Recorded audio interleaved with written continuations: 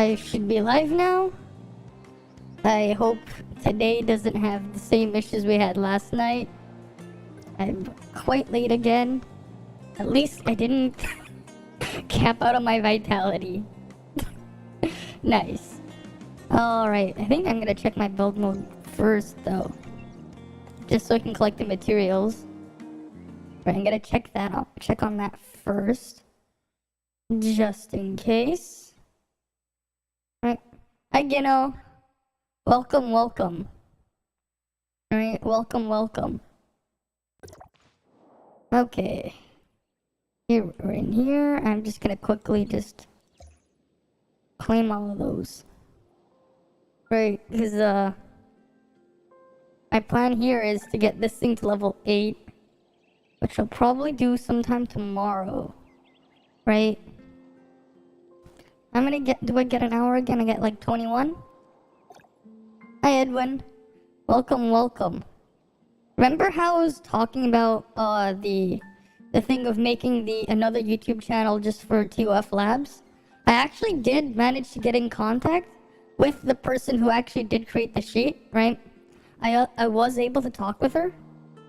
So I did get permission to be allowed to reference her data in there. I mean, like, I could, like, technically I could just grab it, but, like, I wanted to at least do it the right way and just straight up ask her. Like, so we talked about a couple of things, and I did learn some stuff from her methodology and how she got the numbers. Right, let me just pull it up so you guys can see. Right? I was able to talk with her, right? And, I found out a bunch of other stuff. I even collected some extra data.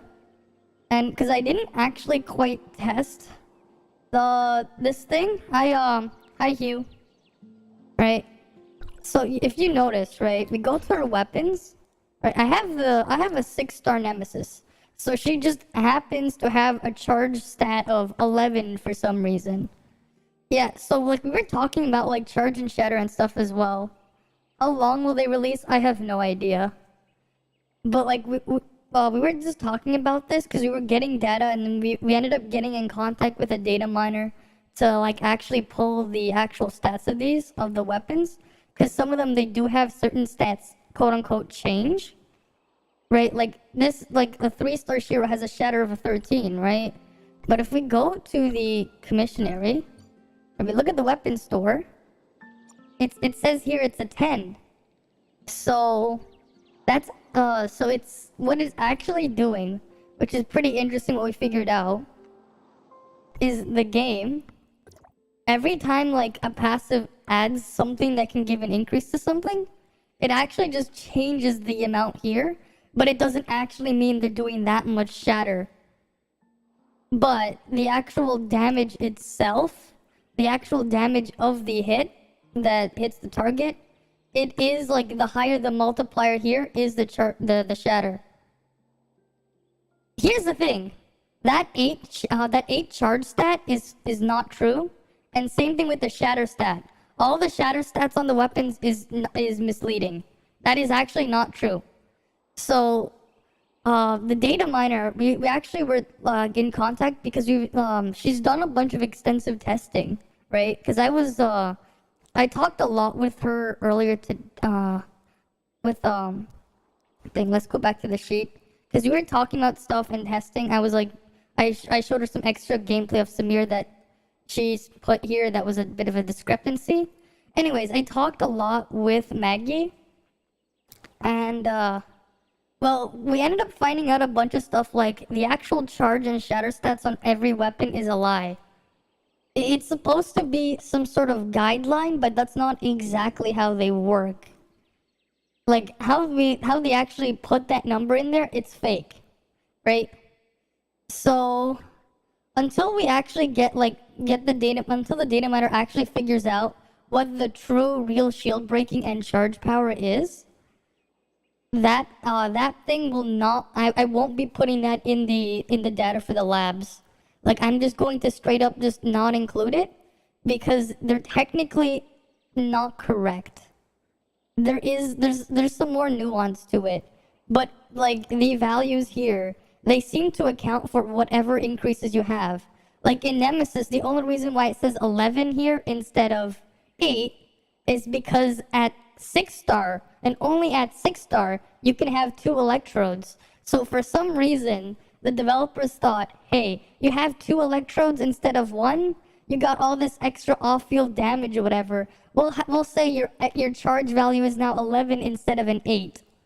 So it is quite misleading because you have weird cases where, like, you know, this does way more shatter than King, despite having a lower stat.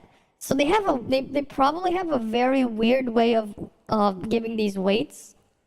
So this, like, it is not true, any of these values.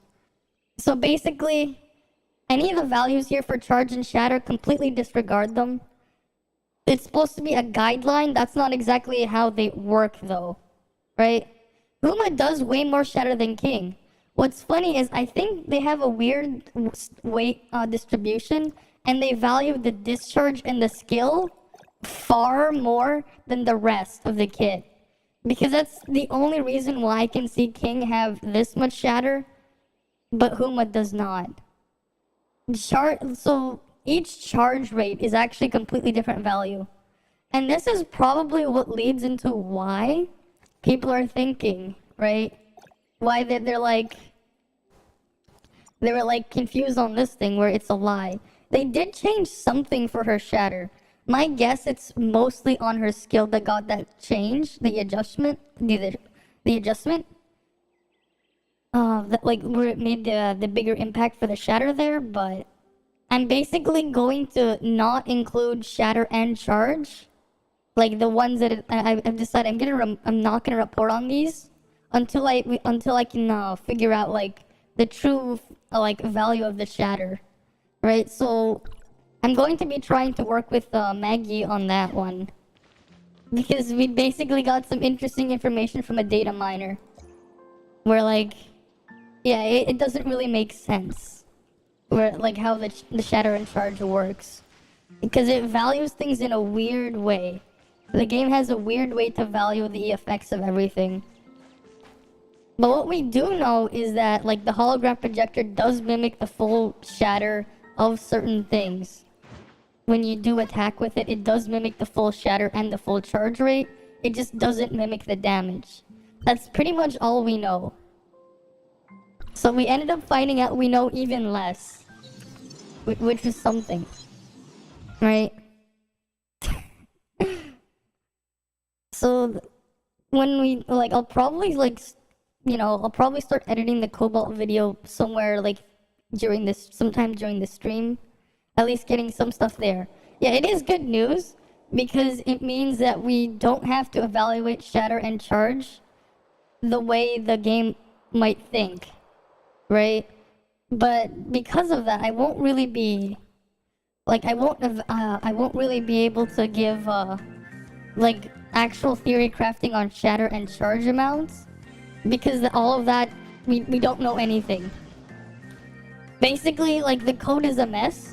Heck, if in the data mine, what they were able to find is the old shatter and charge values of Cobalt B, where it was 6.5 for shatter and not 12.5, but the 12.5 code is in there somewhere.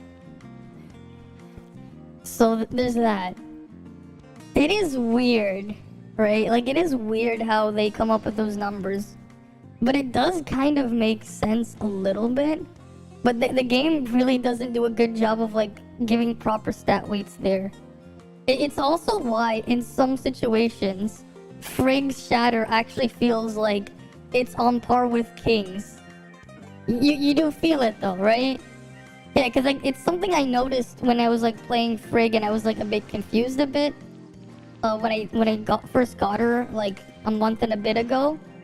But now that I've, like, had these conversations, yeah, something that devs think is good but doing, but exactly, it's meant to be like more of a guide or a hint, but not like an actual value of how it works, right? Hi Spyrix, welcome.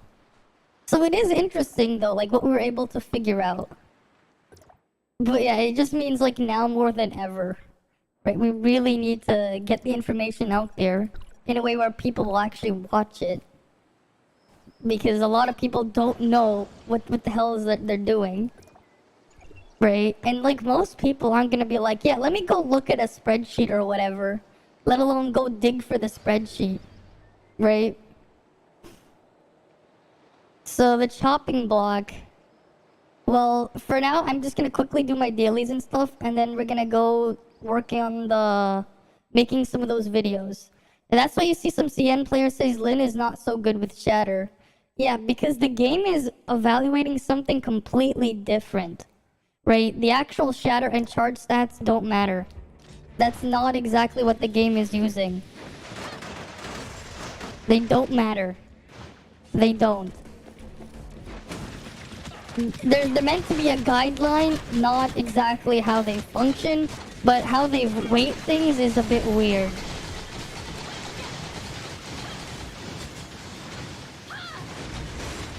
Right? Because the thing is, like, if I was to rate King for Shatter, I wouldn't give him, like, I wouldn't rank him that high. Endgame, you don't really need Shatter because your damage just bypasses everything. Kind of. Kind of. Especially in group content, if you have the people tanking there, it helps. Right? The people playing tank resonance should definitely be shattering or shield breaking. Kinda, but not kinda. Yeah. I mean, if you're playing Meryl, then yeah, like, it doesn't matter. Right? Because you overpower the content.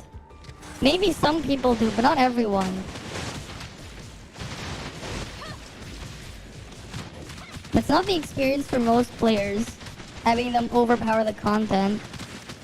But it's more of an exception rather than the rule.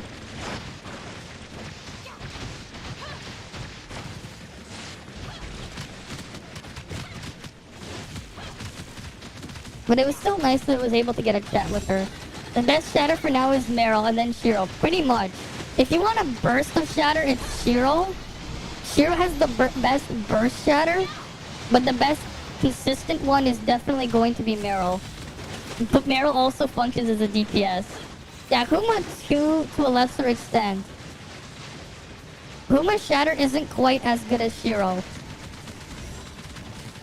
That said, she does charge decently. The game has a weird way of putting evaluations on stuff. It's like very bizarre. But she is definitely better than King, yeah. Well, here's the thing, I don't know how I would test it, simply because I don't have a CN account with all the stuff I have on Global to test with. Right, I don't have a CN account with a similar power level to test with, so I won't be able to confirm that. All we can do is like see how much health everything is, like has, but that's about it. Right? Unless we have someone like clear joint op 8 of this stage with the exact same thing. Though the CN one, it's kind of different, and I don't think it's really that much of a problem because the joint op 8s were created before they added the 3 pieces of gear, and it should have come out before they had the power creep. He talked about it. It seems like the difficulty, the fact that HP jumped from 48 to 140. That is true. But if we're gonna get like 3 pieces of gear to like add on immediately in the next patch, then I think it'll be fine if we get 3 more pieces of gear, especially if those 3 pieces of gear can directly give you percentage damage boosts. Oh, the reason why is when I'm tanking in group content, I just use it. If I'm doing the Bygone, I'll use the Samir trait. I have both, don't worry. It's mostly because I end up taking aggro a lot in joint ops. And this also helps with healing, so I keep Tsubasa here. It's mostly because of the situation with joint ops. Basically, when I'm like actually just for sure. Not the one that's gonna have aggro, or if it's just like in the in Bygone, I'll just take Samir trait. But for here, definitely gonna take the Tsubasa trait. It's 190 mil if it stays the same. Yeah, but have you seen how quickly they clear? CN clears join op stage 9? Have you seen how quickly they clear it? Indeed, it is to the public. So many people on the same level as those thing, yeah. I mean, they're gonna get a massive boost to their CS as soon as we get the visor and the other slot.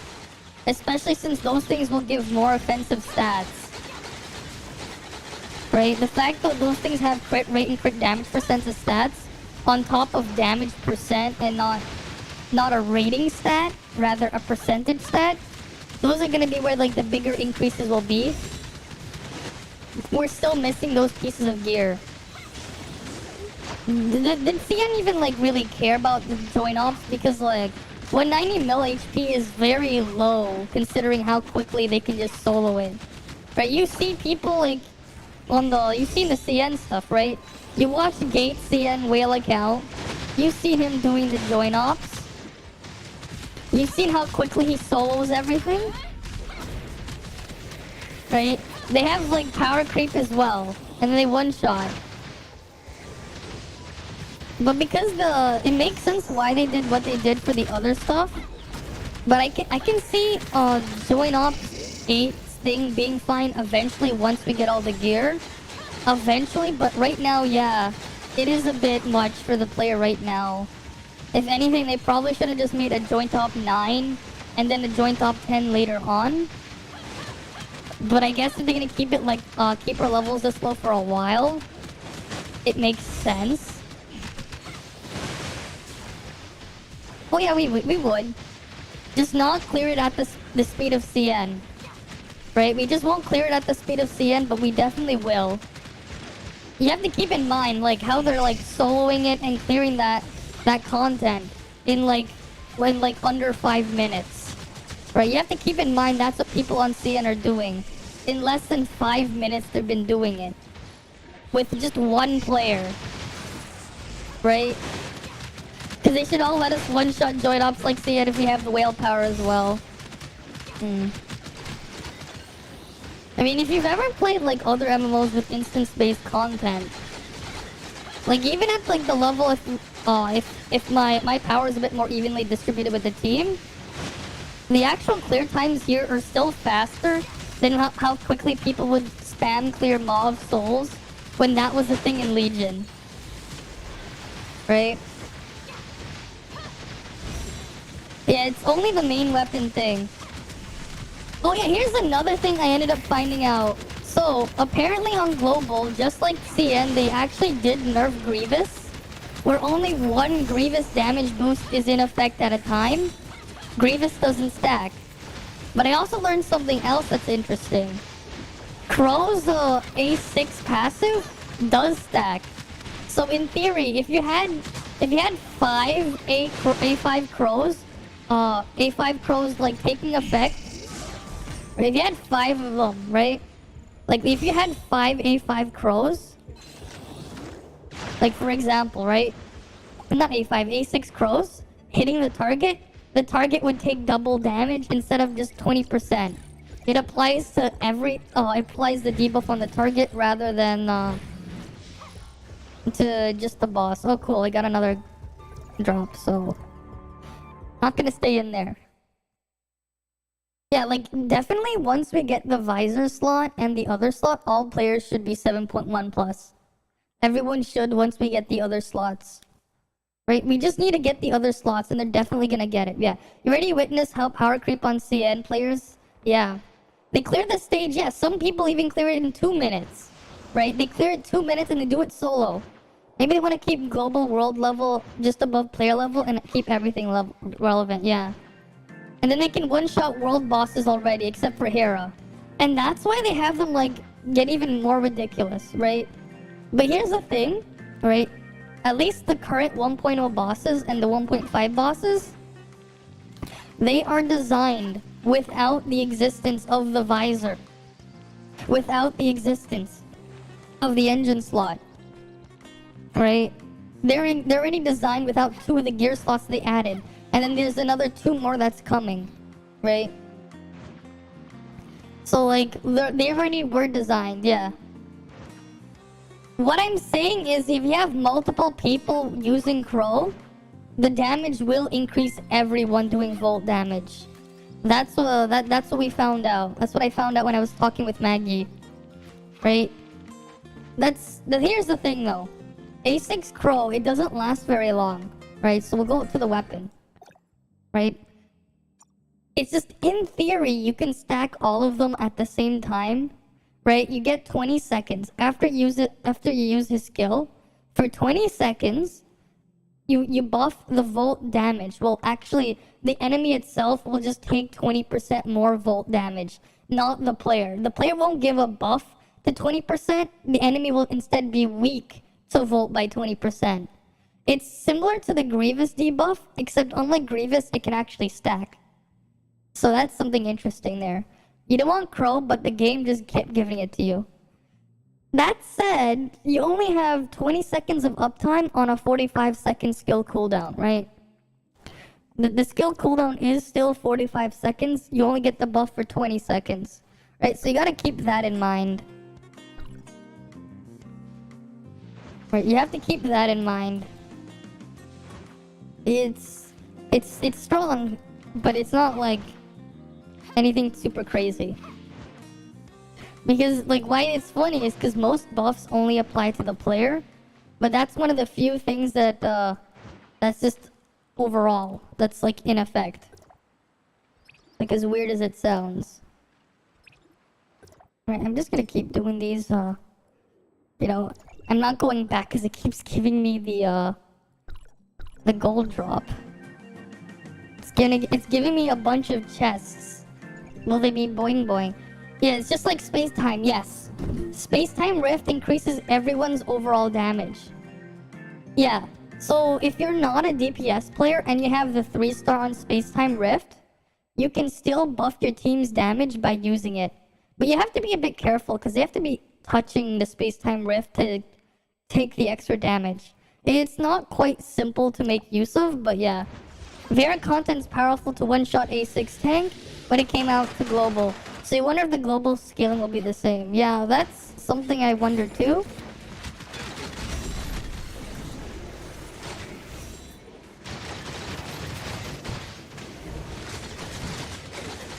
What the hell?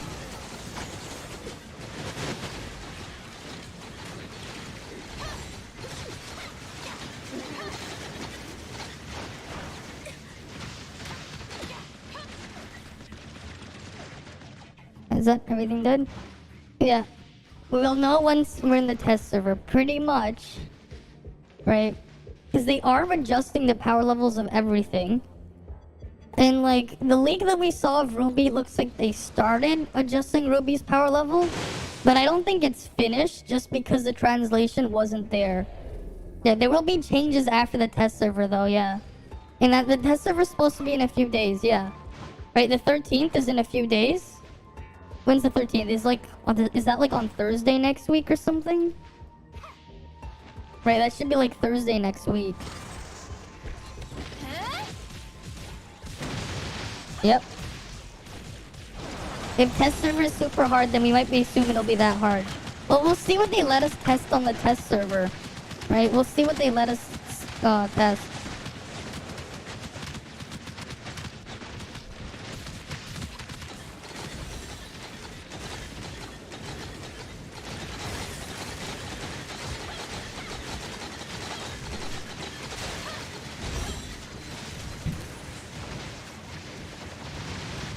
But if it's easy, then no worry, yeah. Pretty much.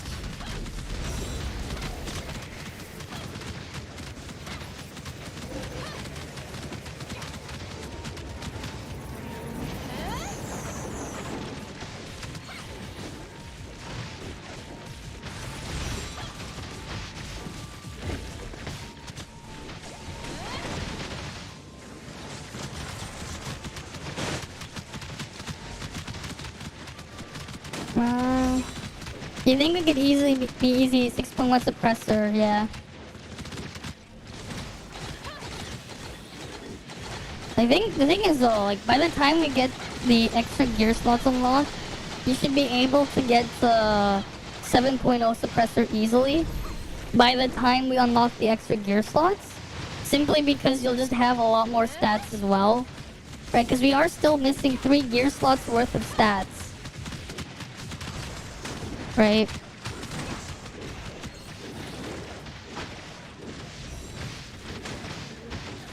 God damn it. These guys are useless.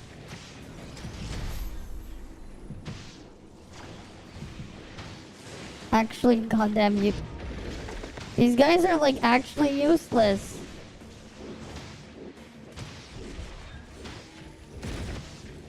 Right? Stop making me take aggro.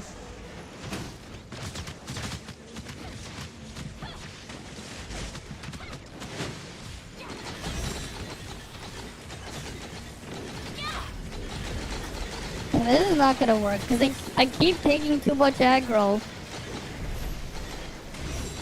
And I'm never not gonna have all the aggro because they do nothing. They do literally nothing. So I'm just gonna have all the aggro. Right. Hi, Shatter. Welcome, welcome. Yeah, I don't like having all the aggro. It's very annoying. I have to deal with all of it. Literally all the aggro.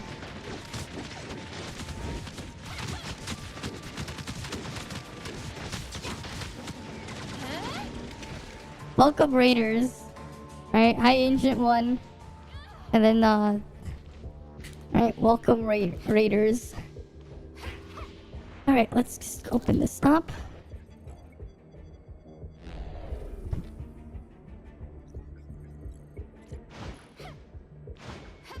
Alrighty then. And there you go, Seraph again. And like a gold matrix drop, please.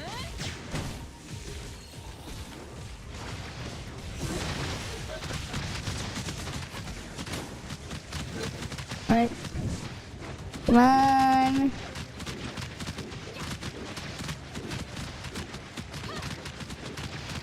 Welcome, Acme Studios. Welcome. Welcome, welcome.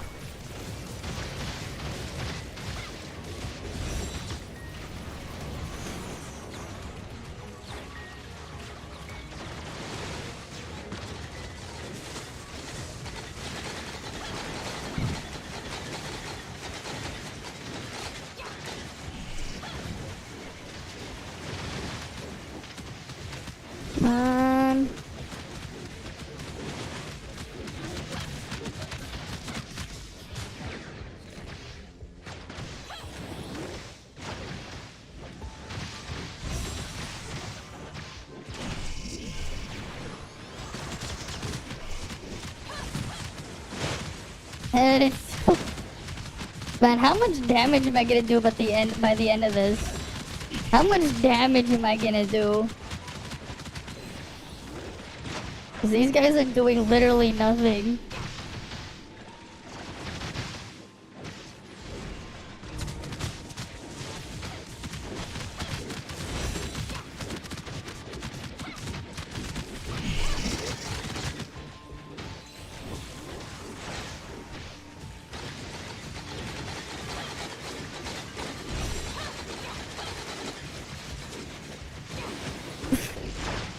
Probably 100 fillers, so maybe. We'll see. Maybe you can test out the world difficulty compared to CN. And then if the weapon balancing is according to the content. Yeah, that'd be something, but I don't have a CN account that really tests with that's at a similar power level as me. That's the problem. I have no way of testing that.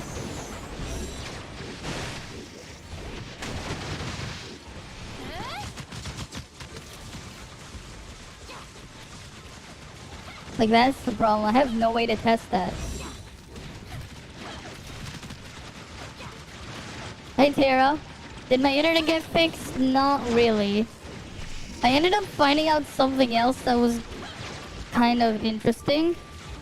Apparently there's even more issues elsewhere.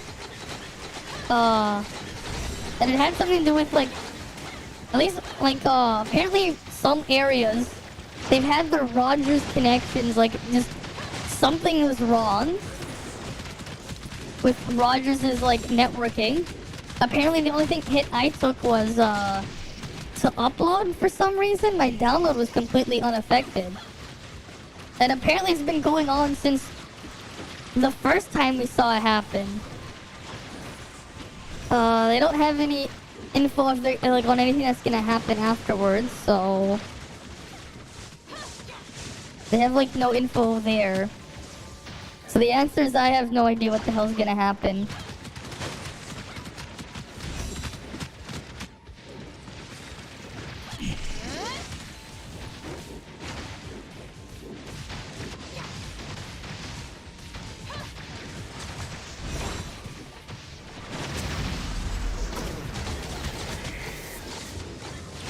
At least they're aware of it, I guess, but you know. We're talking about people who violate the laws of mathematics, okay? You know, we're talking to people who calculate, who see 1 plus 1 is equaling like 3 instead of 2. Right? They're ISP people. They can't do math. Okay, I'm out. These guys can't do it. I leave. You think Tor's and the whole pie hole is running? Tor won't use pie hole. Here's the thing, if you're using pie hole, Tor won't work. Or rather, if you're using Tor, pie hole won't work. The way Tor works is a lot different than you're thinking, because it actually routes your stuff and like changes the DNS settings to something completely different when you're connecting to Tor. Pie hole will not work when you're using Tor. If you want to block ads and stuff when using Tor, just use the Brave browser. They give you the option of using that stuff with Tor. You're gonna have to just like the blocking scripts and stuff. You can do it with Brave, but like if you wanna use Pi-hole and Tor at the same time, it's not gonna work. The way Pi-hole works is it connects to your own server that you have running, and your own server is the DNS, right? Your own DNS server. And you're manually blocking IPs and like IPs and certain other addresses with Pi-hole. But if you connect to Tor, it won't work because you're connecting to something completely different. Internet signal is very difficult to narrow, so you have a signal in 4 cardinal directions. If one direction is cuffed, yeah, everything will, yep, that is correct. You had your internet fixed, shut off the Wi-Fi and turn it on, everything was run through the Nighthawk. Well, that wasn't the problem for me. For some reason, there was something going on with the upload connection or whatever. It's annoying doing these when everyone's just completely useless. Because it's like, oh, we're screwed, like the whole thing is like, whatever, leave. The guys are not gonna get anywhere.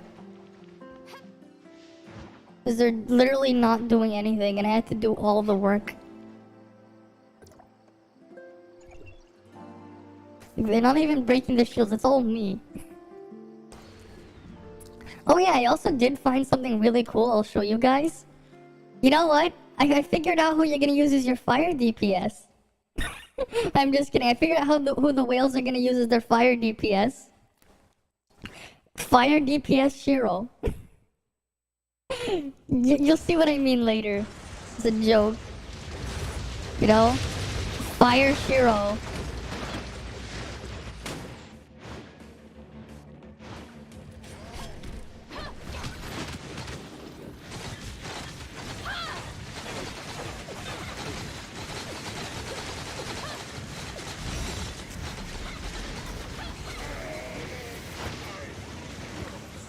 Oh shit, I shouldn't have done that. Chakram of the Sands. Fire Shiro. You're gonna see it. You're gonna see Fire Shiro. I'm gonna play a video of it after. But yeah, I got a video of Fire Shiro.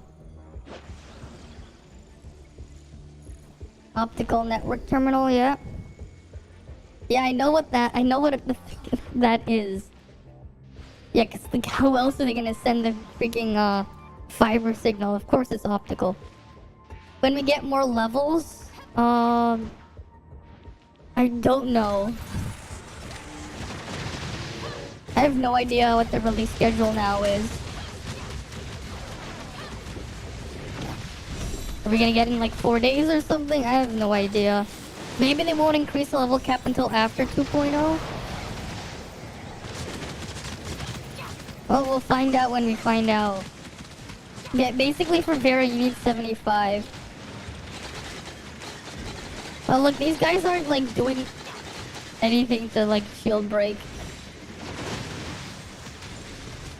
What are these guys even doing?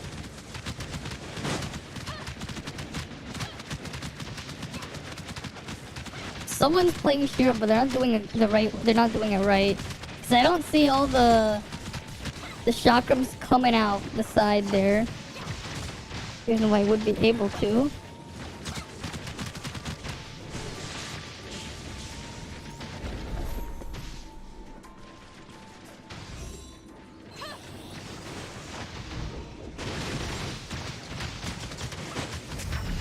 Stop giving me aggro.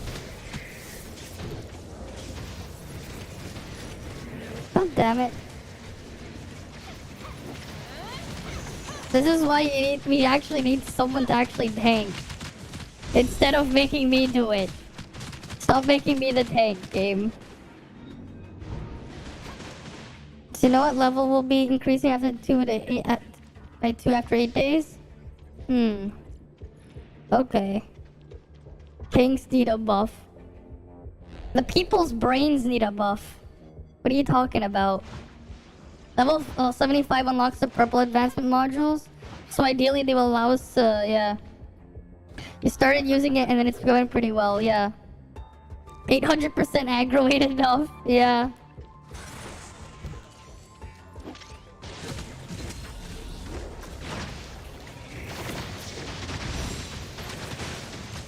Why the fuck did I get pulled all the way over here? And then these two useless people are dead. Well, I can't help them now, and they knocked me off. Why the hell did they pull it away? Fucking dumbasses. You need the purple modules to enhance, I know. This is like the worst place to keep Seraph because it makes it even harder to fight her.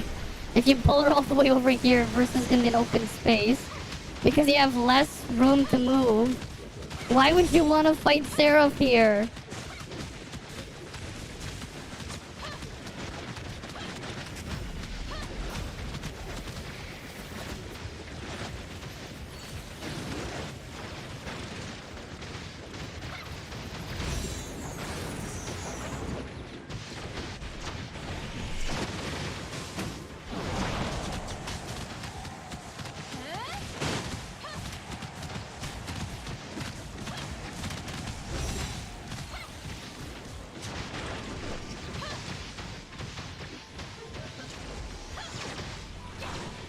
Come on.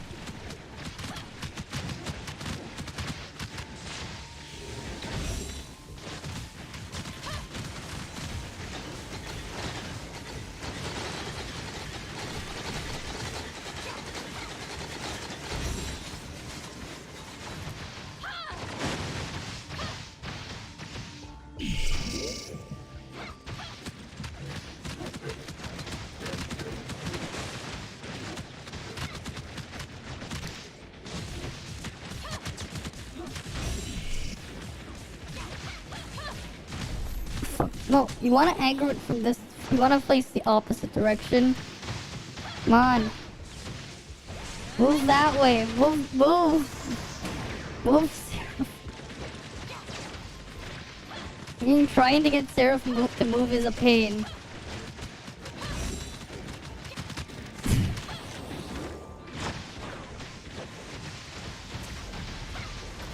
I guess this freaking person doesn't even know how Seraph's aggro works. She'll always move away from whoever has the aggro.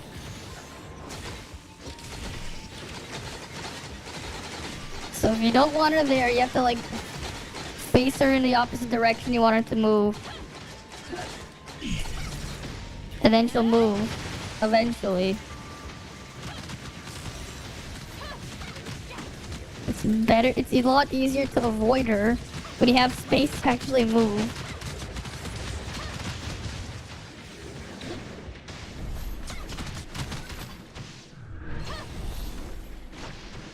I also see a friend of yours, he sent me one of her warm fairy hugs. Alright. Cool. Yeah, Seraph is still just so tanky, yeah.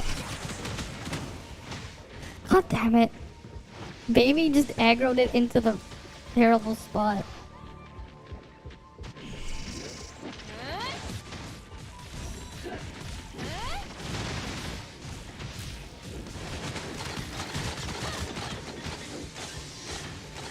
This isn't... The fuck are you doing, baby? You don't even know how to use Shiro. That's what I'm seeing there.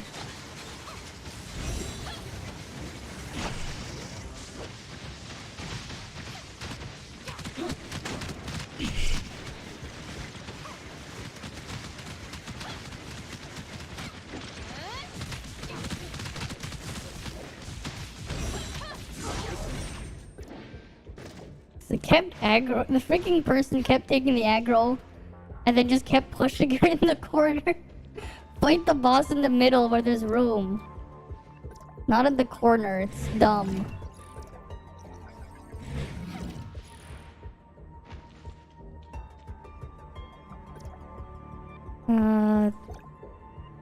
Yes. But are we even on same server?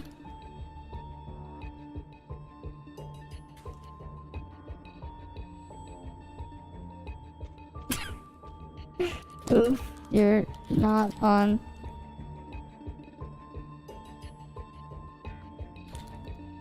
I'm on Radiant.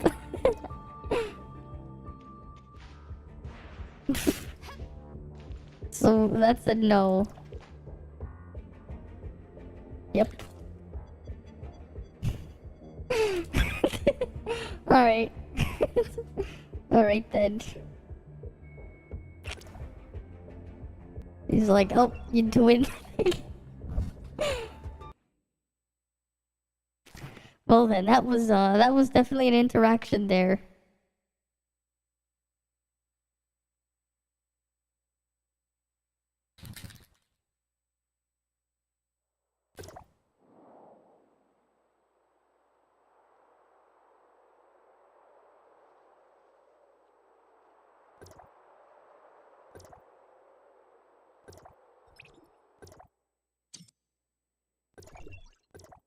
Alright, let's go see the more emotional damage dealers. What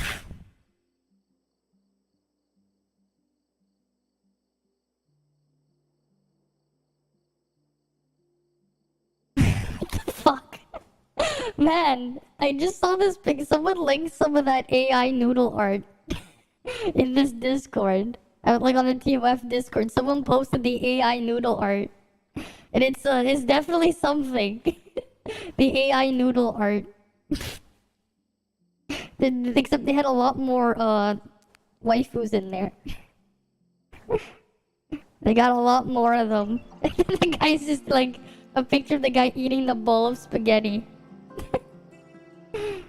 Well, that's something. Okay, let's just get back into this. Seen some really sus noodle art, yeah? I've even made some too. Right? You guys already know that I've already made some too.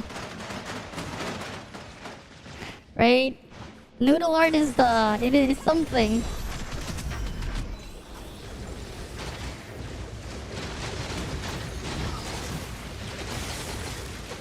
Oh, come on.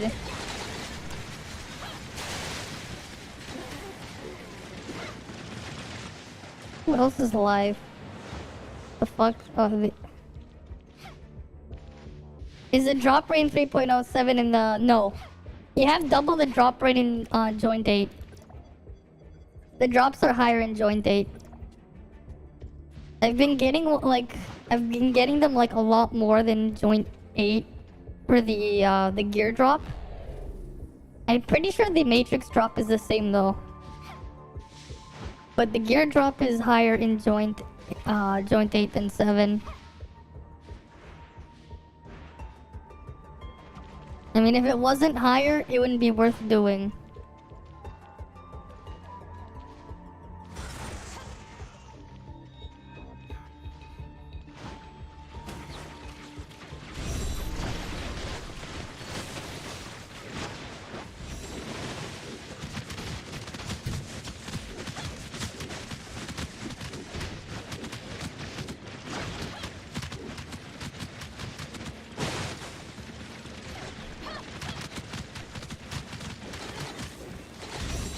Oh, come on, no.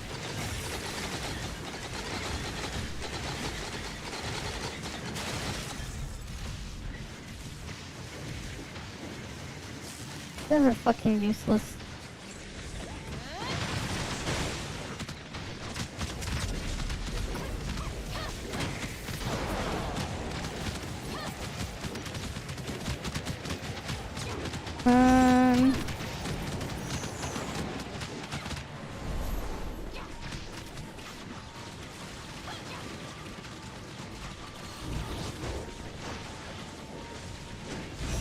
Who is the person that was even using the Meryl?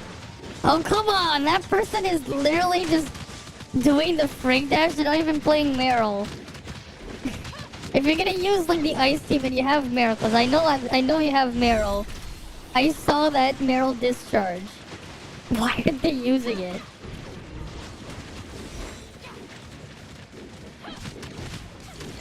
It's like, I know they have it. Use it, please. It's like, I know you have it.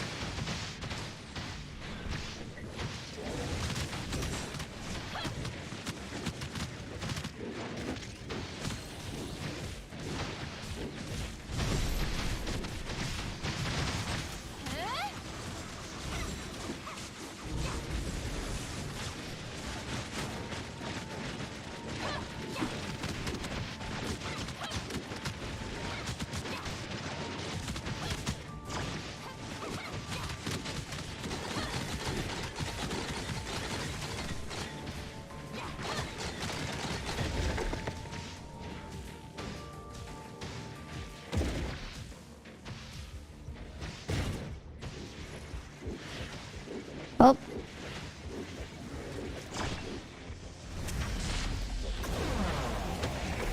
That was pointless. Well, the thing is almost dead. These guys are just useless. It's like, they got Meryl. Why don't they actually use Meryl? Like, what the fuck? And I know one of them is on balance. I know one of them is even on balance. Or like, it looks like they're on balance, aren't they?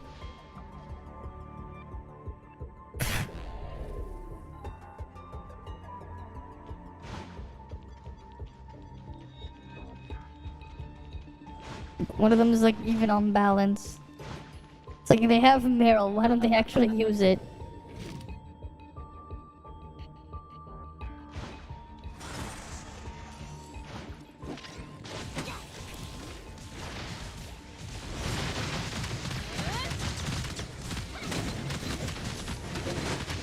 You know, maybe like when I like actually start working on the lab stuff, maybe that'll be the second video. Cobalt first.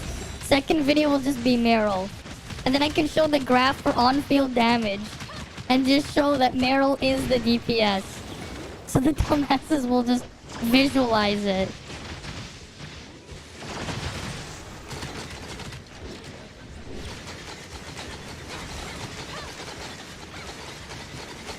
Because they don't fucking realize that they should be spinning to winning. Not playing Frag. Like, what are they doing? Like, all I see is this infinite dodge Frag spam when they have a perfectly good Meryl. It's like everywhere. Like, everywhere.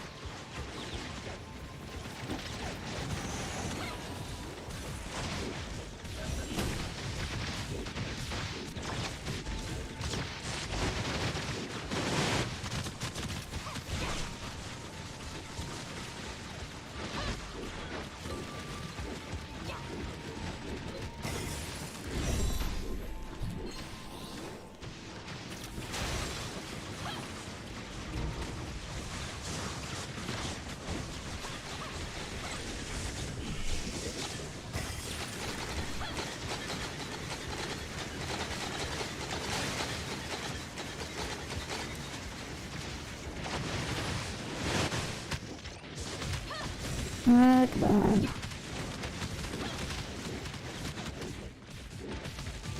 And...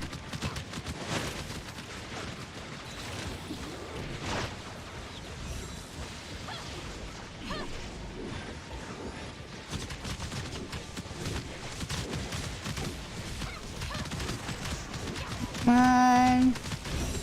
Come on.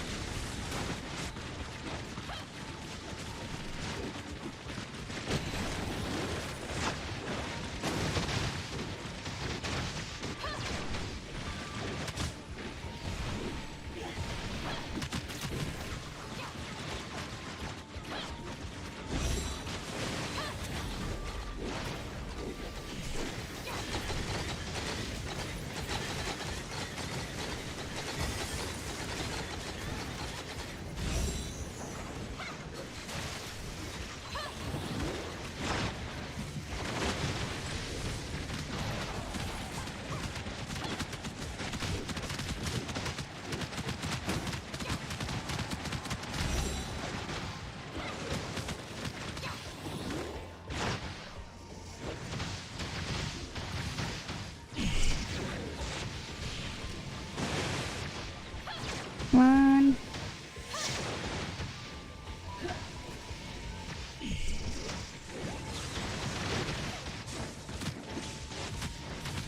Stop making me have all the aggro.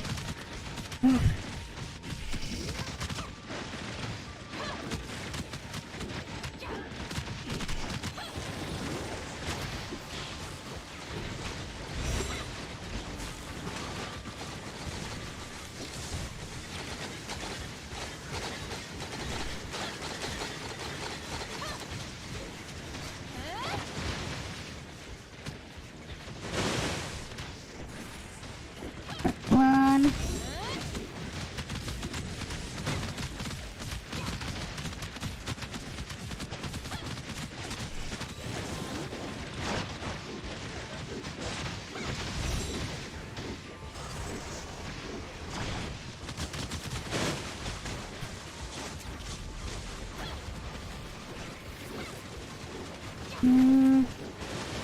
Come on.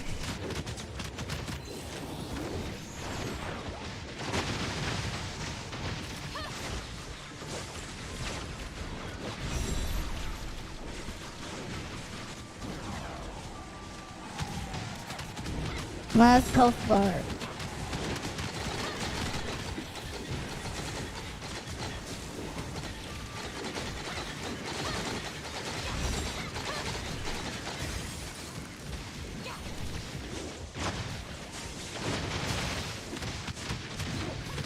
And come on, half health. Almost dead. Come on, Syrup.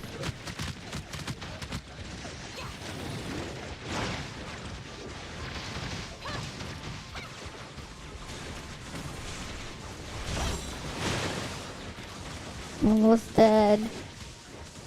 Almost. Almost. Almost.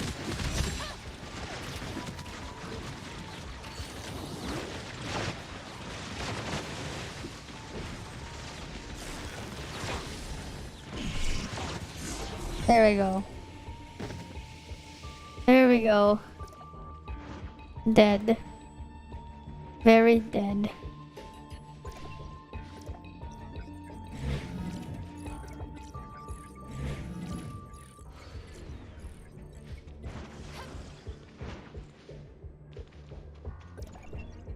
Whatever. Okay. Slowed back on in. Oh wait, here. That's right, I saw the noodle art. I didn't show it to you guys. Here's what I saw. Here, you guys can see the noodle art. They're in school swimsuits. You know, the guy is just eating it all. This is what you guys want, right? You just see them in their school swimsuits and then you're just eating all of the noodles. Just eating all of the spaghetti. Well, that's something, alright. The AI noodle art. It's quite something. Oh. That rolled over already? Okay. Good to know. Good to know.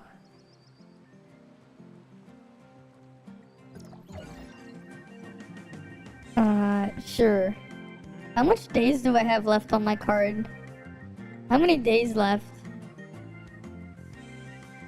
I don't even know how much days I have left on my card. On my monthly card. Because it doesn't even really tell me. Oh wait, no, I should have like 2 days left. Wait, I should have 2 days left because I only bought it twice. Right. Never mind. Yeah, because it's day 58. Well, no, it rolled into day 59, so I should have one more day and then I have to get some more.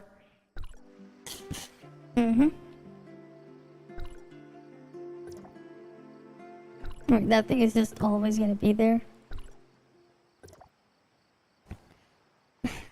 My model's eyes aren't working? What do you mean? They seem to be working. I don't know what you mean by they're not working. But they're working.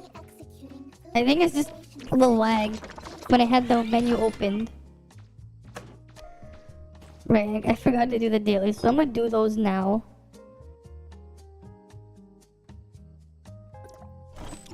Right. We'll do the dailies now.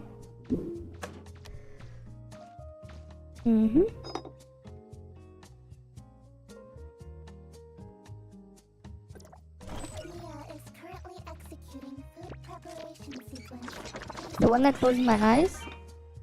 What? Oh, one likes to close my eyes. You know, part of it just might be just a problem because I wear glasses. It might, like, part of it is just probably a problem because I also wear glasses. And the glasses getting in the way. That might be part of it. Well, I'm gonna go kill Sendris first. And then we'll go do the other shit. Wait, I'll just go kill the things first.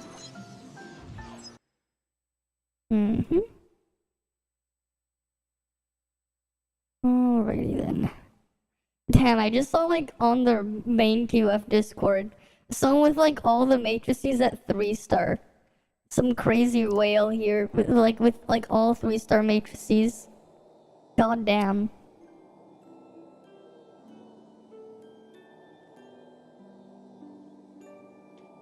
So the light is confusing glare. Maybe. Maybe?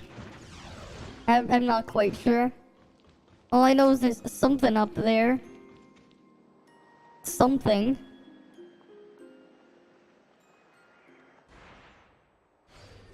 Alright.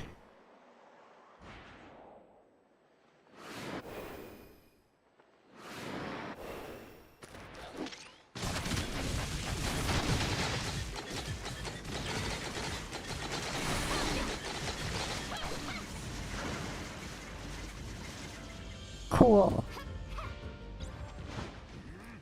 Let's go to the next daily. Because that was easy enough.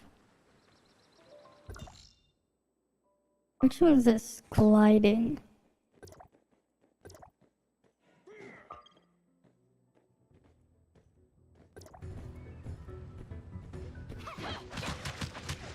Good thing I don't wear. Yeah, I'm not wearing sunglasses.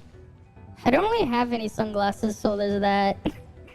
But why would I be wearing sunglasses as well? Right, it's like, why would I wear sunglasses though?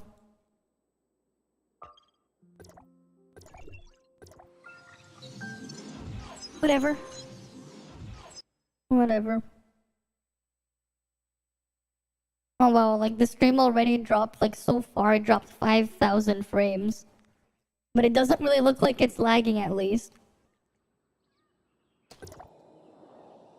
That's apparently what OBS is telling me when I look at the statistics. That a total of 5,000 frames were dropped so far. Alright.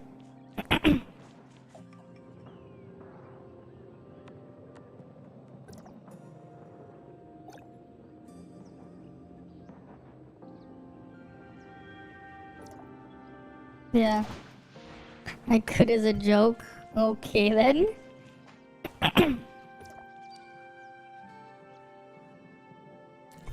Weapon. Wait, not weapon. I need relics. Deploy. Jetboard is here. Simulacra. Give me Meryl. Let me Meryl it first.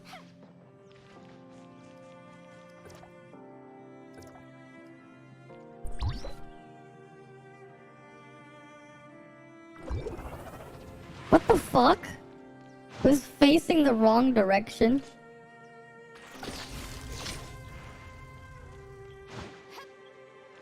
You're blind, you can't see. Mm-hmm.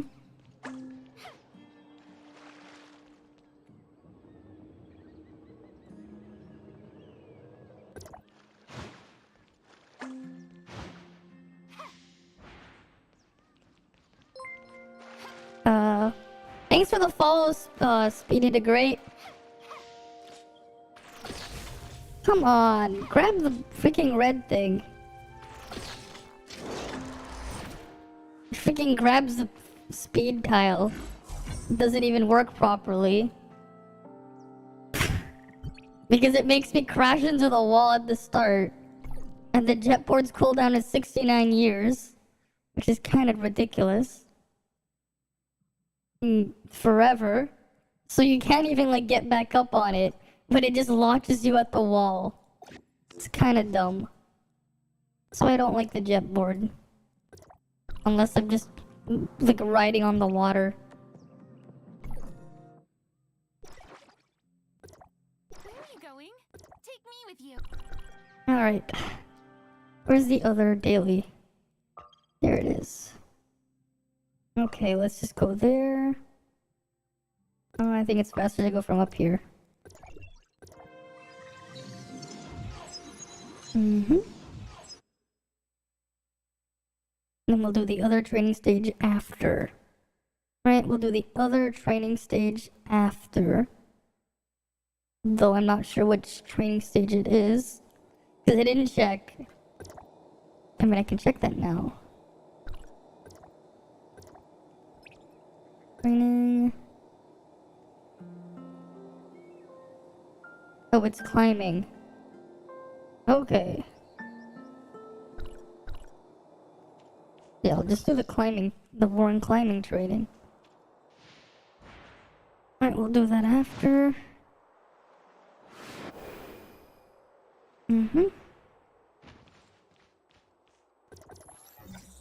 Alright.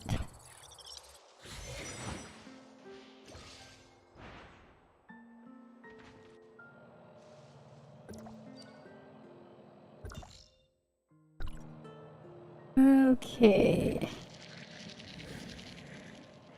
Almost there.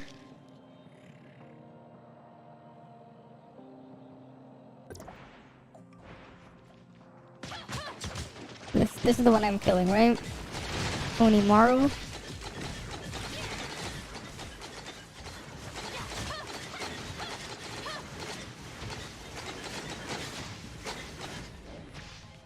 Oh, damn it.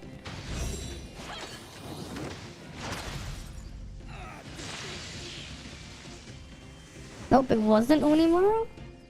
Who the hell was I supposed to kill? Oh, the snipers. Where the fuck are the snipers? Oh.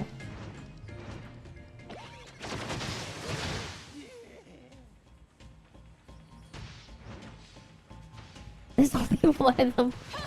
Why is there only one sniper there? Where are the other ones? Oh, there he is.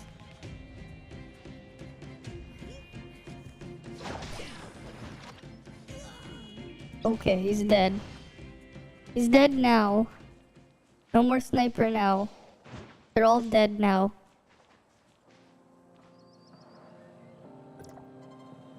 Right, I keep freaking going to that menu because I'm like, oh wait, no, it's not iOS. I can't claim it.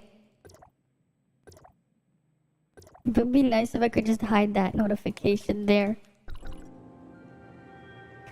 They snipe ants.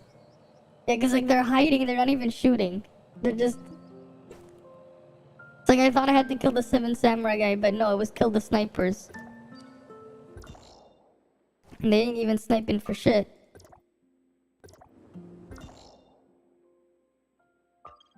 Alright, let's just warp here. And do the training stage.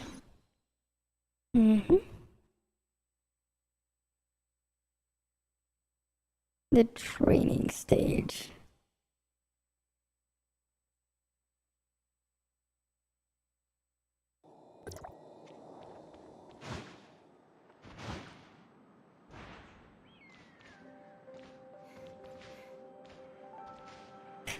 You're playing the Sims 3. Ah, nice. I've never really played a Sims game. I've never really played one.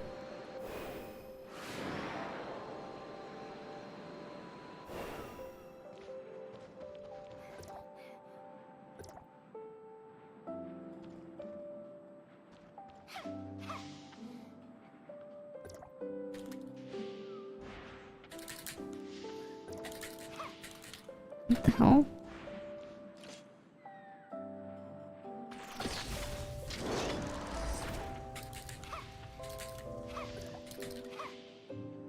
Why is it letting me climb?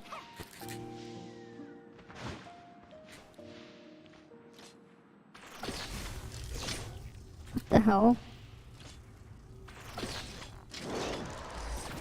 It's freaking bouncing me off. What the hell?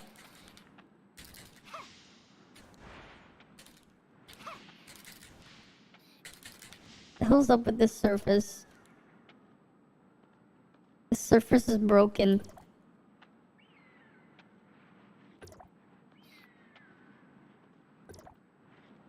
Why is it only this one? It's like it's like literally like bouncing me off, like I'm like rubber or something.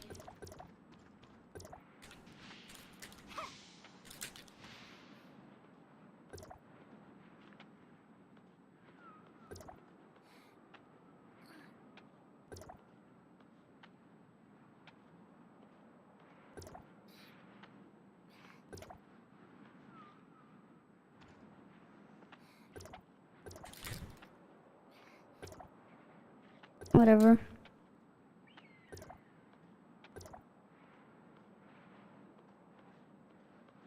At least I give you a lot of time. For some reason, I give you so much time for this one. Right? I give you so much time to do that training stage. Not sure why. Even when you fuck up as much as I did there, I still had a bunch of time left. It's kind of weird. But okay. Sure. Alright, what else was I gonna do? Oh, we're gonna spend the vitality after. Oh, right, I almost forgot the dolls. Alright, let's go get the dolls on Cetus Island. We gotta get the Smarty dolls. You forgot YouTube's filters. Yeah? Did another of your messages got like held for review again? YouTube and its filters. It's something. Right. YouTube and their filters. One of the filters of all time. It is what it is. Right, it is what it is. Let's begin. Let us begin. Let me go grab the thing.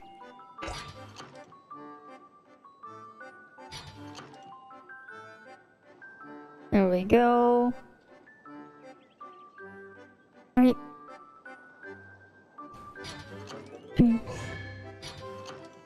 That's one down. You should just DM me. I guess you should. There's one way to go around, go about it. There's one way to get around it. Right, that is one way.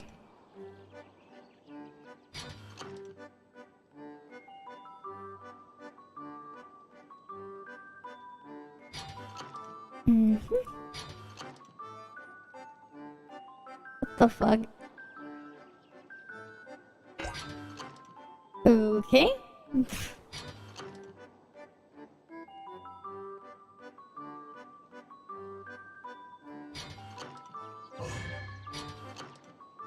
That's another doll. And one more.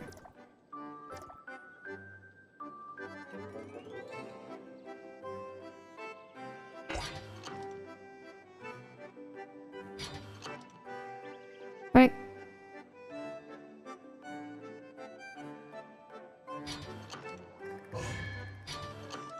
There we go.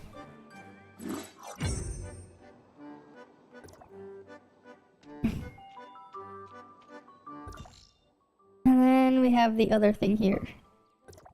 Hi, Peanut. Welcome, welcome. Right, welcome, welcome. Alright, I did say I was gonna show you guys that video. Let me pull it up. Alright, let me pull up that video I was like looking at. Where is it? I thought I dragged it in here. Oh yeah, there it is.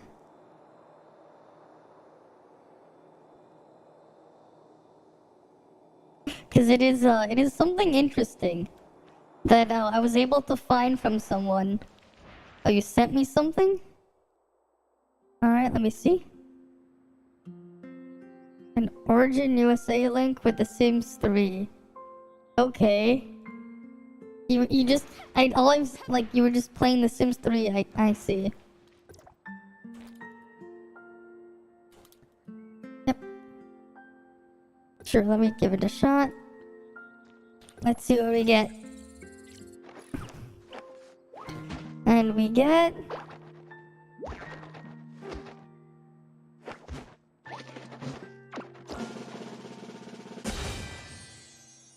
nothing. We get nothing. Okay. But yeah. So if you guys wanted to see the $30 USD pack. Okay. If you guys wanted to see where's window capture? Alright, let me just call it NPCHC. Is it really? Where the hell is it then, if it's already in use?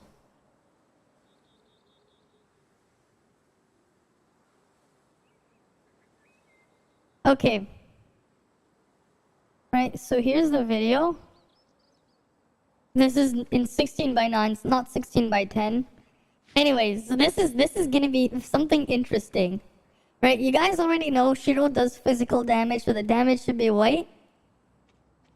But take a look what happens with this video. Or just take a look at what happens.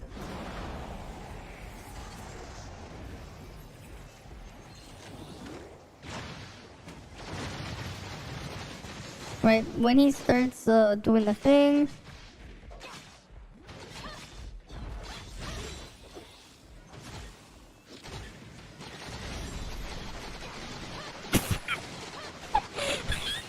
You see all those fire numbers?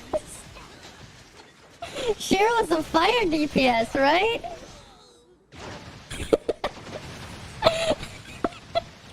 Go big 2-piece.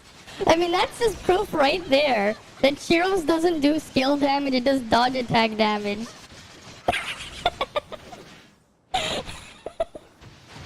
Yeah, so that's Cobalt's 2-piece. That's Cobalt's 4-piece set.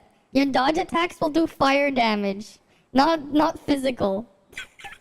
And you can see exactly how many activations from Shiro plain as day because it's always going to be fire. You can see it's like all the fire numbers. Right? Fire Shiro. Best kind of DPS, right? Shiro's a fire DPS now. This is your fire DPS. Imagine if 2-piece like Cien. No, imagine 2-piece like Cien, and then you put in 2-piece Kuma. All the numbers. Yeah, there you go. Shiro could be a fire DPS. Fire Shiro. That's exactly how it works. If you guys were wondering, right? This is exactly how it works. This is obviously not my gameplay though. But that is how it works.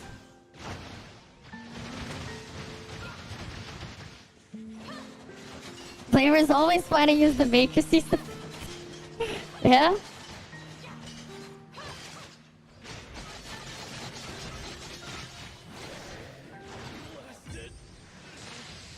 How much time do they even have left here?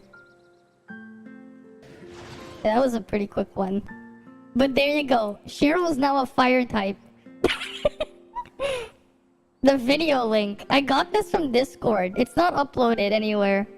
I was able to get this from the Ida Cafe Discord. It's on the Ida Cafe Discord. Yeah, like I was like digging around for some other stuff and I had noticed that somewhere. Someone had a video of 4-piece Cobalt in there. And they called it Fire Shiro.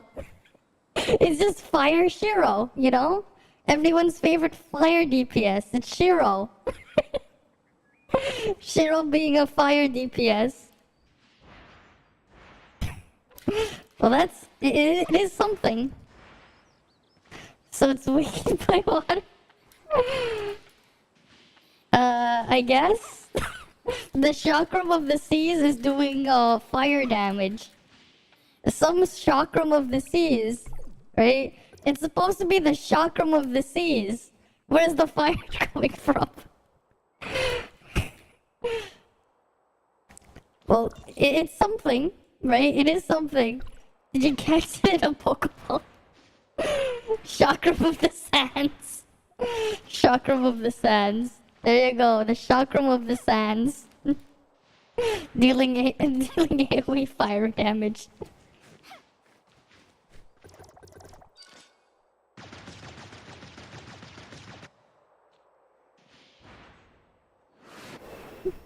Oh yeah, when's the poultry gonna fall?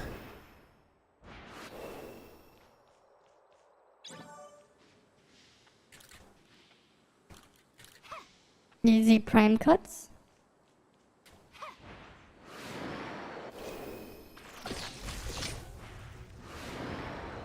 Oh, that bear barely survived.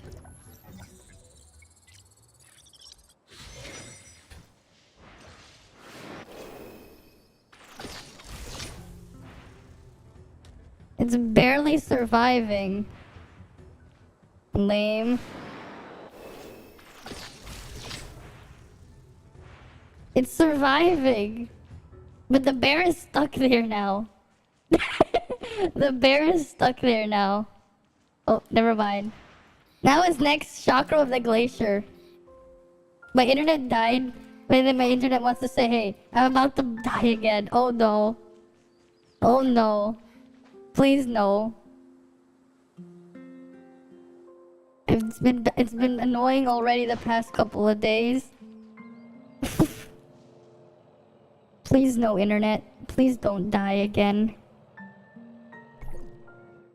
Please don't. Cool. Is this random though? Yes, it is. Alright, let's see what a random shard is. Jetpack. Okay. Sure, I'll take a random jetpack shard.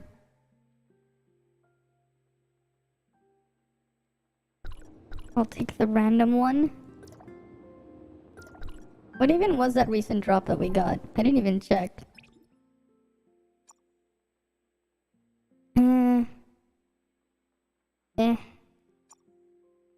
Probably whatever.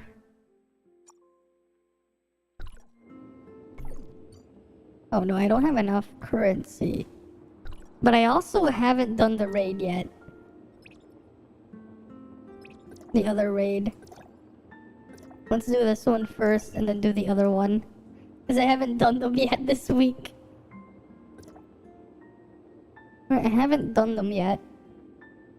So now to go get them done. I gotta get them done. Sooner rather than later.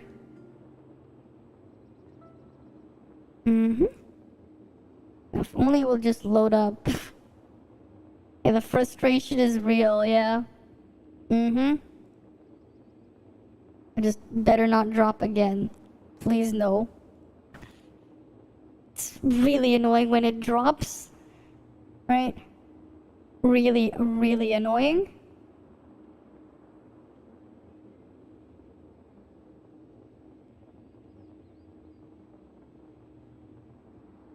Did I watch the video on that video on strange websites? Which one? Which video? I'm not quite sure which one you're talking about. All I know is the raid isn't loading up yet. Just waiting on the raid to load up.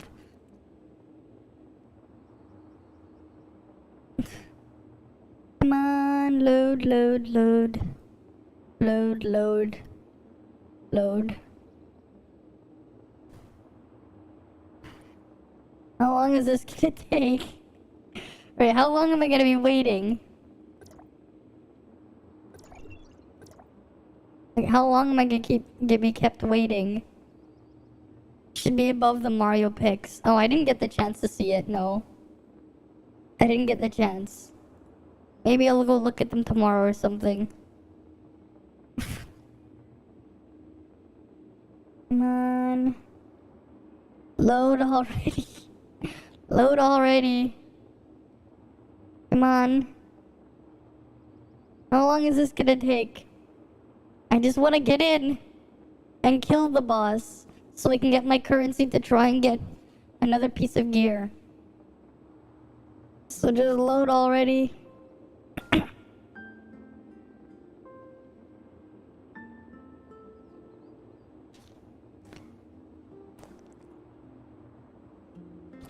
I'm on the Radiant server. It should also be in the title. If you look at the title of the stream, it says I'm on the Radiant server.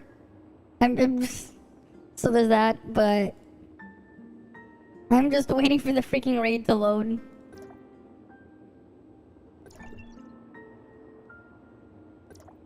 Because I want to do this now. Come on. Anyone doing it?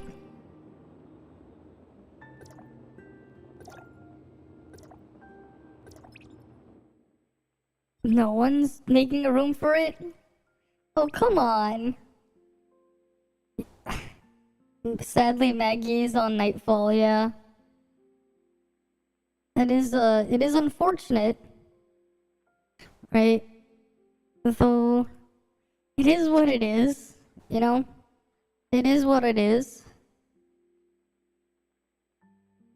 But apparently they have a guild on the Radiant server, what? The Pastel Guild is on the Radiant server. Next time, make her jump to Radiant. I mean, she has a guild on the Radiant server if you go on her Discord. She has a guild on the Radiant server or something, I think. Or... no, I don't know.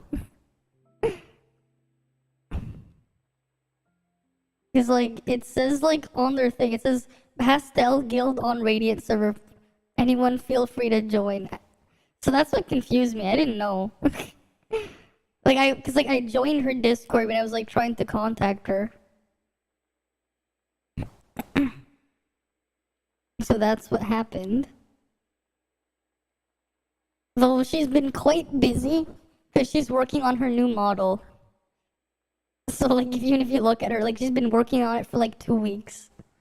So she's working on something. But yeah. I don't know why it says, thing. Mm-hmm.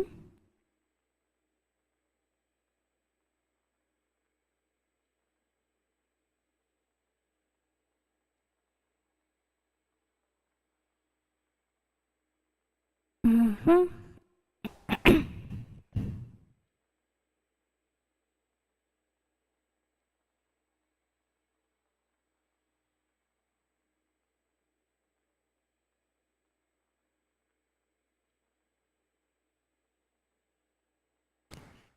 Mm-hmm.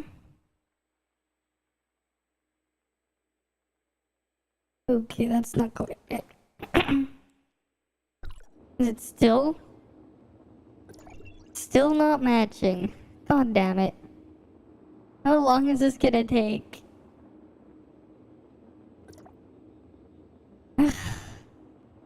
No, this is cannot perform action in matchmaking. How long is this gonna take? You know? Yeah, I haven't done it for the week yet. I still need to do it.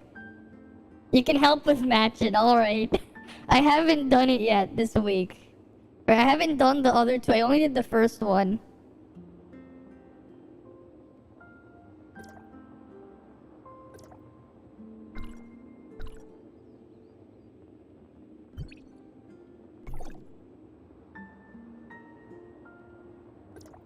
Let me just double check. No, what are you talking about? She's here. What do you mean she's on Nightfall? She's here.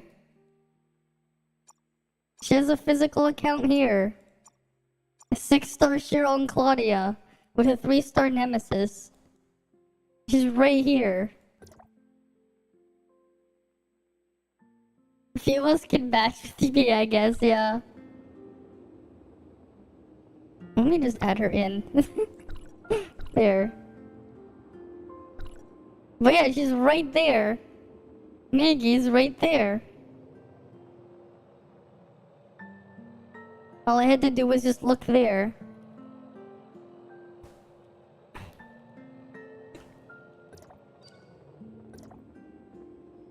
I think we're missing the tank. Well...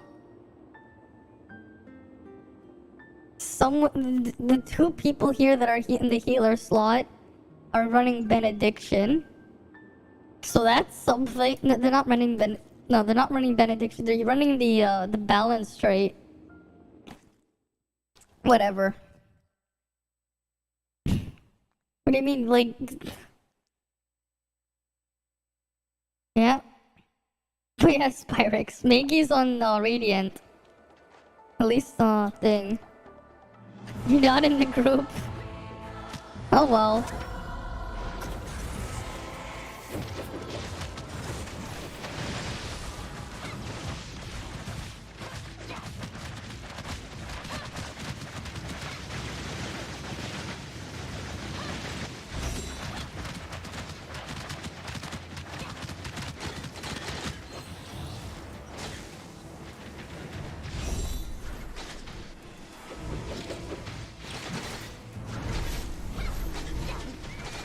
Oh, come on, the bitch moved right out of it. That's annoying.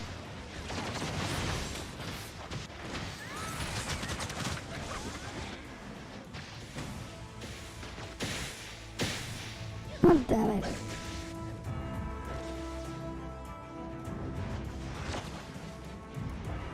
And then you just leave this guy and then you just ignore that person.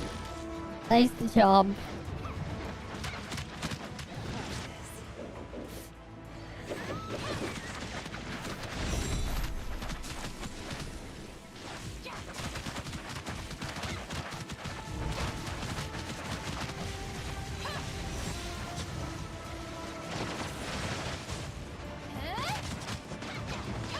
The guys on the other side must be happy. Must be happy they don't have to deal with Valkyrie here. They're lucky they don't have to deal with Valkyrie.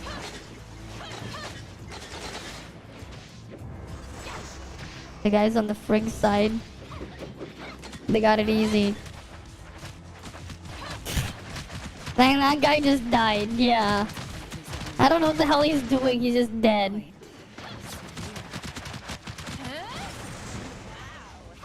Oh, great.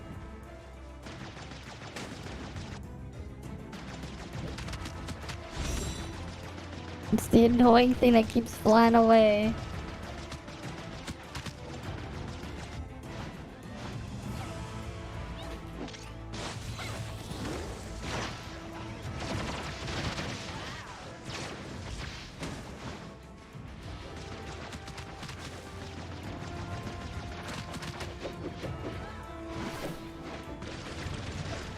I'm gonna get serious. This is just annoying.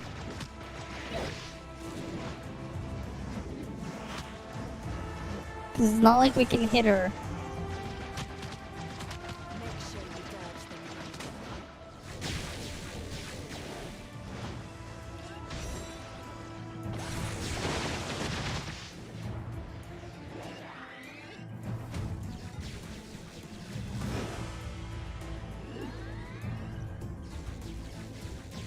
Yeah, great. I get to die immediately. Thanks, game.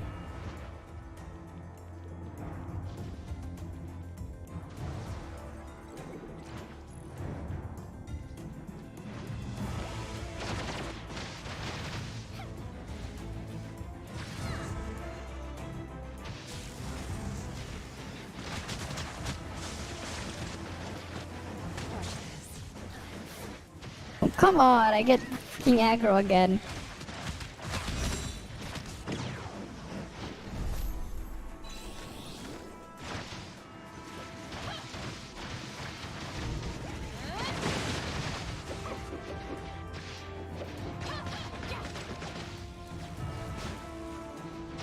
How the hell did they get further out there? The game won't let me walk there. Watch this. Oh, come on. Ugh. Watch this.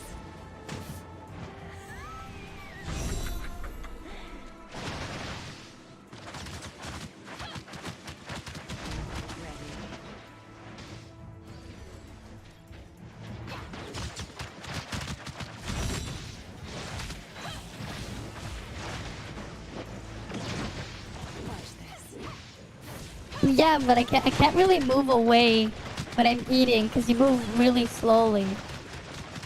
And the freaking thing was on me. So it didn't really matter.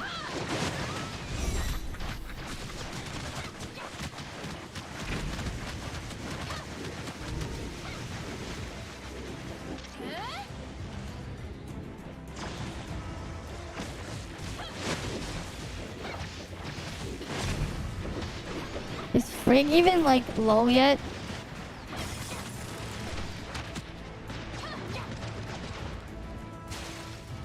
Did they even what's there even their progress on Frig?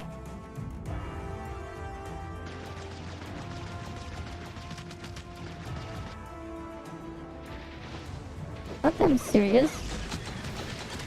How is this not over yet?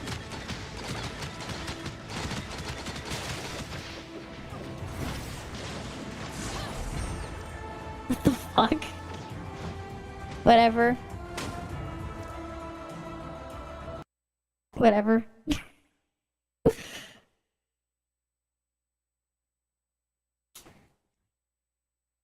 That was funny though, like you queued into Kick W.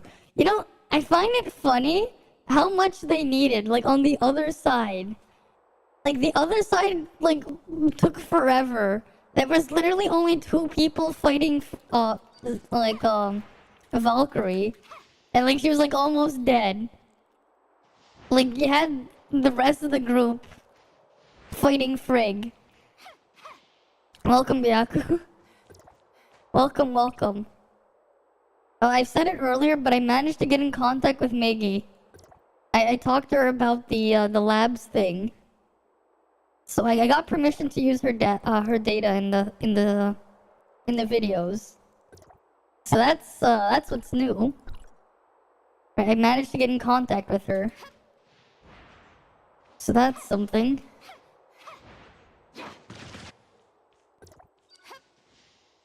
Two wheels on Valka, rest free to play on Frig. Yeah, sounds about right.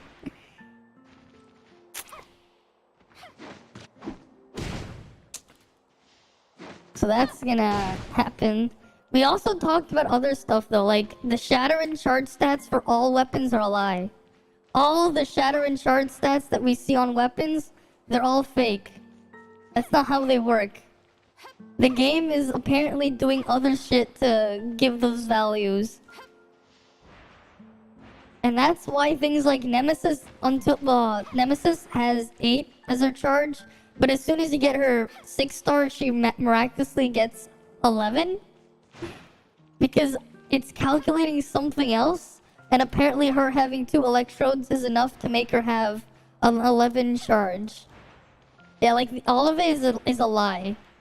We're trying to get a data miner to actually figure out the real charge values, and shatter values. But all we can say is they're a lie, the ones that we see there. So we can't really evaluate that stuff. Yeah, it's like a score, pretty much. Which is just really misleading, because the way it values things is just bizarre. It has some like weird, bizarro values for everything. Hey, at least I queued into you there. Soul shield. Yeah, it's like a score, not a coefficient, which is kind of confusing and misleading. Because, like, it's not a great way to measure, right? You know, it's the first upgrade of King, yeah, is to 1 star, yeah. We also need CN global scaling comparison. Yeah, because none of the global numbers can be trusted. Yeah, it's proficiency, yeah.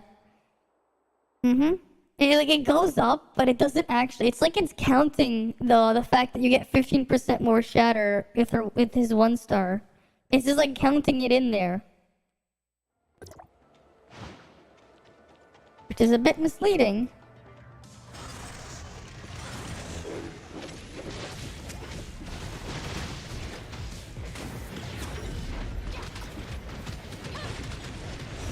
The game says it's proficiency, same as HP.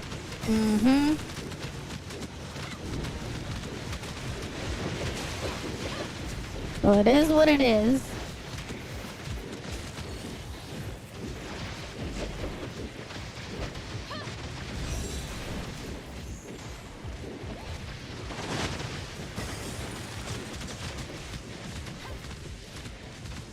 Alright, now I can just...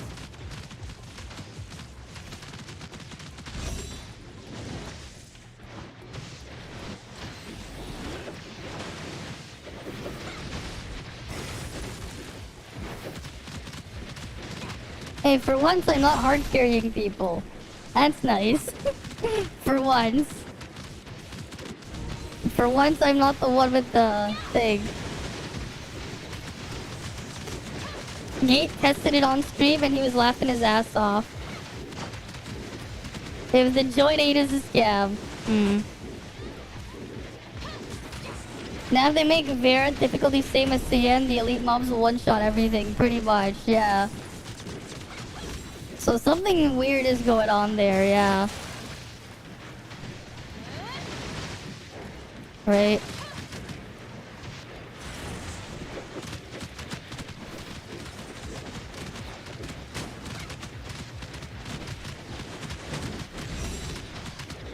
Developers are incompetent, same as the translation team. Sounds about right. So many dumb mistakes. Definitely. Cool. Yeah, the person with the crazy whale shit there. Okay, let's go see what we can get with gear. And we got queued into with Rara. Yeah. Well, it's something. We queued into Rara. That's why some other players quit global and returned to CN. Really, they returned to the power creep the power creep mess. Yeah, it's just proficiency that a weapon gains weapon charge. The greater the number, the weapon charges. The weapon's discharge skill can be used while getting 1,000. Yeah, it does say that. And then Shatter, the proficiency basic capabilities of breaking shields. Yeah, except how do they weigh it, right? How do they weigh which one's better or not? Because it doesn't tell you how it's weighted. Right? It doesn't tell you how it's weighted.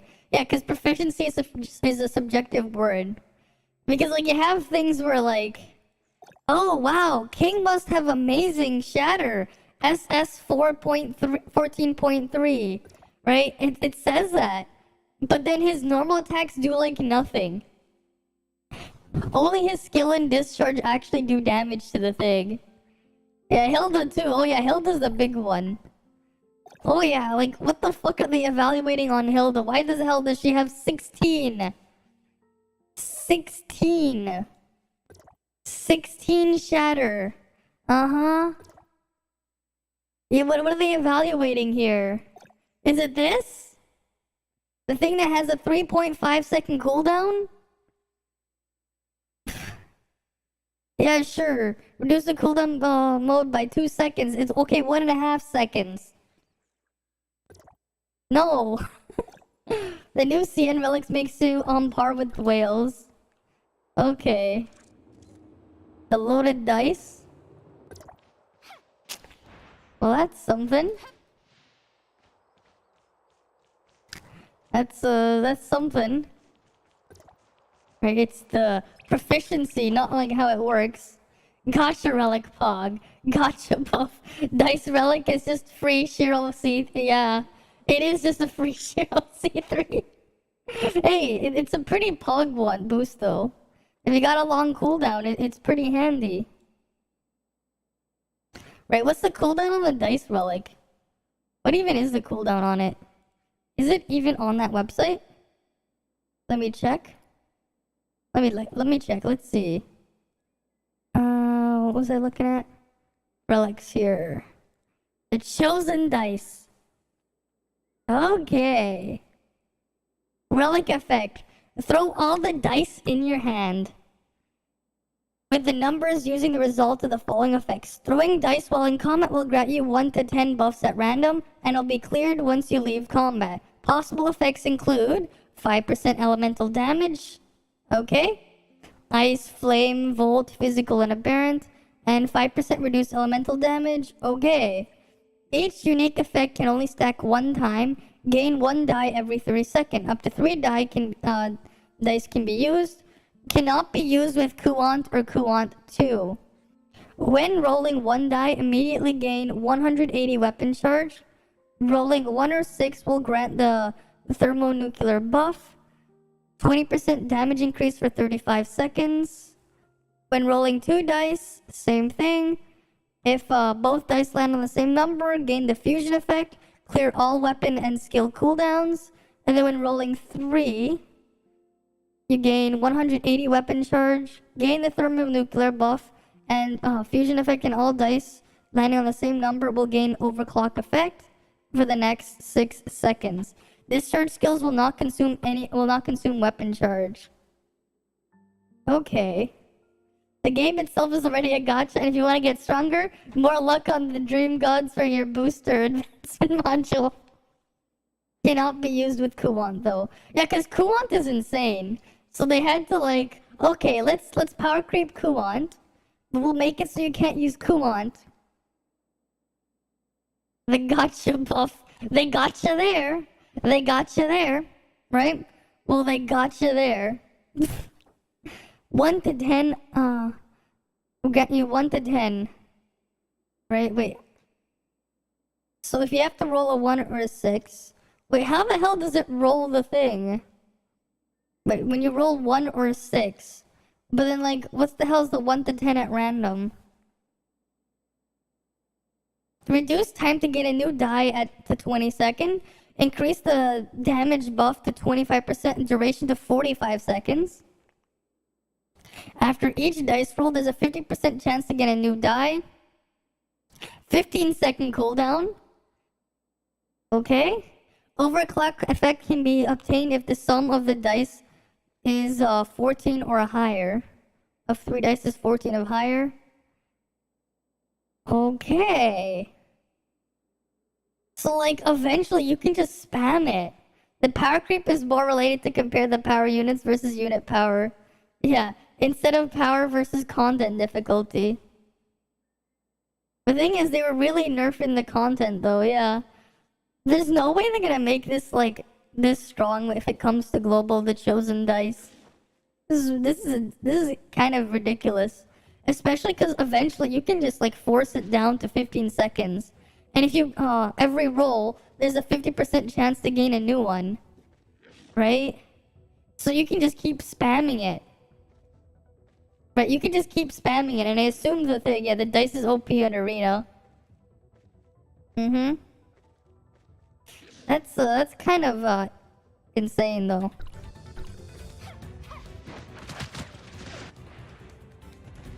It's either that or Gen 2 of units will bring high power creep, which you doubt. Yeah. I already fought one of that thing, and the thing one-shot you. Damn. Well, that's something. That is definitely something. Let's just go to a safer spot first. I'm doing fine. Haven't seen you in a while, Anna. Right, haven't seen you in a while. Vera will still be difficult though, yeah.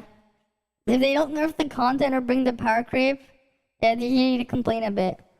What's the probability of doing joint 7 then joint 8 every single day and finally getting one roll into frost attack? I have no idea.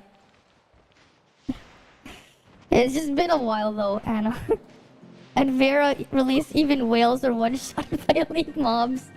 No, what you have to do is you kill the boss by like having it take fall damage. Right? Just like Gate showed. You just make it take fall damage and then it dies. You just have it jump in and die. That's how you kill the boss. Either that or you get the race car and you just drive into it. Right? You just get the race car.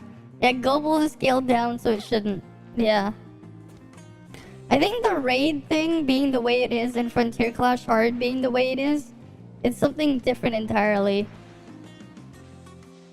I think that's like, that's something different entirely. Because apparently we don't have the, we have the CN version of Frontier Clash Hard. From what I've heard. You have to try it out, but if it does, we have 200 hit million rupee day 0. Yeah, I don't think we're gonna get 200 mil per hit on rupee. That's a bit absurd. That sounds a bit absurd. 200 million damage per hit? That's kind of ridiculous there. Vera better not be a buggy mess. Lots of new players will come from Steam, yeah. Exactly, the first impressions are important. Pretty much. Pretty much.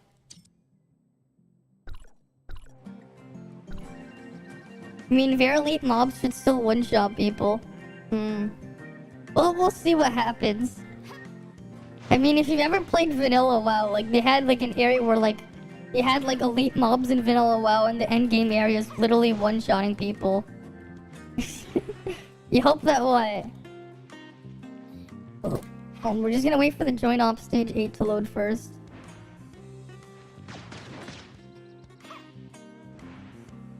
You hope that they do? Okay, that'd be something. Then they just one-shot people. You're just like not paying attention, then boom, you're dead. Alright, Mustard Man, let's see. You queued into his healer, but it doesn't look like you're gonna be a healer. People need to get good. If they make a mess on the 2.0 update, then they're gonna... That will make the game bad. Well, we'll see. Right, we'll see. Alright, hold on in. Yep. And apparently we still didn't get the RTX update yet. The CN version has RTX. Yeah, the 2.0 stuff was a lot of thing. Less bugs, more content, yeah. I mean, the bugs can be fun sometimes. You gotta admit, me breaking out of bounds and exploring out of bounds was fun. You mentioned WoW, reminded you of the Corrupted Blood. WoW had a lot of other interesting stuff. Corrupted Blood was definitely something though. Corrupted Blood was definitely one of the experiences they've had. Devs really need to add more bugs into games on purpose. It's not a bug, it's a feature. It's not a bug, it's a feature. The Corrupted Blood one was pretty funny because a Hunter was just their pet in the raid got a poison debuff, right? The Corrupted Blood poison debuff. And then they left the raid. After they unsummoned their pet, they brought it into the world when they were gonna just play normally. And that happened. It was definitely an interesting incident, alright. You're busy with school stuff so you couldn't join. That's why you were gone for a while. Fair enough. I don't know if you heard, but I ended up just quitting Genshin. But I just find it funny how a week after I made that video, the devs confirmed everything I was I was talking about when I said I quit. So there's that. Really hope 2.0 game don't become easier than CN. Just scaled down to match the power level here, you mean, right?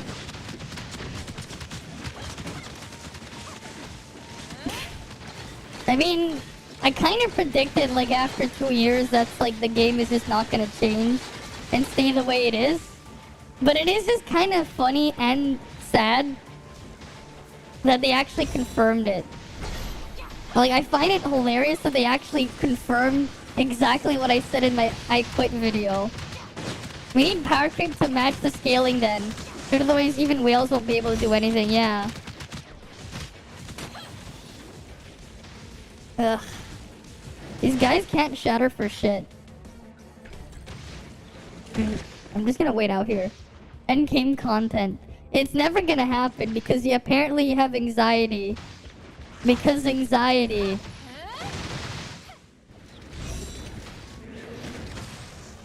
Yeah, I'm just gonna leave this group. They're useless. You're expecting since the start, that's why you didn't play. Well, the thing is, that was my first time playing a game from Mahoya or Hoyoverse. But hey, at least I learned, Now I'm just need to wait for everything to go through, and I can at least get my money back, or at least most of it back. At least once all the stuff that I have going on in the background goes through, I can get all my money back. But I won't get the 2 years back. Right? I won't get the 2 years back, but at least I'll be able to get the money back. Is there a reliable place to get a CN ID? I have no idea. I have no idea. Maybe there's a guide somewhere, but yeah. At least the experience remains. Yeah, nobody wants to play a game where you build power for nothing. Yeah, and eventually you just get tired of them just making story only to sell the next character for $400 rather than actually continuing the story. How long is it gonna take for them to continue the story, right? Are we gonna get Half-Life 3 for Star Citizen to come out? Because that's how long we're basically waiting, right? Yeah, $400 for a character. No, that's not even to max it. You want to max it? Max it. You have to do that 7 more times, 7 times over, just to get C6 with a character.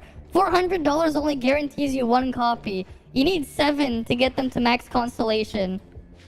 Yeah, $2,000 is the average though. $2,500 is your bad luck. Is on the lower end. Right? It's on average it's around 2,000, but 2,500 is worst case scenario. Alright, you have a good night. Oh, and that's not even including the weapon. Because you need to pull 3 weapons to guarantee the weapon now. In the early days you couldn't they didn't even have that. So it was always just random. It was 25, 50%. Always. Now it's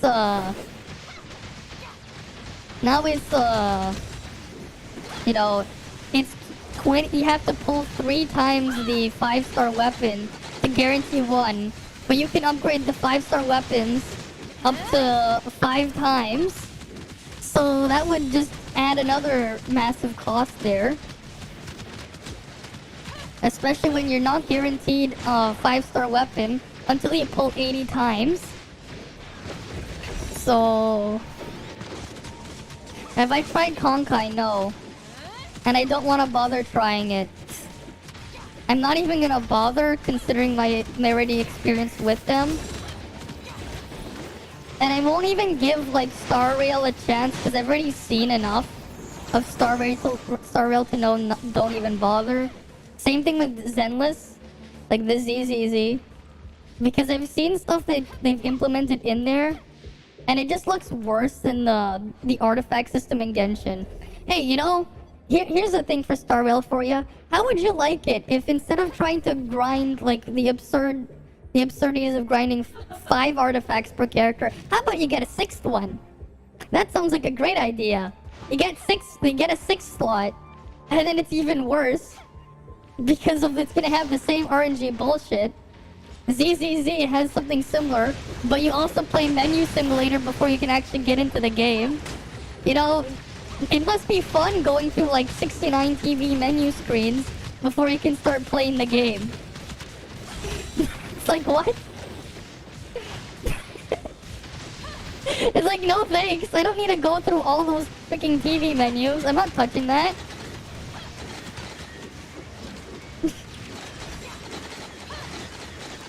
And then they're gonna make it like Genshin again because all they care about is selling the next character, and it's gonna cost like be expensive. So like, it's just gonna end up in the same situation. And that would be life. I was gonna run with me, but you just got home. Ah, I see.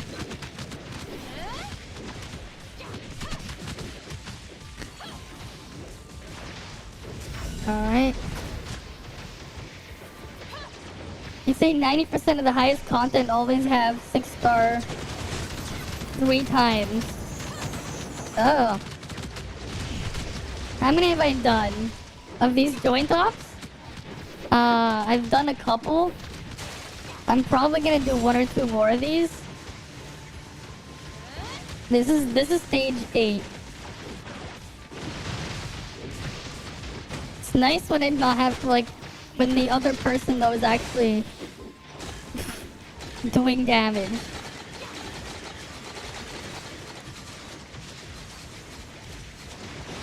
Yeah, dupes are definitely easier, it doesn't matter, yeah. Yeah, the thing is, if you're lucky in TOF, you can get your 6-star in less than it costs to get 1 copy in Genshin. You know, best case scenario, getting a C6 in Tower of Fantasy is easier than getting a single copy in Genshin. Genshin's worst case scenario. It's just funny. Right?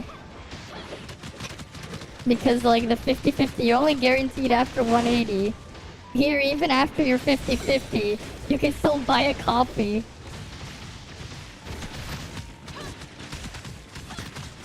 And if you take advantage of the discount packs, you get a lot more for less.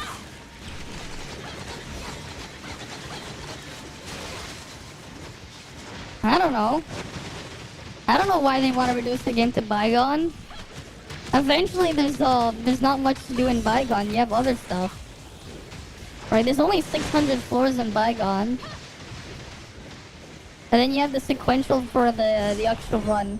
Yeah, Void Rift, Raids, Frontier Clash. Right? Yeah, certain floors are just flex comparison. But then eventually, like, you're just... The thing is, eventually everyone is just going to be at, like, you know, floor 600, so it doesn't matter. Right? Even racing and casino, yeah. Like, everyone's just gonna get to 600 eventually. And then there's still the PvP, yeah. And then they have a couple PvP modes. And then soon they're gonna have the 8, like, they have the 8-player versus 8-player Bygone. And then there's Battle Royale. They have the world bosses and stuff. Right? Like, eventually we're gonna have all of that. And then pretty games. Yeah, online if you got, sure, I guess. Sure. Well, let me find you. Alright, let me find you first. Wait, let me just... talk to these things first. Yeah, let me answer them all, because I've been ignoring them. He doesn't even want to talk. Okay. How about Nemesis? Nope. How about Tsubasa? You want to say something there? You don't pay to win any of those, yeah. And if you can't, it's cool. Alright. I mean, you can still win without paying, yeah. Battle Royale is not pay to win, exactly. Right? Battle Royale is completely, like, free to play stuff.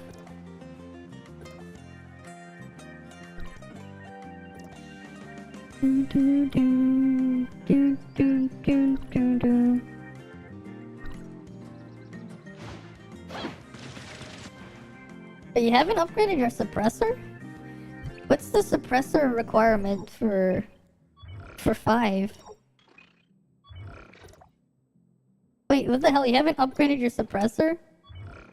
Like, you should be able to go up to, like, suppressor thing, like 6.2 at least. You took the whole day off. Yeah, it's an MMO, so you definitely need crew or friends to do stuff with. Yeah? Nice. Let me go find you first. There you go. Oh, Maggie is online. Did you just see that there? I see Maggie is online. Alright, let's do some. Because it's just giving me, like, the drops, like, every time I loot the last chest for the most part. What did I even get here? I'll try to roll this. I'll see what happens. Because that has something. I mean, I'm gonna lock that too. That one's a... Nope. I'll lock that if I ever build Frost. And then I'll lock that, actually. Feels a lot less of an MMO when comparing it to Final Fantasy 14 and New World. That's true, because we don't have that, like, we don't have the trading systems and stuff. Because if this was CN level, but then the whales would just solo everything. True. True. The whales would just, like, skip to the end and solo everything. So then you have, like, everyone else just grouping up. That is true. Right? That do be true.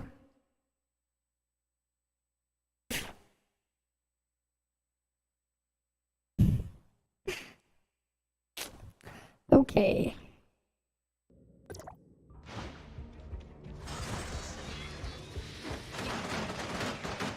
Let's go to the next one. Next group.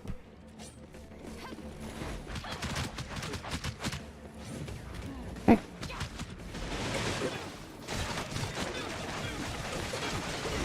They want more people to play co-op, so that's one reason to keep the CN world level. And nerf the weapon to the ground, yeah. True! That will, like, keep people playing. That would incentivize it, yeah. That honestly would. Because now there's a benefit. Right, you would give them a clear benefit for doing so.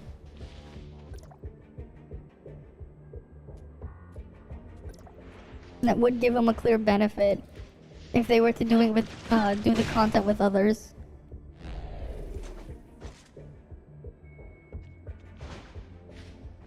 Right. It's honestly not bad. They just forgot one thing. People can't think. That is true. You wonder how well the whales will solo endgame? Yeah. Once they get 100k CS. True. I wonder how well that'll turn out. Right. That'll be interesting. You can't read, can't think, and on top of that, they close their mind.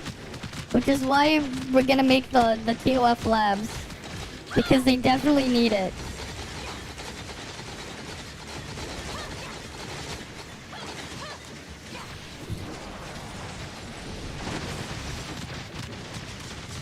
Yeah, typical. I mean, that's why they called, people made the joke for LFR. In WoW being looking for the R word right there.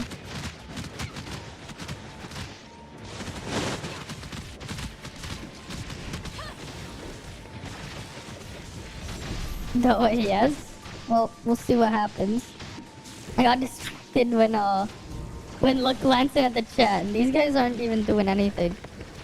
Come on. I'm right here.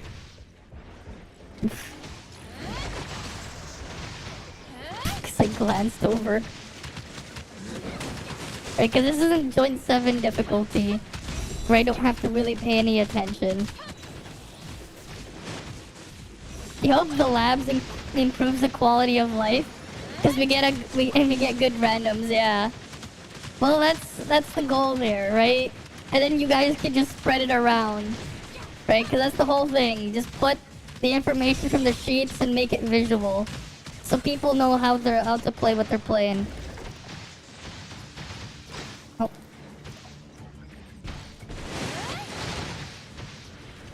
Oh, come on.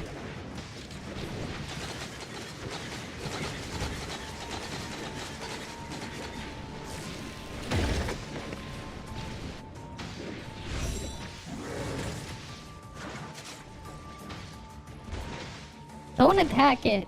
We didn't shatter it in time. That's how you die. Oh wait. Wait. Kid.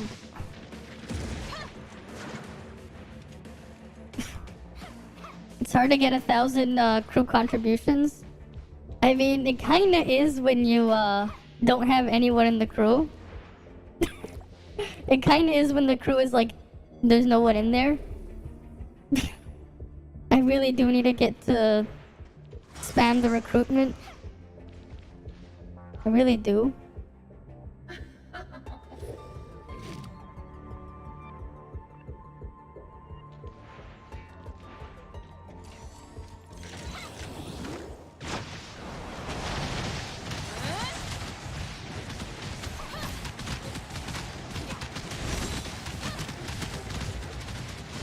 If, for example, you have too much people in the channels, probably have problems gathering resources. If there's a market, exactly, hyperinflation too. That's kind of the problem there. What's funny is like those NFT like games or whatever, play to earn things, they're kind of similar already.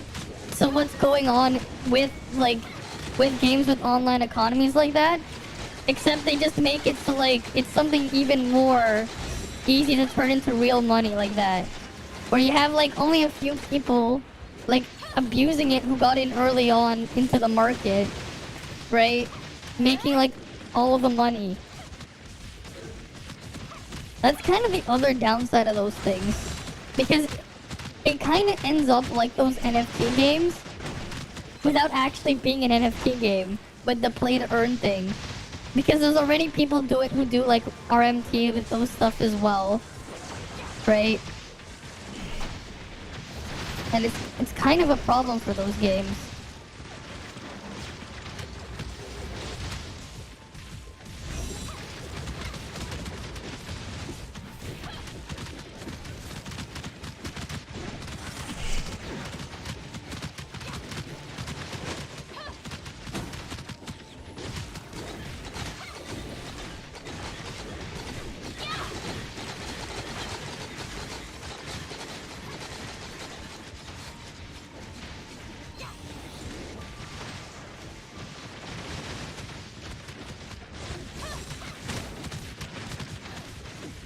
Yeah. And we'll have the merchant PvPer. Exactly. And then like that's also why if you can control that type of stuff and have it like control game progress like that, it also just messes up with the experience, which is exactly what happens if you were to go play WoW now. Right? You go play WoW now on the live servers, right? Like with PvP, from what I've been hearing, because of what they've been doing with the PvP gear, right? Especially if you're a low ladder, it's just full of people on the top of PvP. They're selling carries, right? To people. So you have people with full PvP gear, right? Full maxed out PvP gear, like, and then you have people without the gear and they're getting destroyed. So basically the only way you can like, you know, get the easy gear early on is if you were to pay the PvPer to carry you. so you can get your gear.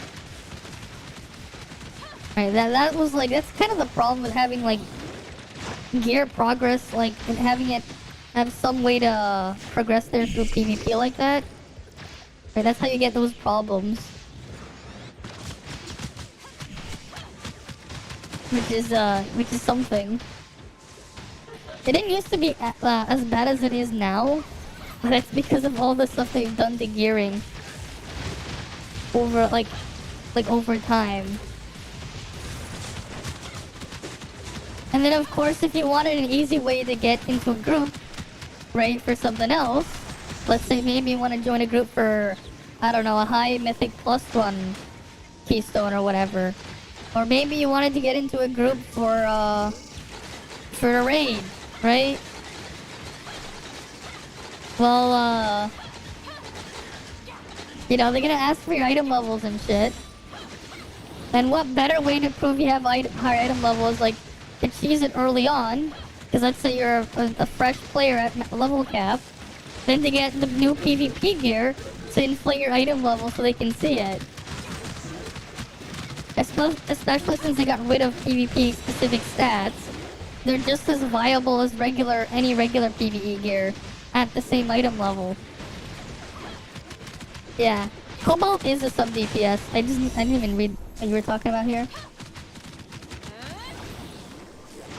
But yes, Cobalt really is just a sub DPS. And that's what we're gonna, like, that's probably what I'm gonna do in the first labs video. That'll just be the first one. I think I'm just gonna make Meryl the second one because, I see so many idiots playing the ice comp, using Meryl only to shield break even though Meryl should be the DPS as well. Right? I mean, I think you guys seen it too. They're just like playing frig dodge attack spam when Meryl like actually does like double her damage with her spin to win. Because there's a lot of people out there who still think, oh, it says DPS role or whatever, resonance. They have to be DPS. Even though that's not always the case. Right? She's also Shatter and Fire Buffer, yeah. That's why her off-field DPS is balanced and global. Well, the thing is, the Shatter thing for Cobalt is a bit of a mess because we already, we already know that the Shatter stat isn't quite the truth. Oh, cool! We got another Huma piece. That was unexpected. What slot is that? What slot is that? What slot? What the fuck? What slot is this? Oh. God damn it. It's this. Oh, well, I guess I can start up. It's, the same slot. Yeah, the sad part is, it's that it's easy to calculate by eye, yeah. Yeah, because, like, the thing is that the Shatter improvement is for her skill. And that's why you see the hits of Meryl spin to win. They're faster than frig dodges, yeah. You just see a lot of numbers, but, like, they're faster and they hit harder. And then you can look at the multipliers, you know. You don't even need the math, you just need to read. But a lot of people don't read. That's the problem. Reading is too hard for a lot of people, apparently. Reading is apparently just too hard for them. So... yeah. Hey, I got a slight increase to my stats there, I guess. Because, Huma Matrix dropped. Cool. Yeah, you do Meryl and Frig, yeah. What you do is you only use Frig for damage after you're out of endurance. Here's something you can also do, honestly. There's one other thing you can do for ice. If you don't have Tsubasa, you can technically do this. Although the 0 one's more of a weird one. Because when you touch his cubes, you get endurance back, but like it's a bit awkward when you do his dash attack in the air. You actually get endurance back when you do his dash in the air.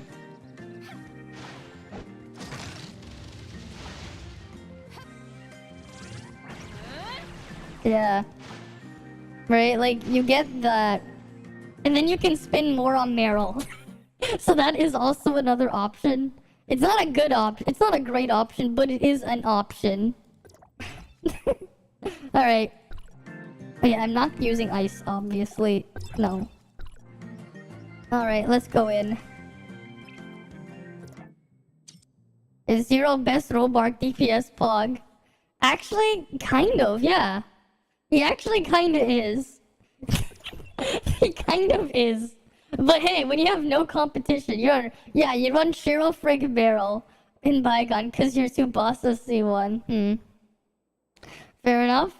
You're learning it ices more and more as you play it, yeah. Okay, cool, I'm healer. I'm healer, but I'm probably gonna end up being the DPS too. Oh well. Yeah, at least you're learning. But we need labs for the people who don't learn, because then at least it'll be clear as day for them to see. Right, we gotta make it dead obvious. Yeah, Fizz is just so hard to get damage right now.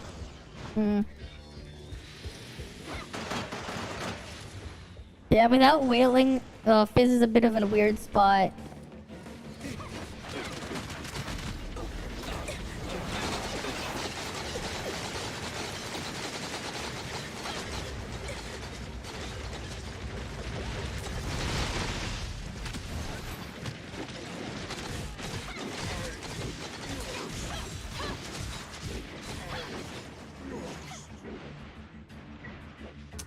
Physical playstyle is definitely the hardest, that's true, yeah.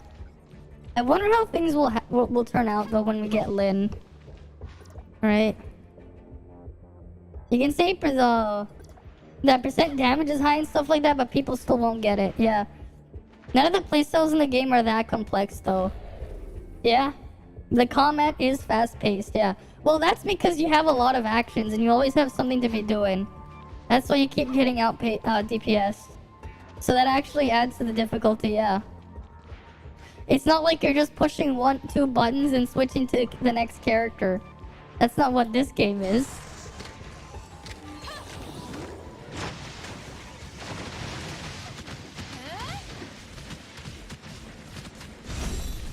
You have a lot more possible things that you can be doing.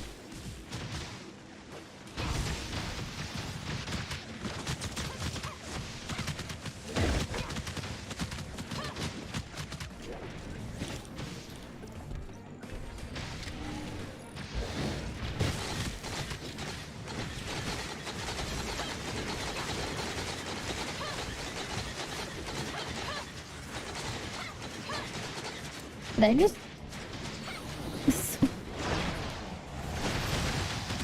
Whatever. I didn't go for the Shatter there again.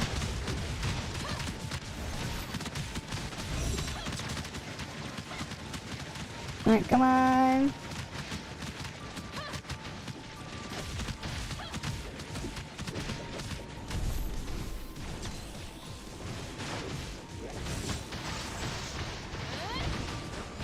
Why is there only 3 people here? I just realized there's only 3 people here. God damn it. Did we have a 4th and then they left? Is that what happened? Did we have a 4th that left or did they just not spawn in?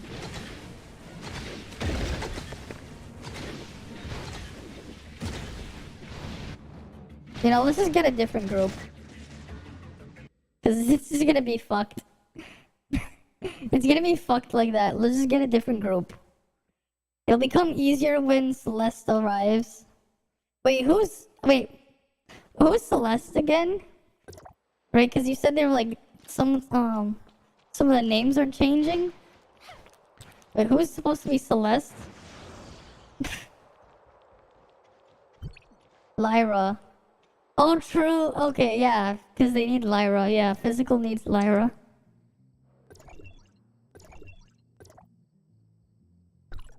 Yeah, they left on first box. Yeah, that's, Of course they did. And Tian is serious. It's seriously called serious. I guess he's, being serious, you know? You know, be patient. He's being serious. Be patient with Sirius. He's only being serious. Okay? Just be patient with him. Be serious. And then when he dies, he's dead serious. Right? And then when he's dead serious. He's only being serious.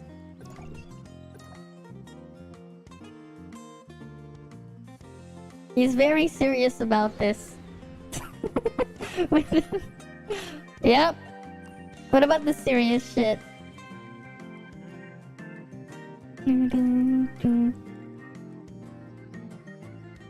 It's actually serious in CN? Okay, so they just translated his name.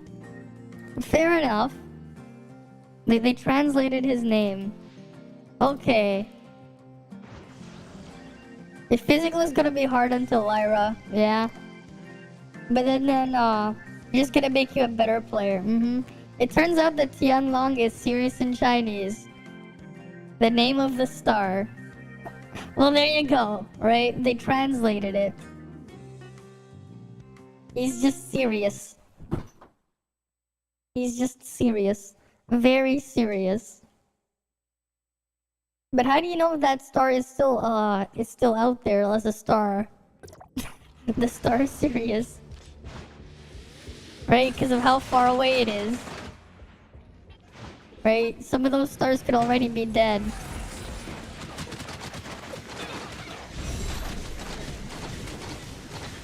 Of the Canis major constellation.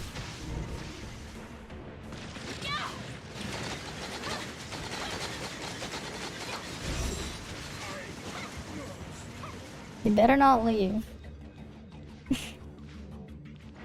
Right? Everyone's here. The space size is so absurd it feels like a joke, yeah. Right? It is just very absurd. You were just thinking that? I mean, that's just how it is, you know?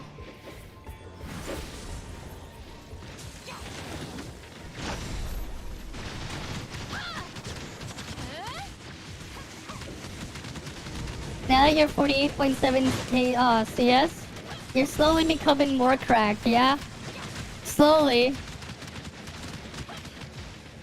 Eventually, when we get the other 3 gear slots, we'll be even more cracked than we are now.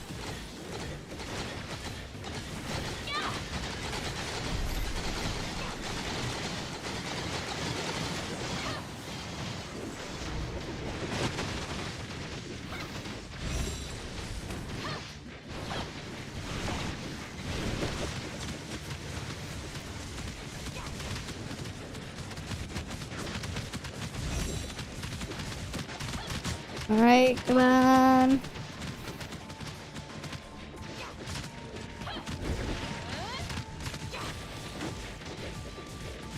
Come on. Fucking aggro.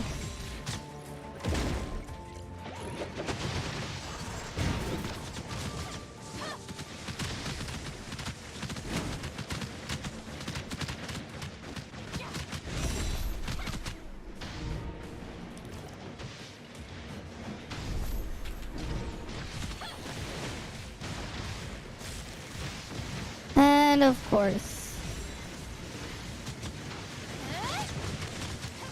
Thanks. At least I could iframe that last hit there.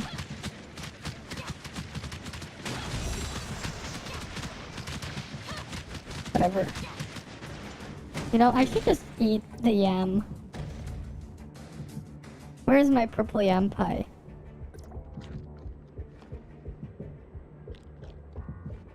Let me get some eating from the healing. You have the banner schedule on global is the same as CN. That would be nice, actually. If the double your damage. Because you would have more time to save. Oh yeah, more time to save for Lyn as well. Auto mods on your ass? Really? Is it actually? Let me allow it. Nice. I just saw it on there. Alright. I allowed it, don't worry. Nice job, Automod. You wouldn't recommend fighting the Franken alone, yeah, because it would literally kill you, yeah. Especially if you don't shatter it in time.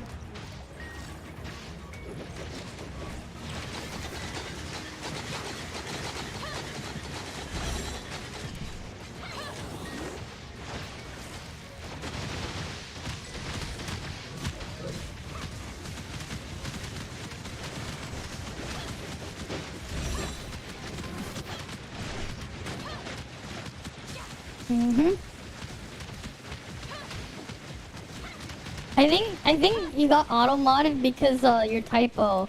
You put Isle instead of idle. You forgot the I just noticed. You forgot the T. That's probably why. Auto mod went on your ass because it said I'll kill you instead of it'll kill you.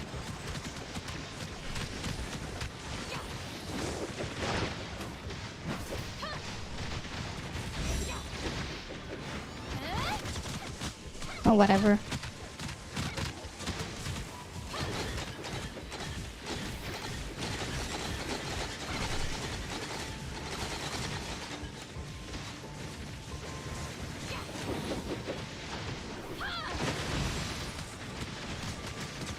Yeah, damage difference.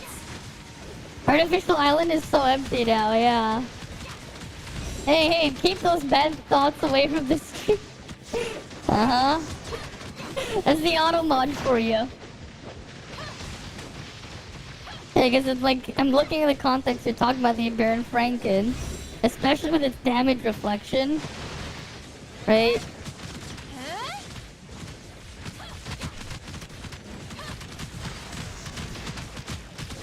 Come on. It's your stream all here, yeah. Very much so.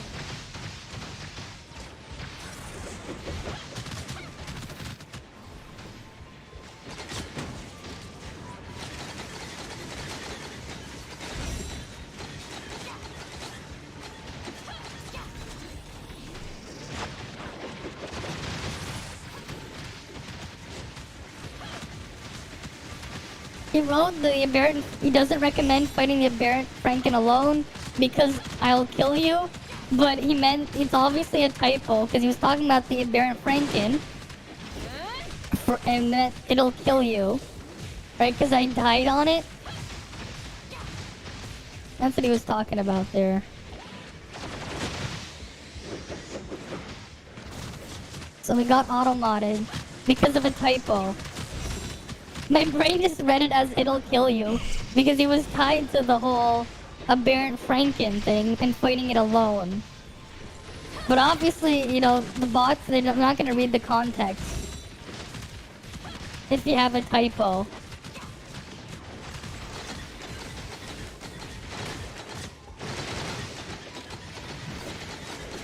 My cooldown on Samir is shortening?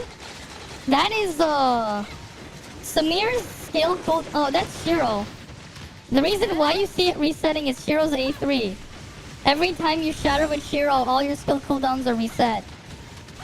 That's what Shiro's A3 does. As for why the ticking faster on Samir happens, is because A6 Samir, every time you trigger the electrical explosion, the cooldowns of your skill gets reduced. Well, I'm out of vitality now. Right, it goes down. You can trigger it up to 4.5 times per second. So yeah. Though that cooldown reduction only applies to Samir. It only applies to Samir's weapon. It doesn't apply to your other ones. The Nemesis one Nemesis just has a 25-second cooldown, right? But you know, like if you let's say cast Nemesis skill, you shatter with Shiro, and then you can cast Nemesis skill again. A4, you're at A4, yeah. A6 is just why you can have the low cooldown on Samir's skill, right? Here, A6, triggering an electrical explosion reduces the skill cooldowns by 1 second.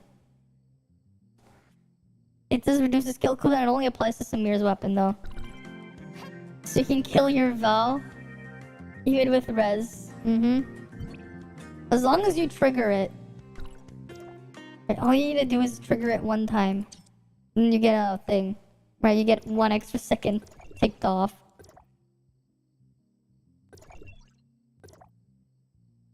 And benediction, okay.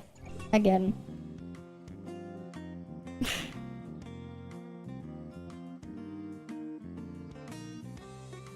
Your damage would be at least 50 million if you had an A6 barrel instead of A60. Fair enough. I mean, I would get more damage too if I had Samir's 4 set instead of 2 Crow 2 Crow 2 Samir as well. But it is what it is.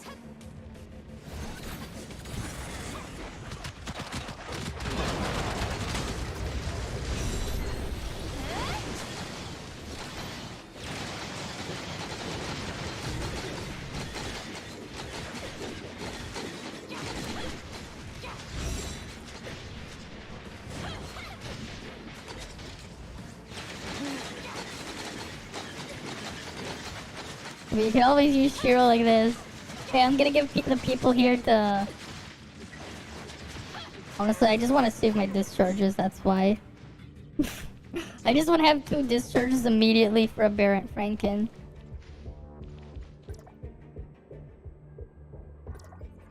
That's why I just left it there. Congrats on finally getting 2P Shiro. Yeah. On your A6 Shiro. Nice.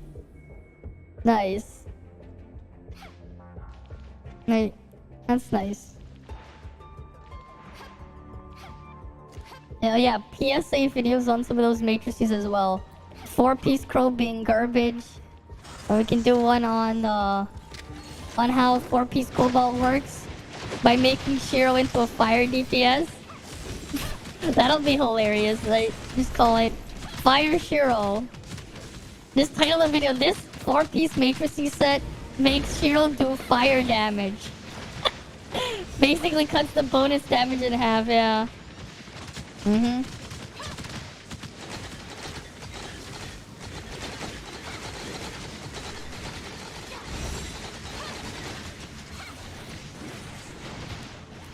Right, let's go to the Baron Franken.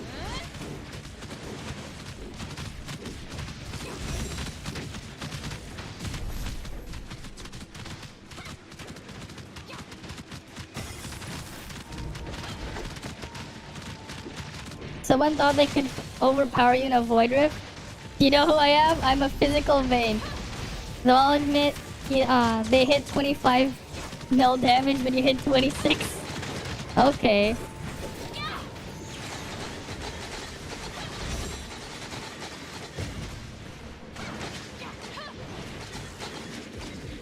Oh, come on.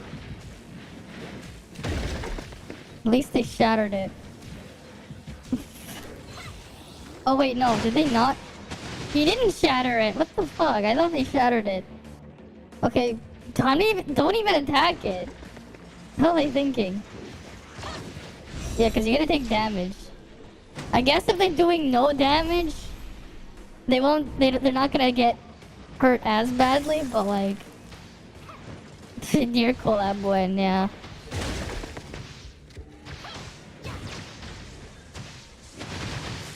Like, I'm gonna just stopping the damage. Cause I hit it too hard.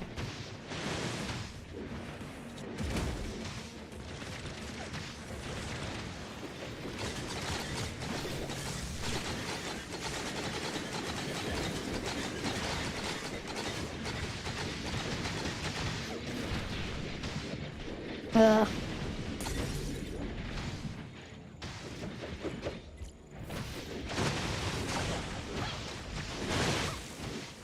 Apparently HP pool is the same as CN, yeah. That's what I heard. I hate getting the aggro. Why do I keep insisting on playing dodge attack on Frigg?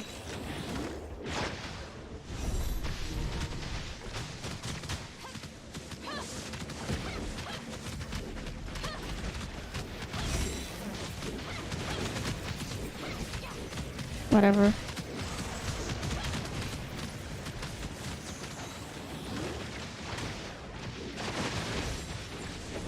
Yeah, a much harder join off, yeah? I mean, the reason behind it can be 3, yeah. But none of them sound good.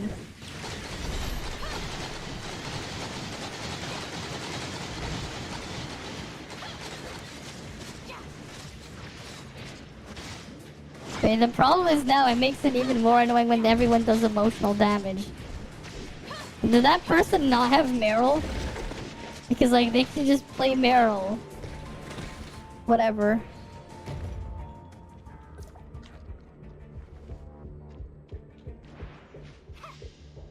It's like they're just dodge attacking with Frigg, doing no damage. Especially because the frost damage is reduced by 65%. Fire isn't really effective on the shields here either because they have fire shields. Right, the enemies have fire shields here. So it makes King even worse, Shatter. Because the things here have fire shields when they're shielding. Might as well not even use it to Shatter. Even though his, like, normal's already pretty awful.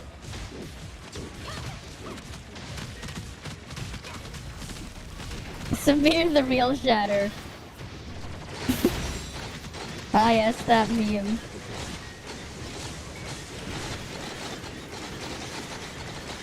I mean, that's kind of what happens when there's a fire shield. Severe Shatter is actually, like, the same as King's Shatter for his, normals. When the enemy has a fire shield.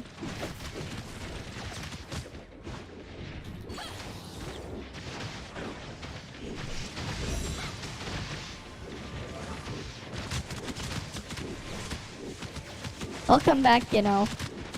I'll come back.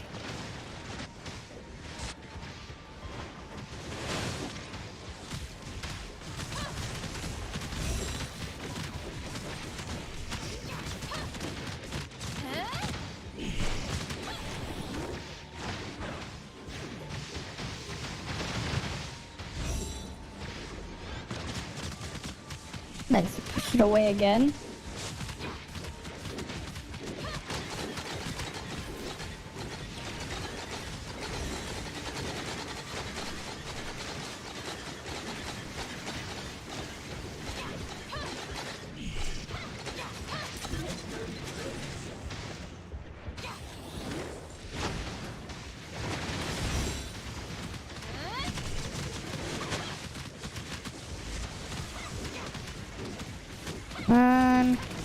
Let's beat the shit out of this.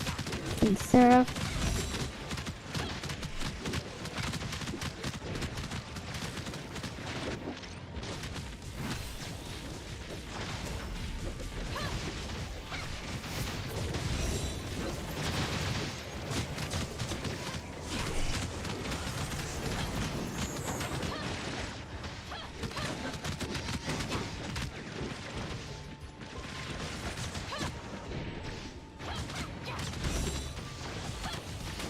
Oh, it's down to 3 health bars.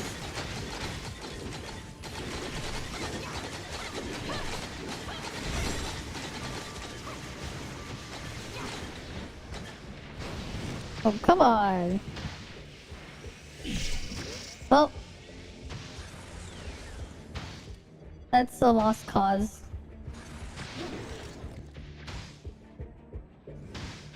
Well, that's useless. Well, good luck. Good luck. Good luck.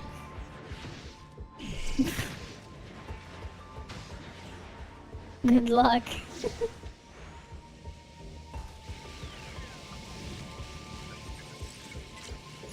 Good luck. Cause Outlook not look so good. Outlook not look so good. He's gonna be stuck here for a while.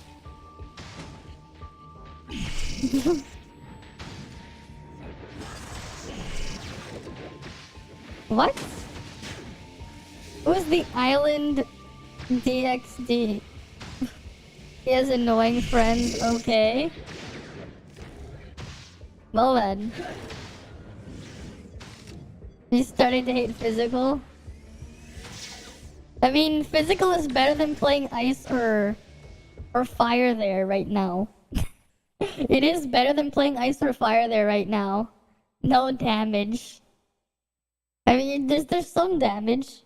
It's just not the easiest thing to play.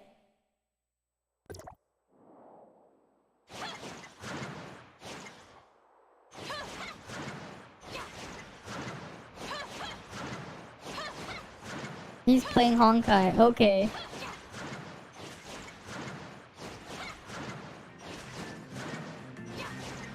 You actually got a macro for the scatter, yeah. Alright, you think you're done? Okay. I should just make a macro for that. What the hell? What? Actually, wait. I didn't even realize I had that thing saved to that one. Let me just open up. I should just make a macro for Shiro Scatter though. Where's my mouse? Red dragon. I have like, I could just make a profile. Yeah. He does not want to play with the Chinese voice. I mean, that's on him, right? Just play what you want. But I really hate the UI though. It's so tiny on my screen. I need like a magnifying glass. I need a fucking magnifying glass to look at the Red Dragon UI from how I'm seated.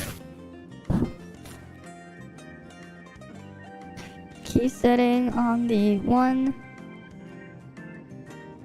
Oh, that was a function key before. I used it for something else.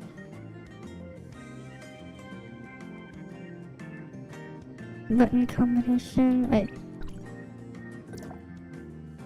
You ever thought of the playing the account would be hard to gear? Mm-hmm.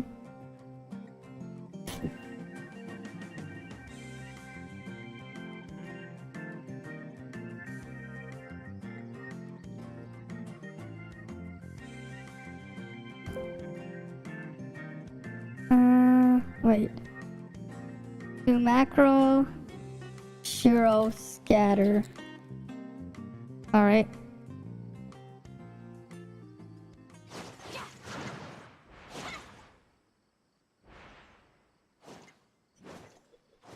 Oh, I'm gonna record this.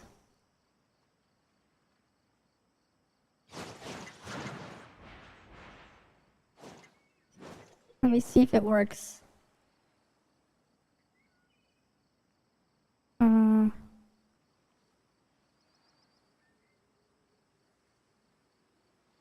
Oh wait, no, it's gonna record that one. Oh shit, no. That's not what I want.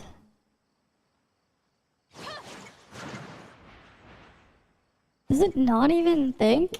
Oh shit, the freaking macro thing is not even working properly. It doesn't take mouse clicks for some reason. Shit, I can't even just record mouse clicks for this. God damn it.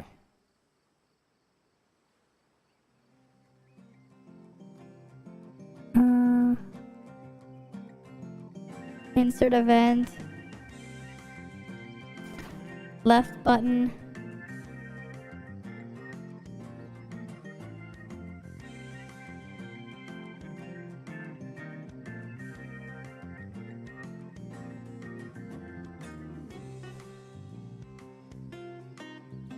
I'm just gonna see. I'm trying to figure out how short can I make it.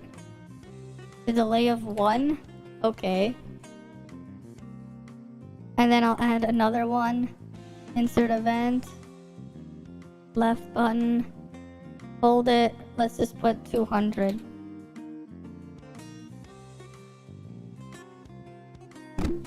Okay.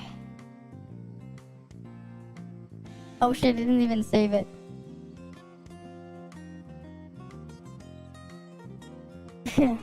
Lin physical only when Celeste is released. Because Lin does, Lin on physical does nothing, yeah.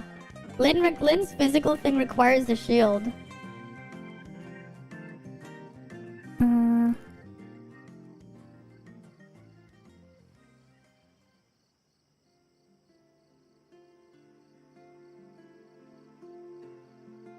Right. Let's try this. Macro. Scatter. Apply.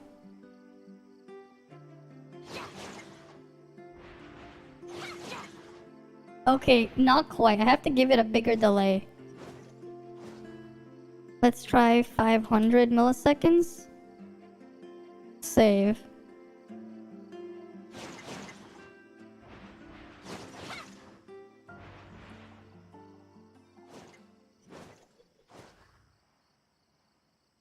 What the hell?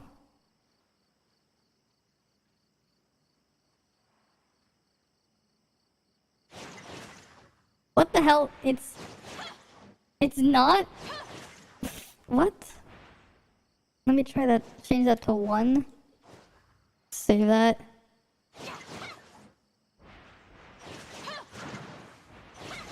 I'm trying to macro this. Is the macro setup the same as Logitech? It looks like shit. I'll show you the actual thing. I'm trying to get it set up. Let me just add a window capture. It's so hard for me to read it because it's so tiny on a 4K monitor. Here you guys go. Where is it? It's this thing. Here, let me zoom it in. Zoom in on it. Okay, it's so much easier to see it when I do this. Because, like, it's so tiny here. Right, this is my mouse. Right, that's my mouse. Look at all the buttons on my mouse. That's my mouse for you. Because, like, I haven't, like, right? You see all the buttons. I forgot that I was this profile from before. 16 actually is the mount button. Right? This is my mouse. That is my mouse. Look at all those buttons. You down click 83 milliseconds and then up click 87. Then down click 1.1. Here's the problem. 1 second. 1 second. Okay.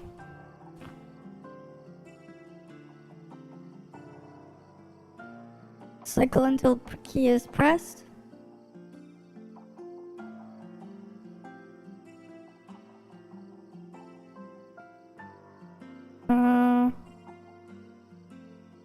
Is that a delay? Let's just put 200. No, that's... No. Is that hold? Because it just says click times.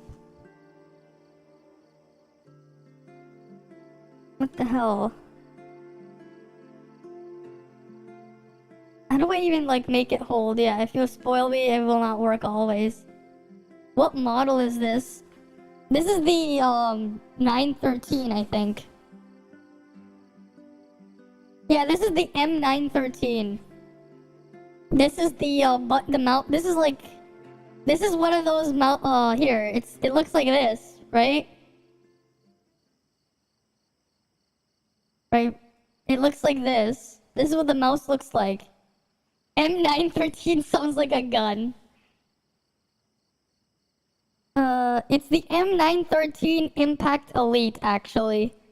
It's a wired and wireless gaming mouse. I'm pretty sure I have it maxed out on its polling rate. My battery looks like it's fully charged. That's good. Oh, here. I should probably do that.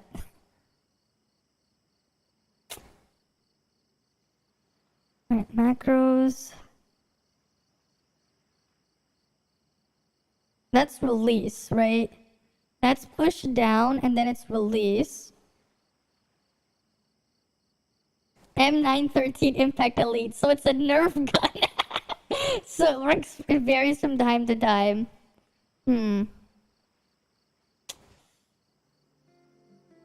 Well, let's just put 60, we'll put 69 milliseconds there. We'll keep that at maybe 500. No, 1,000. We'll put 1,000 there. Save. Right.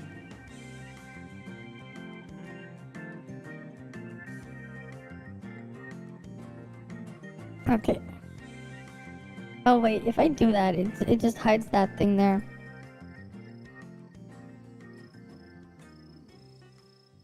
You do it manually. It won't let me do mouse clicks on my manual macro though.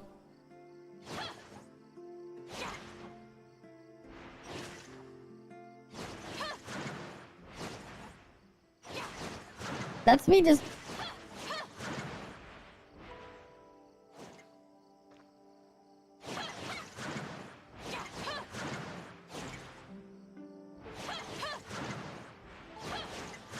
Yeah, no carpal tunnel too. Mm-hmm. Delete. Delete, delete. You know, it'd be funny if I just go like, insert left click. Left button. Insert. Left button. Insert. Left button. Insert.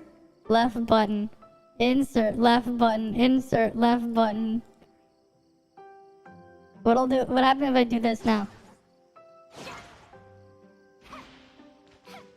Wait.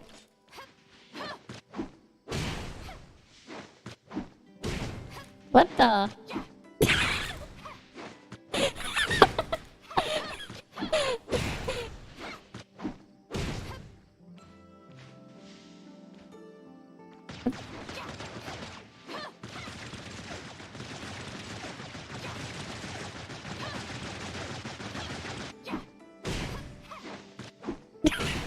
This seems to just cancel it immediately. Okay. Okay. That's not what I wanted to see, but okay. Sure. I was like, you know what, let me just do something dumb there. Perfect PvP macro. just come up, kick them down, come up, kick them down, come up, kick them down. Okay, yeah, I'm gonna delete that, yes. New macro. Okay. Oh, I can't even put spaces there. I'll just call it,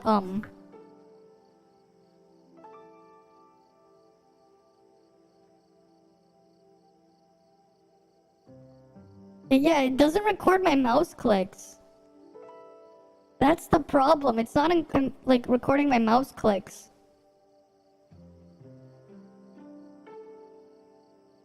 I mean, this is a hardware macro. Got an SSR on 0 banner. Nice. Wait, what do you mean 0 banner? What 0 banner? There's no 0 banner.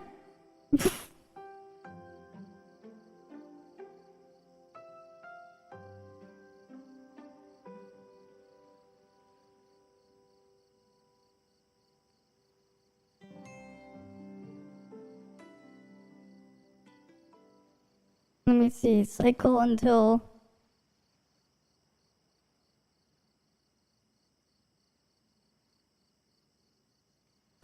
It's 69 times. Here, let's see what happens if I have it to cycle 69 times. I want to see what happens.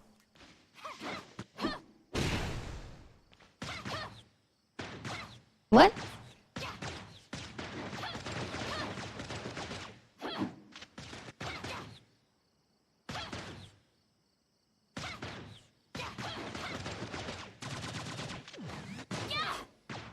Does my mouse double as a phone?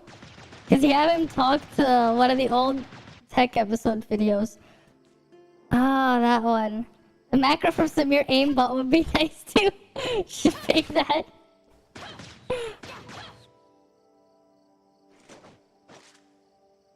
The hell, why is my left click not working now? A macro for Samir aimbot.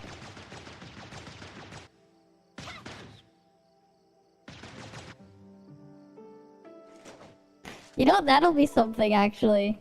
Let's see if we can do that. Let's see if we can do that, actually.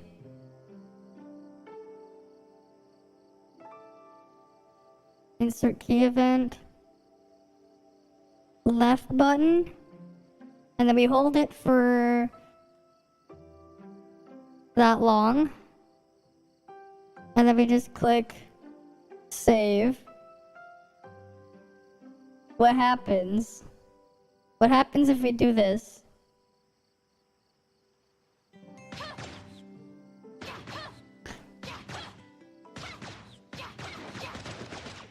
It doesn't work. What the hell? What the fuck? Because I've only used it to just keybind other stuff. I've never actually used it to macro. I've never used this macro function.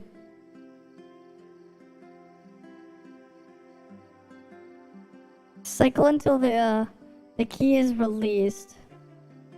Okay. Let's see what happens if I do this.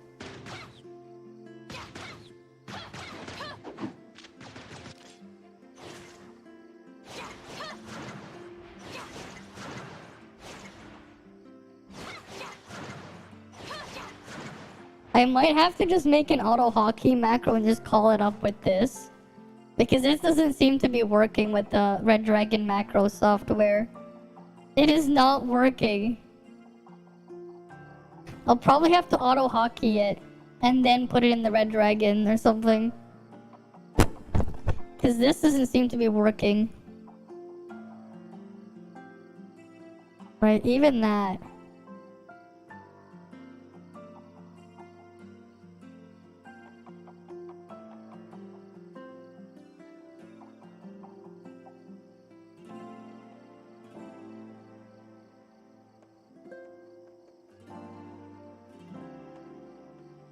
Right, it's like, it's just not really working.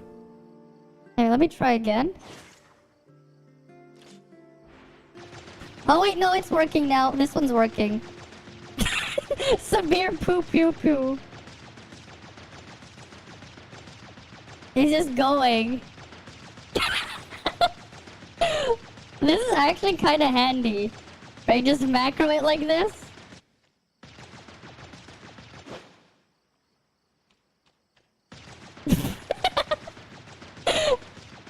Wait, this macro is working.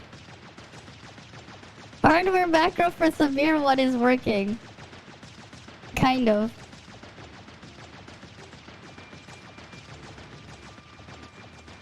So the whole thing kind of works. I just need to figure out the timing. I just need to figure out the timing.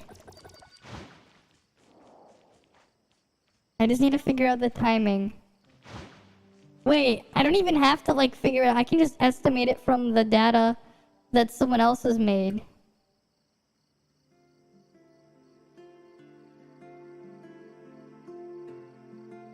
If it will let me.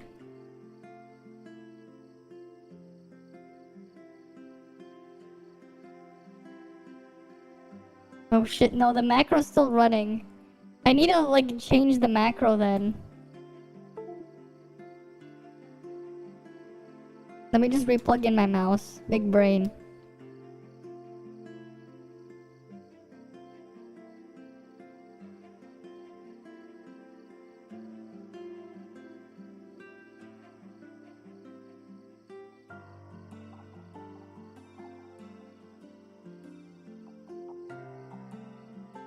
I have to modify that macro because it kind of messed something up. Alright, let's try this again. This DPI, whatever. That's fine. Macro. Kinda tough. You need to ask Pride for how he does it. There's no YouTube videos because you don't use Samir bug often. Wait, what's the Samir bug? What?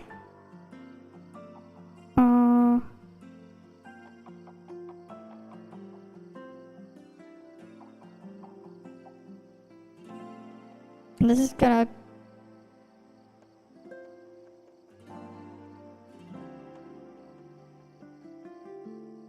Cycle until key is released. Save. Alright. I'll go to that and apply it. Alright, let's see what happens if I do it this way.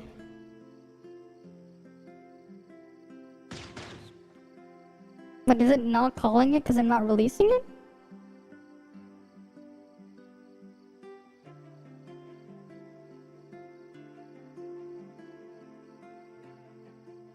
What the?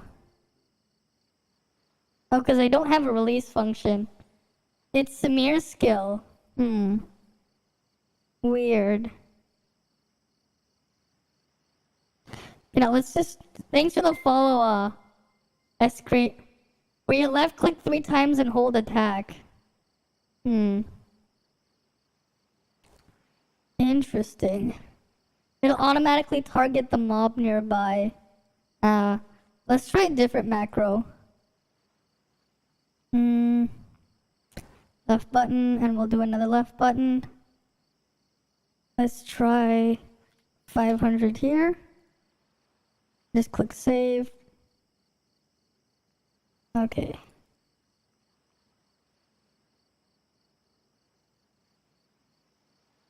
Let's see if this thing actually works again.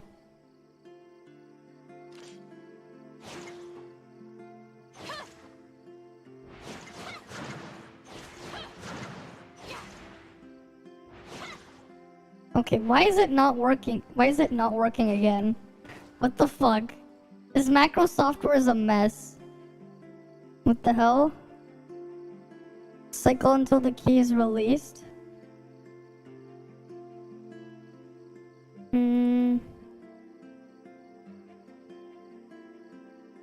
Let's just delete the whole thing. Cycle times 1. I'm just gonna put cycle times 1. Try again. Left click. Left click. 500. Right.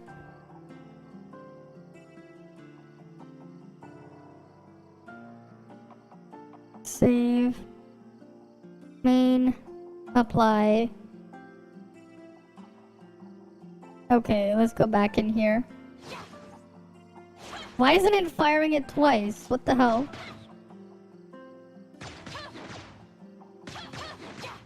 What the?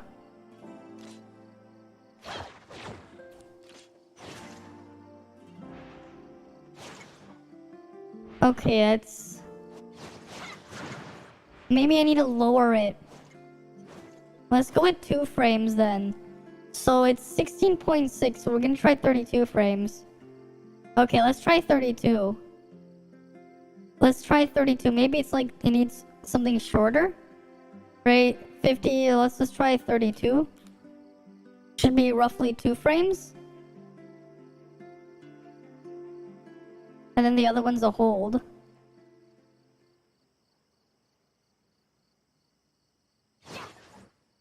What the? Interesting.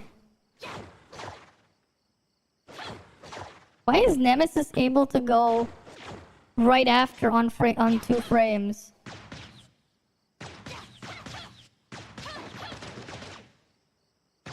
Interesting. After 2 frames, Nemesis can still, like, proceed to the next attack. Wait, how many frames is Shiro then?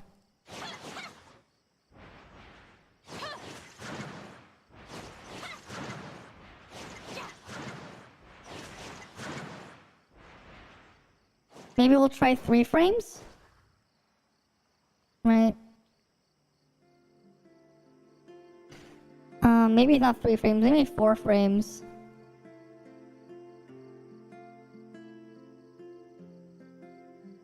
Right, so we'll do 1 divided by 60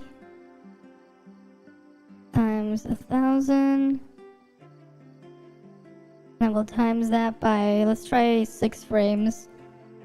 100 milliseconds is 6. Maybe not 100. Times 5. 83. Let's try 83. Maybe 83 will work. Let's try this.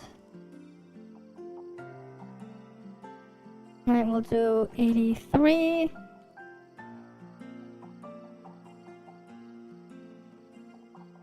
And then I go here and click apply. Alright, let's see what 83 milliseconds will do.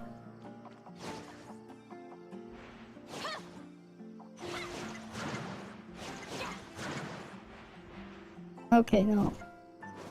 Maybe you do need it faster.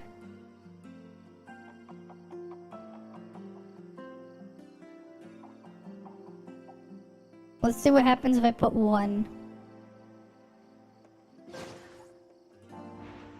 Oh wait, did I apply it? No, I didn't.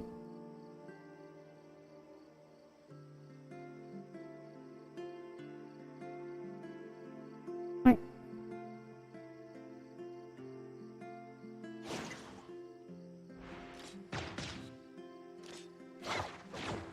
Why is Nemesis able to attack immediately though? I'm confused.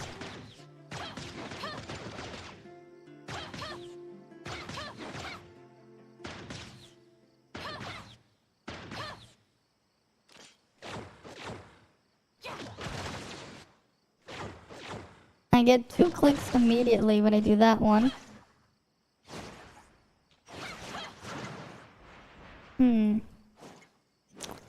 Or we can just check, you know, I'm just gonna look at the frame data. Where was that? Chart? Let me just look at the frame data from Maggie. Shiro's frame data. Why'd you even clear the Shiro damage? God damn it. Dodge skill. Auto chain.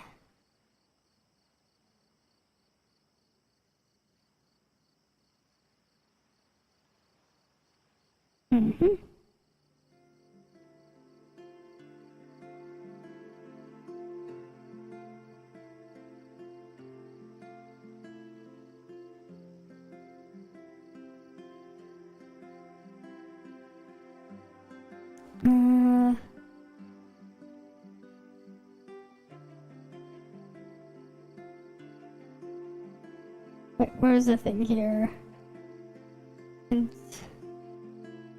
What happened to the scatter thing? The freaking timing with the scatter is gone. I just noticed. She removed it from the sheet, the timing for Shiro. Look, I just noticed. Shiro's like removed the scatter. Right, we have basic combos endurance. So I'm assuming she's like working on updating it. But I don't see scatter here anymore. The scatter combo is missing. Right?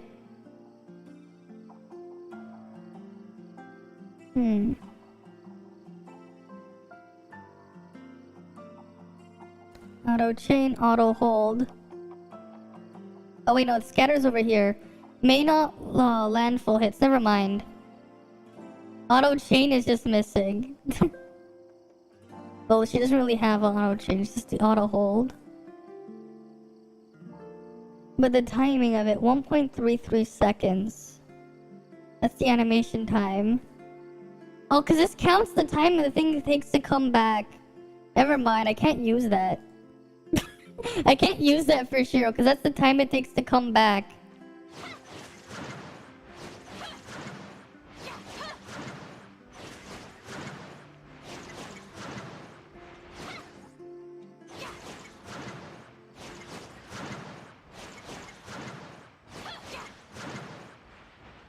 How many milliseconds is it gonna take? And how did I get it, like, earlier?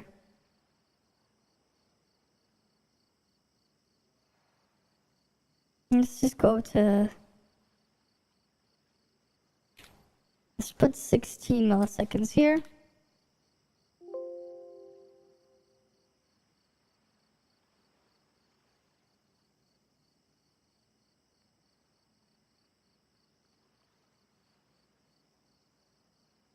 Let's just apply that. And then we'll see what happens.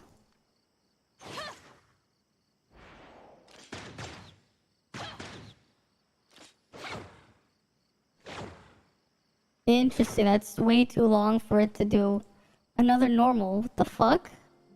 Maybe way too short? I'm confused. The freaking macro software here is just so inconsistent. What the hell? And I can't even record mouse clicks. Which is dumb. Why can't I do that? It's only key presses.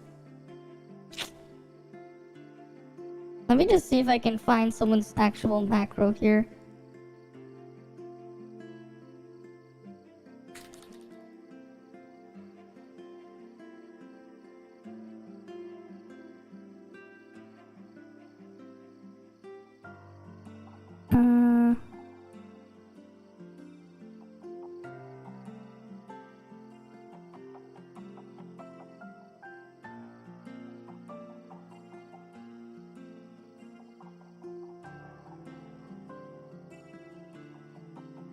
That's useless. I want a Shiro macro.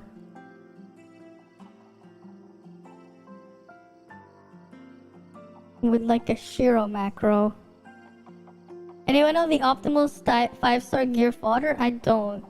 When you use 0-star gear, it brings it straight to 4-star. Ideally, you'd like to upgrade it 1 by 1 to confirm. You just look at the actual thing on the gear when you're upgrading it. You know, maybe let's go upgrade something and we can just look at it. Right? Let's just go do that right now. We got a chest piece to drop earlier, so we might as well test this. Right. Right, it says 3200 is the first one.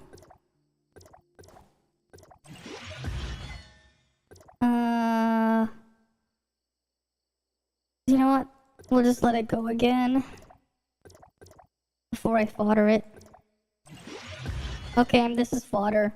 Doesn't matter what happens, that chest is now fodder. Garbage.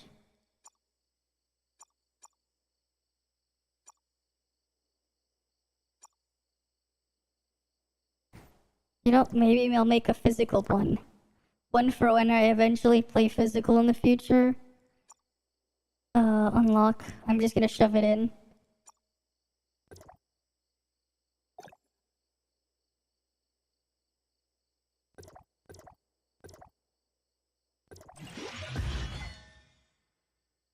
Okay, this is garbage. I'm just gonna shove it into something else.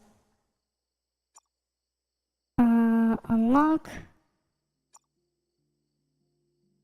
Equip. Transfer.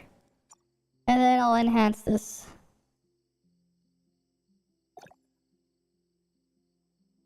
Right. There we go, now this is promising. Now this looks promising. For physical. But you do lose a bit of experience when you do this. Oh, this is looking really good for physical.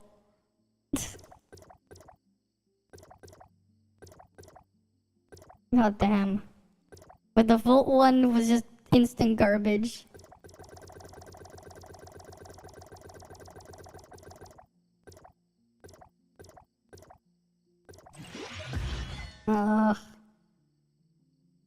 Alright, one more roll.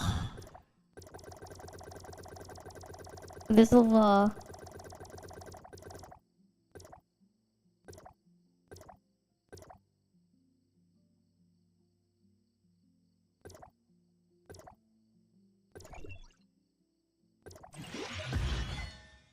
God damn it.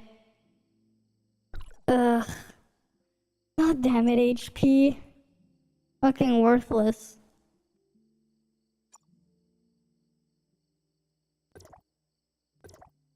From physical to tank gear. Yeah, the last two went to HP.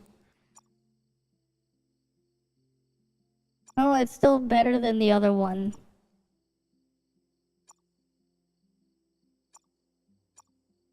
Right, it's still better than the other one, but like... calling it better is kind of a stretch still. Wait, this one I'm gonna do... This one has Volt attack. I wanna test this one.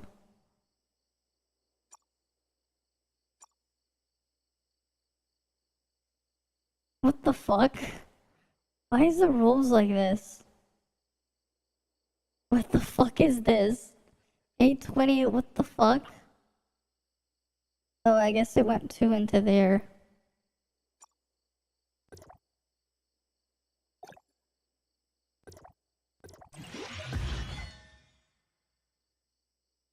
Not even... That's even worse. That's even worse than before. That's even worse. Like, that's even worse.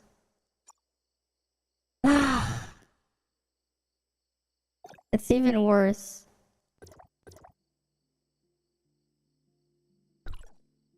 It's even worse.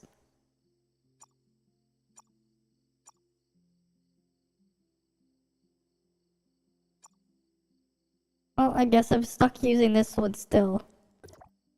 Ugh. It's even worse. It didn't improve. It went backwards. Yeah. It went even worse. It became even worse. That one I don't even want to. Like, cause this thing is no way it's ever gonna be better than what I already have on my chest. Like, there's no way that thing would be better than this unless all of it rolls into Volt attack. There's like no way this thing has any hope. Like, at all.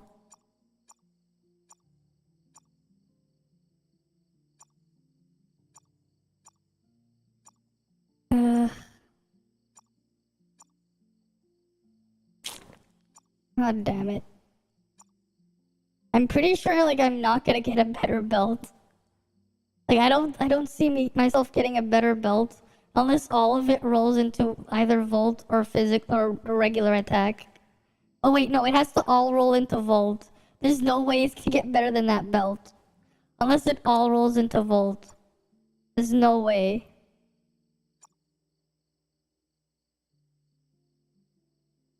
Yeah, my headpiece there is kinda, ugh.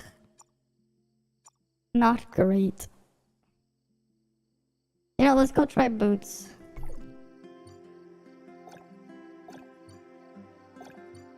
Alright, let's try the boots. Where's the boots?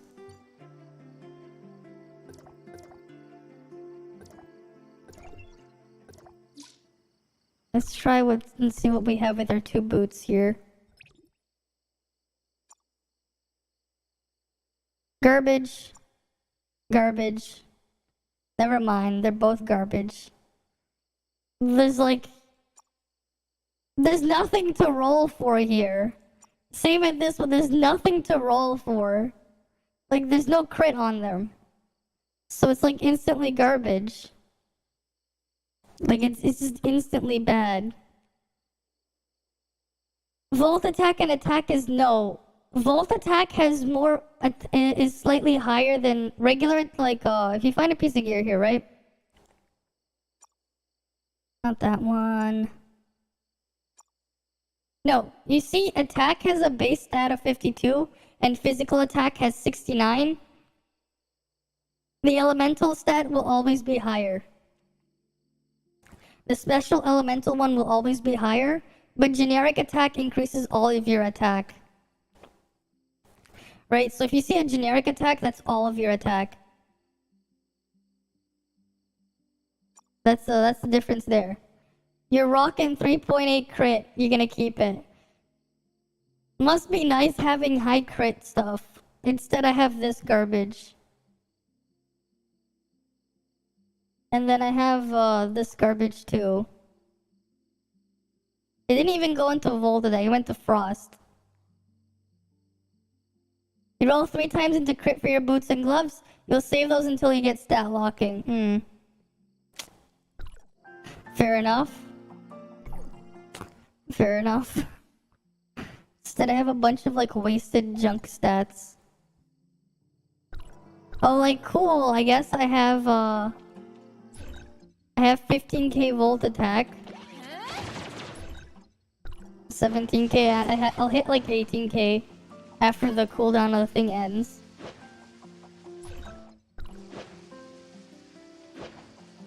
One sec. Oh, 10 sec, more like it. 7, 6, 5, 4, 3, 2, 1.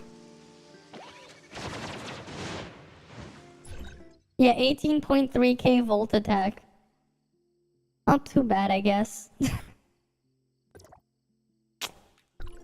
Alright, that's why you eventually want to end up focusing on one element. If you can, because you see the stat difference. 18k versus like, you know, the other ones are like 12k.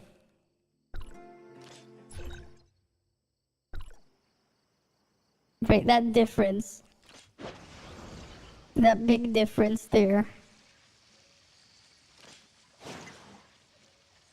18k versus your 9k.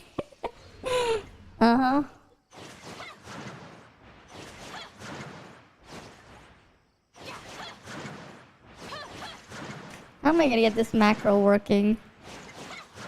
I want to get it to work. But it's not working.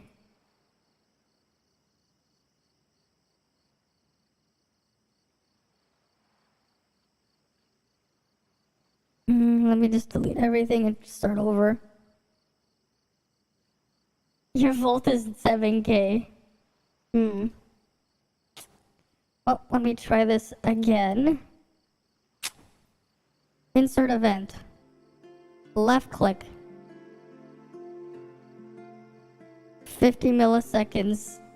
Sure. Insert event. Left click.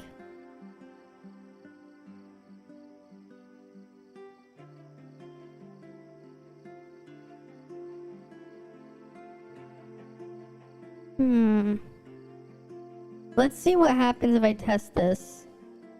Let me just apply it first.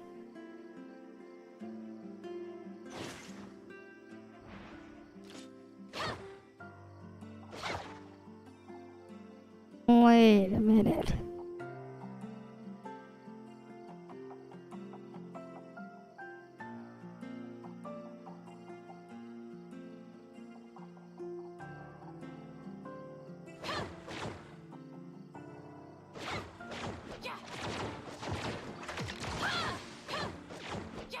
Okay, maybe I should make it cycle until it's released.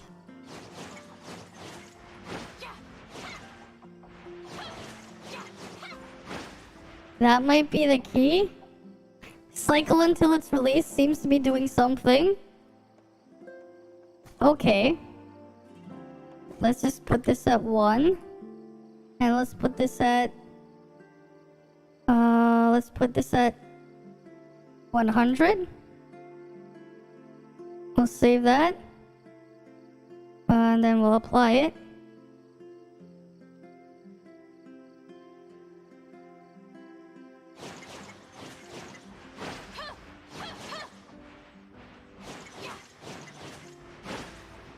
Okay, maybe 100's not enough.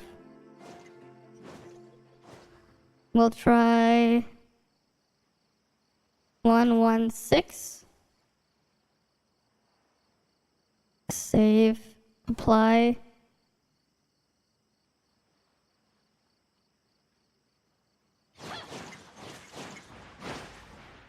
What the?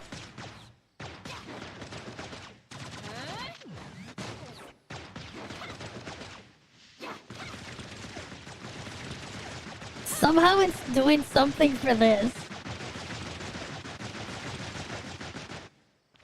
Honestly, that would be handy to just hold. So I don't have to keep smashing the left click.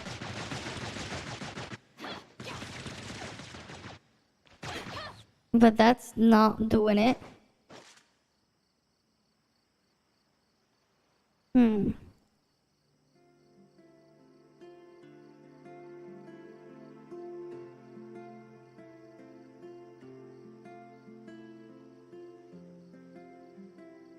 Let me try changing it to 200 milliseconds. What the hell?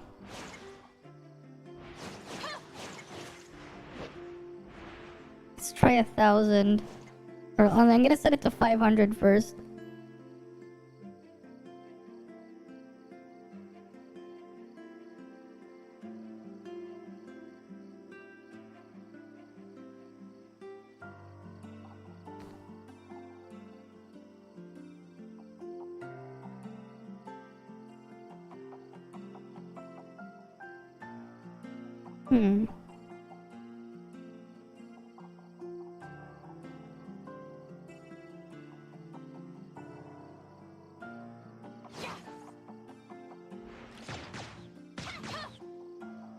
Interesting.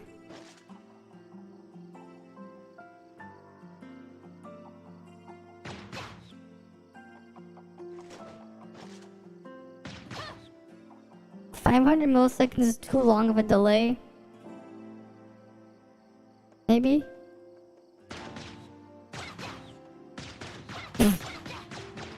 This is very definitely slow there.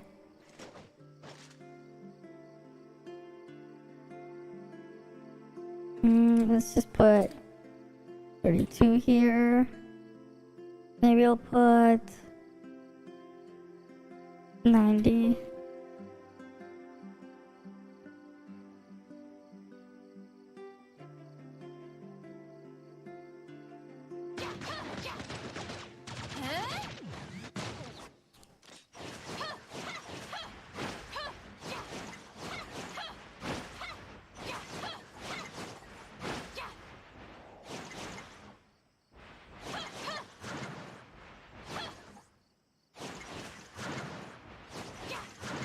What the hell?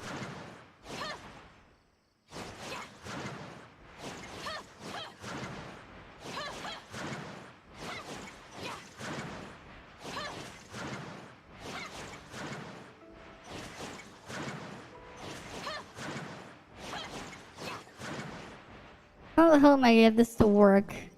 Because I don't even know how long I'm holding it for. What the fuck?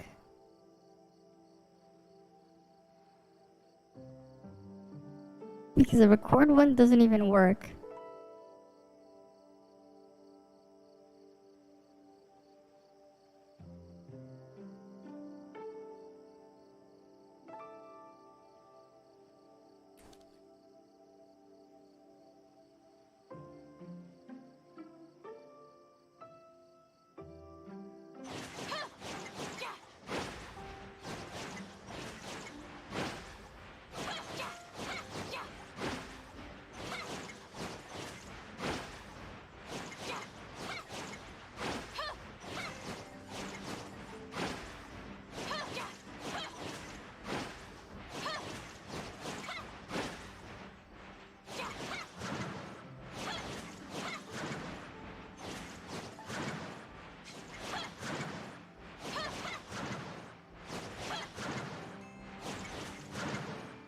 What the hell?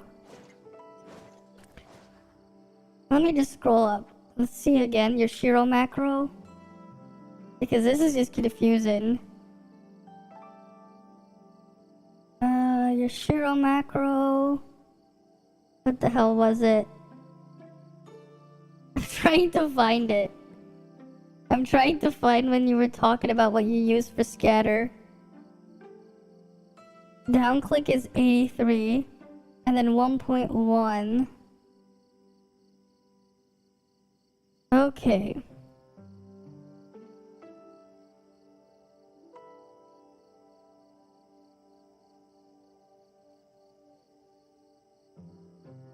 So then that's 1100.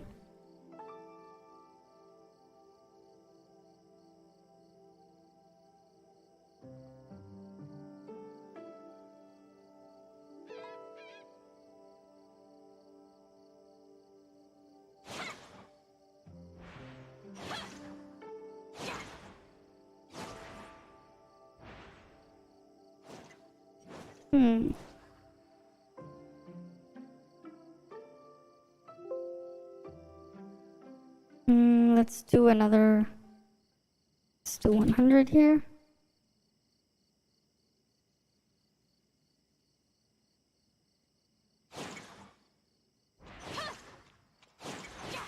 What the hell?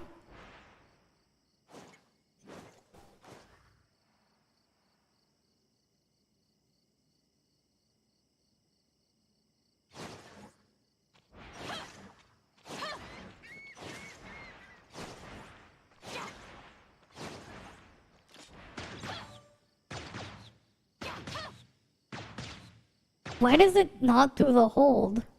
What the fuck? Why is it not doing the hold now? What the fuck? What the hell?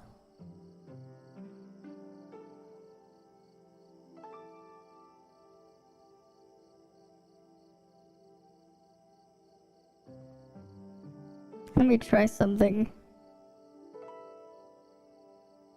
Left button.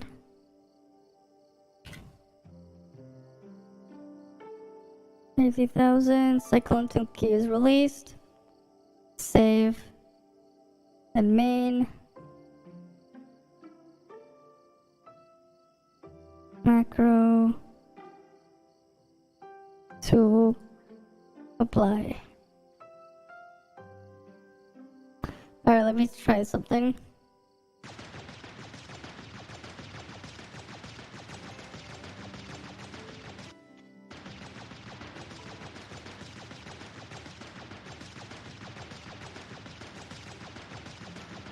It doesn't stay held down until I release it though. So it's just gonna do that for 5 whole seconds. For some reason.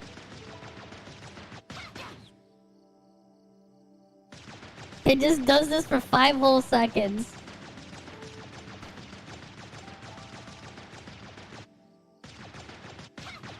But if I do something else, it actually cancels out. What the fuck?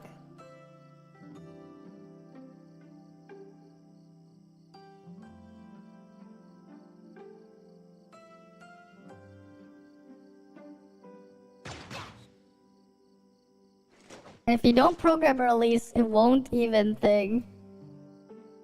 You can only macro fixed intervals, and if you don't hold a release, it won't do anything. That is weird.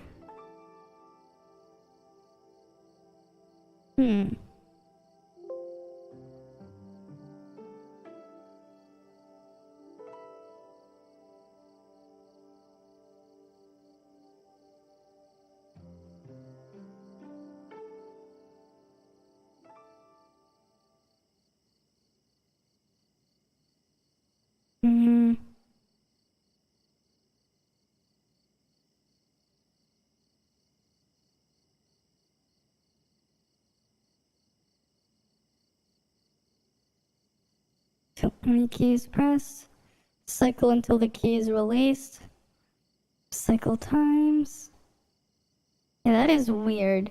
I can't really make it just hold it until I release it. What the fuck? So that is useless.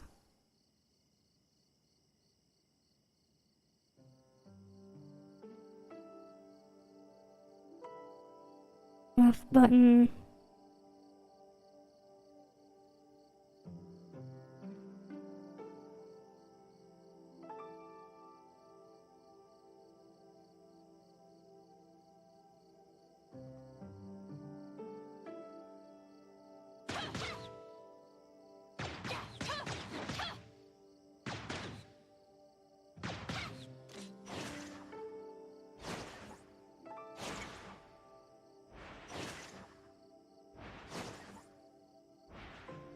What the hell? Yeah, this freaking mouse macro thing is just not working right. Dude, I'm gonna just put it in a different spot here just so you guys can see it. But I'm just, as I'm messing around with it, I'll just put it here. Right? Let me put it under the overlay so it doesn't overlap anything. Right? I'm trying to fix it. Why isn't it working? Why?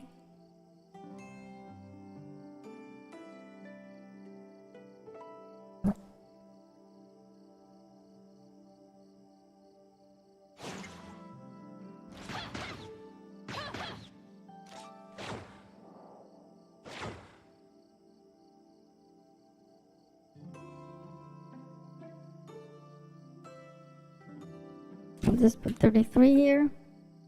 Save. Apply.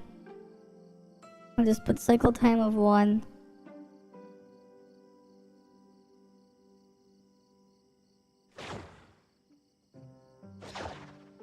What the hell? Yeah, it's like only doing it once. What the fuck is wrong with this one?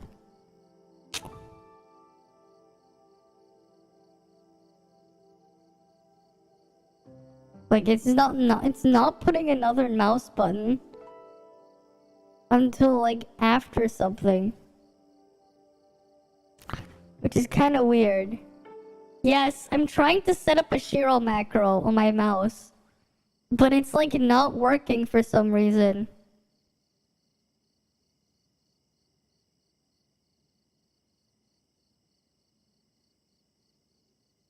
Oh, maybe that's why.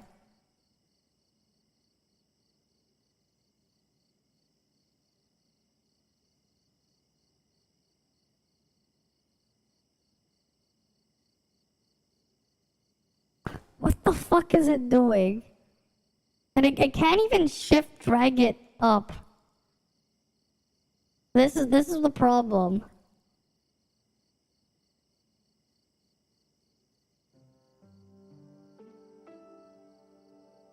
Okay, maybe this will work now.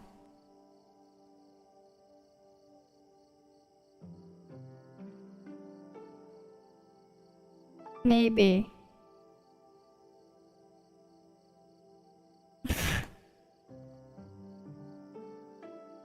Get a Razer mouse, no problem with the macro. The thing is, Razer doesn't even have a mouse that does what I need it to do.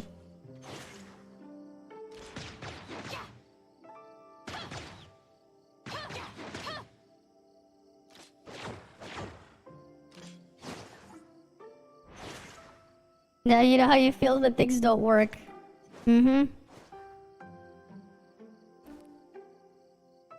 Because I actually just normally have it mapped to a different profile and just use all the buttons when I'm using other software. So like I'm just used to having 18 extra buttons on an 18 button mouse for other things that also happens to be wireless. But I've never really messed around with the macro tool here because I didn't use it for macros. So now that I'm actually trying to,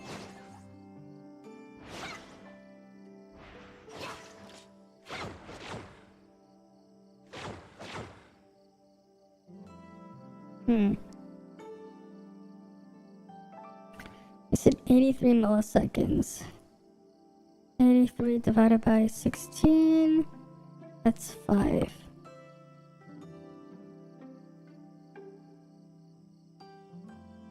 Let's try 83 actually.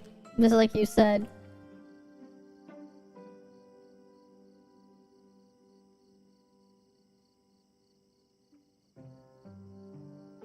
What happens if I do 1? I'm gonna try 1 first.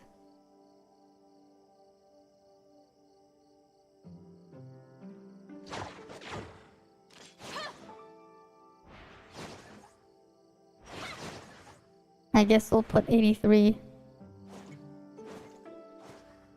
83. Apply. It's a learning experience, yeah. Maybe 84?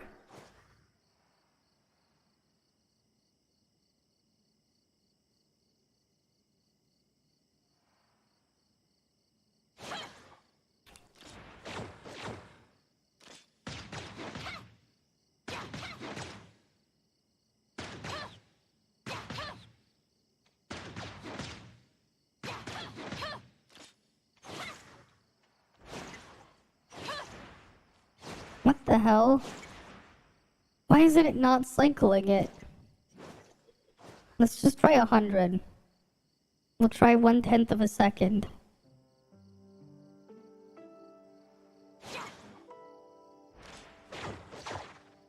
That still seems to work. What the fuck?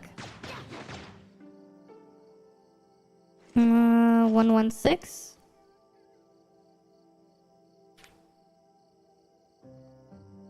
Save and then apply.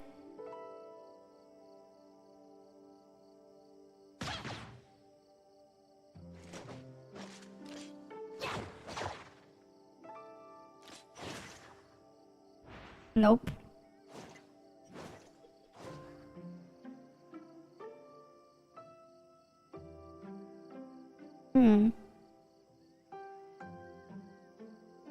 What was 3 frames?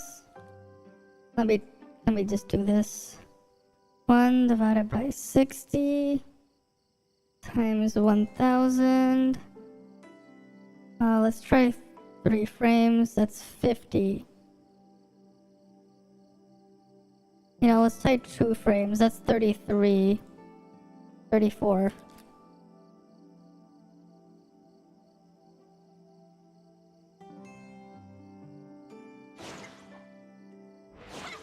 Yeah, because like it should be like doing another input.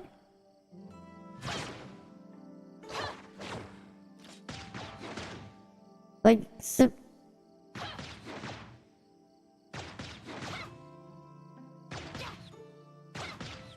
but not always for Samir for some reason. Why is Nemesis like just consistently working properly? Only Nemesis consistently works properly with the mouse input release.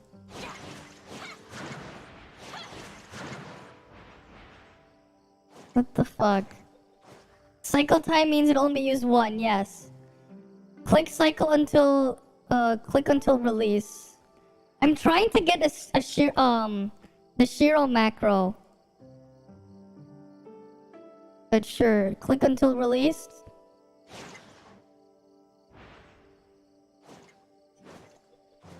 That's...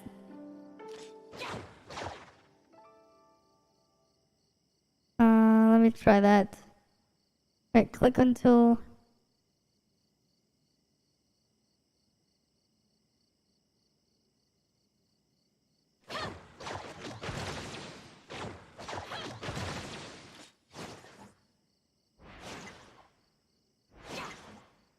It's not doing the second input for some reason for Shiro. Wait.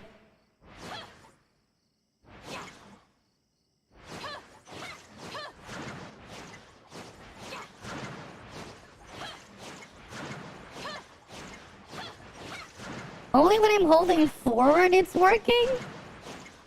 Okay. That is bizarre. But... we might be able to do something? Hold down the macro and don't release it.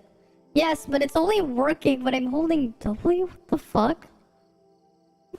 Let me add a key.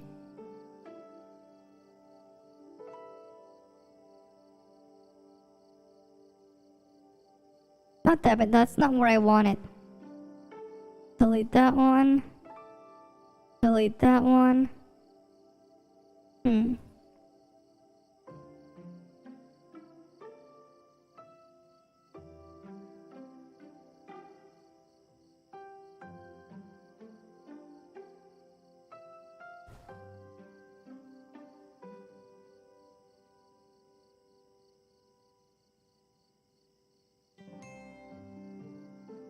But the reason why I'm not doing hold until release...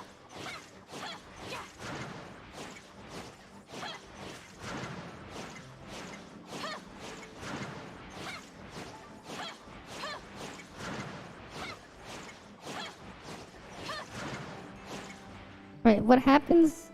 It's kind of working, but it's kind of not working. Let's go back to 83.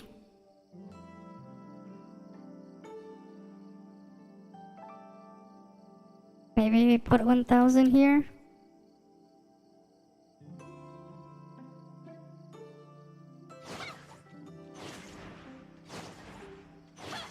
Yeah, it's skipping something for some reason.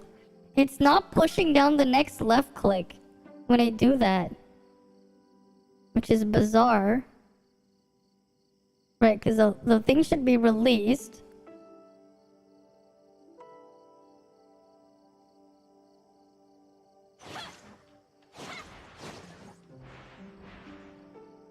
Wait, need to save it and apply it again.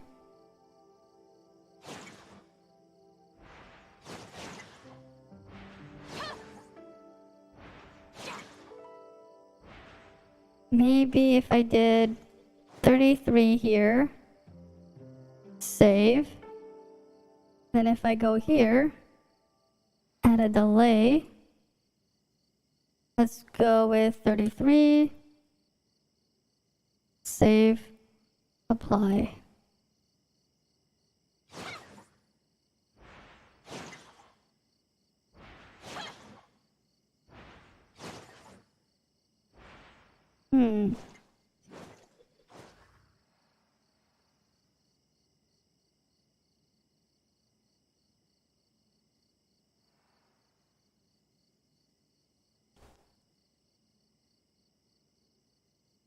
Let me just see what happens if I do cycle time 1.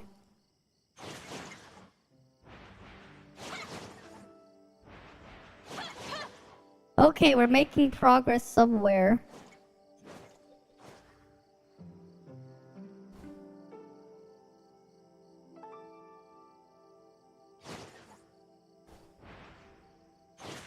But for some reason, that delay just fucks it up.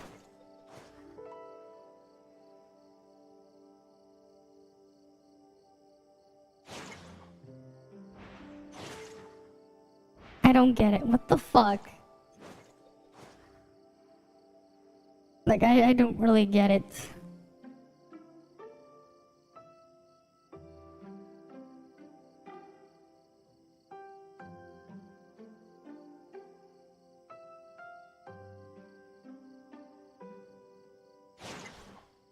If the delay is too long, it does that. Which is really weird. I should just auto-hawk it at this point.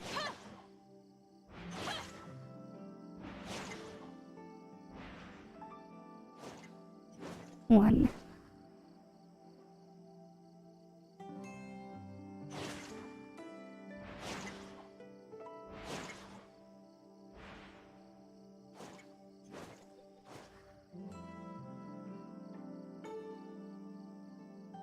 Let me try applying it again.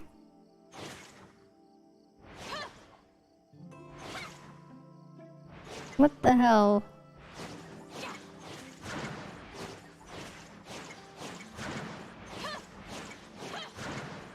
Something is really bizarre with this. When I'm holding something, the arrow keys don't really do anything. Oh wait, no, they move the camera. Is there a key that doesn't do anything?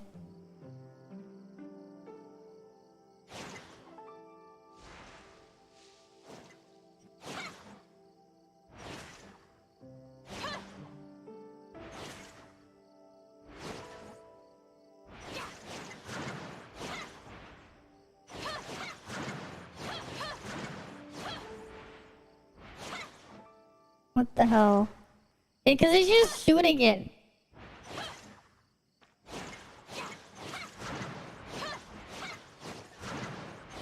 For some reason, when I'm holding a direction,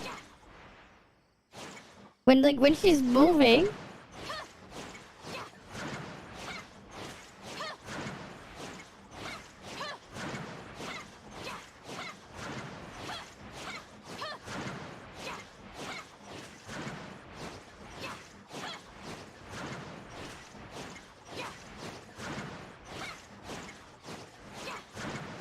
it kind of works, but it kind of doesn't. Which is really bizarre.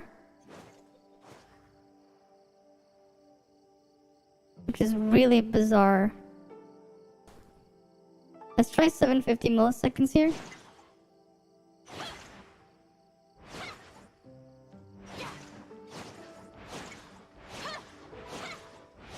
Now that's not doing anything.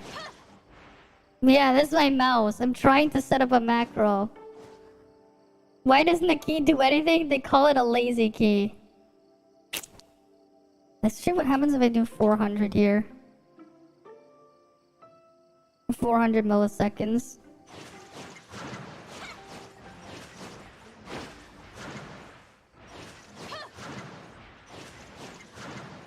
Oh! It's working! Kind of. Oh, kind of working.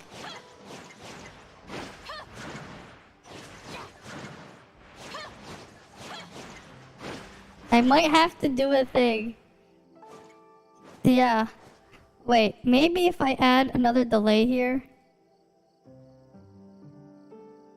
Let's try 50.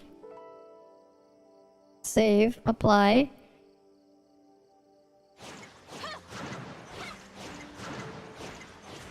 There we go! There we go! The key was, I had to delay the other one So I had to delay it 3 frames. Okay. So the trick is 2 frames. You have to release after 2 frames. And then you have to put a delay of 3 frames. And then you have to push it down. And you have to hold it for a couple of frames.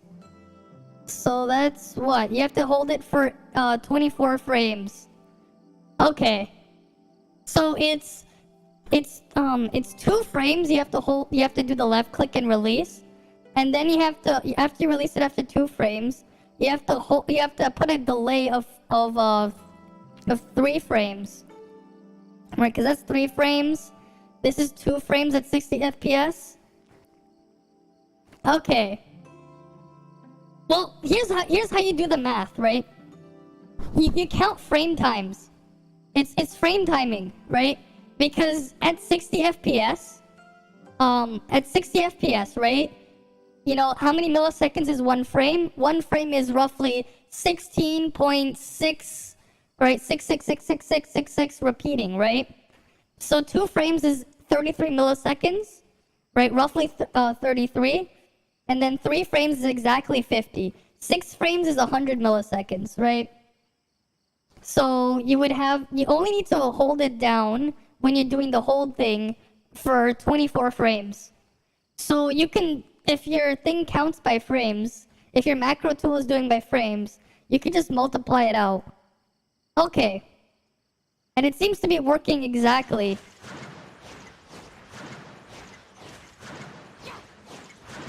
It's working perfectly. As long as you don't hold the direction, it works.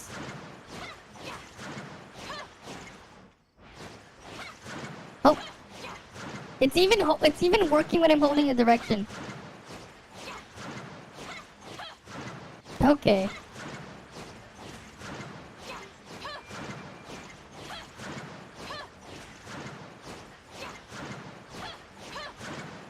Oh, this makes it so much easier to play Shiro. So much easier, because now I can't fuck it up. This makes it so much easier.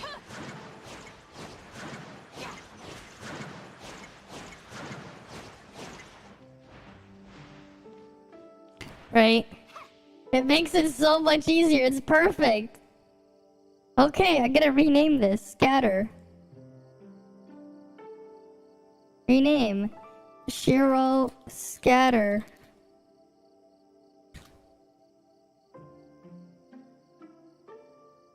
Apply.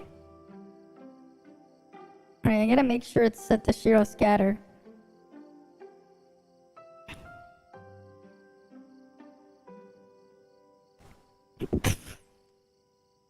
But there we go. We got Shiro Scatter on a macro. Right? We got it on a macro. And it's working.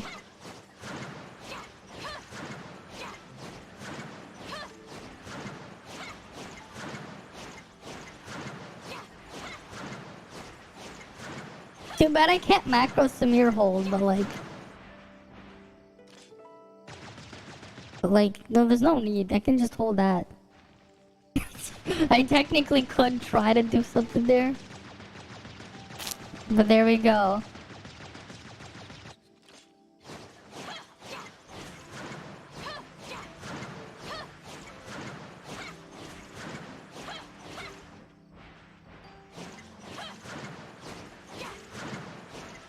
Wait, this thing it changes if I change my FPS? What? How so? Because I guess it means you could go with a lower delay. If that's what you're talking about at a higher FPS. You won't need to hold it for as long. I think that's what you mean when it's gonna change if I change my FPS. Because this seems to be working at what you want for 60. You could probably lower it a little bit if you're at 120 or 90 FPS.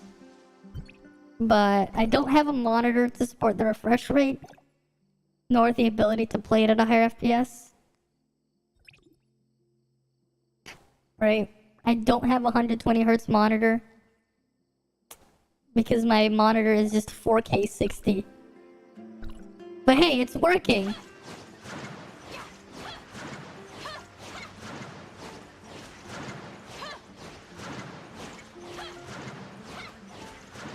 You got it perfectly. It only took a while. But it's perfect now.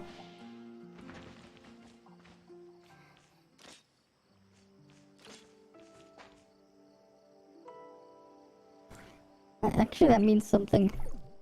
I'm gonna change some stuff up in here. I'm gonna switch that to this. Switch this to, that. You know what? Sure, I'll upgrade you a little bit.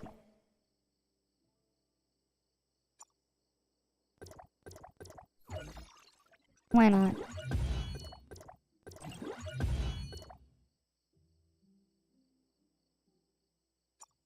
Why not? Let's give a little bit more phase attack.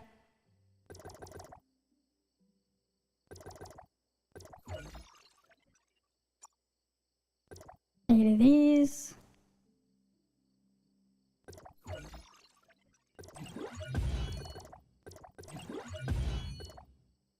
Okay, there we go, yeah. Level 90. You know what? Sure. Let's get you to level 90.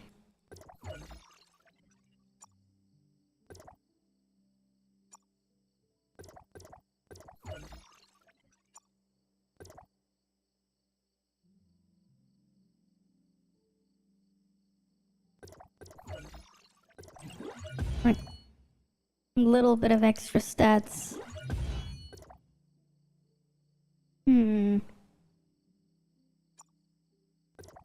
You know what? Level 100. Sure.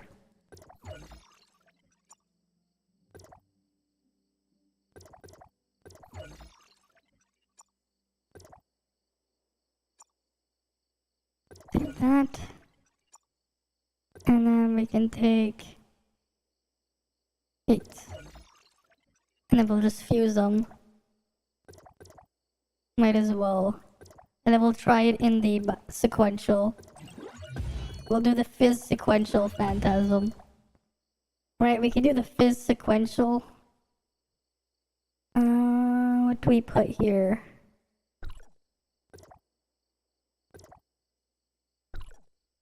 For your matrices, actually...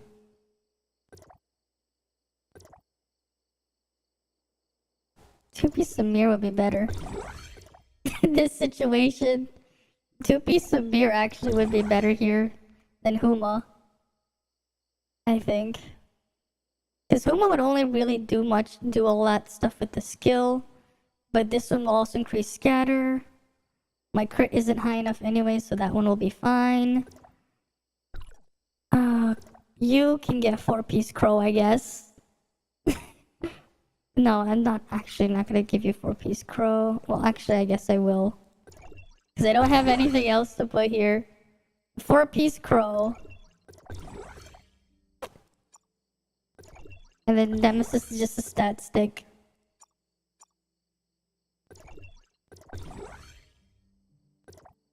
There we go. 4-piece crow there. Wait. Did I level up all those up? No. Let's shove some stuff in there. Biling we don't need.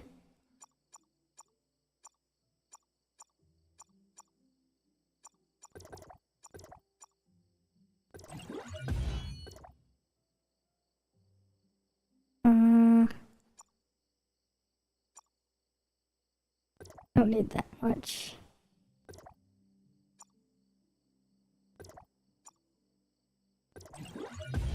Okay. And then this one, develop. 1, 2, 3. Yeah, good enough. Alright, let's try this. Alright, let's give this a shot. Challenge, bygone.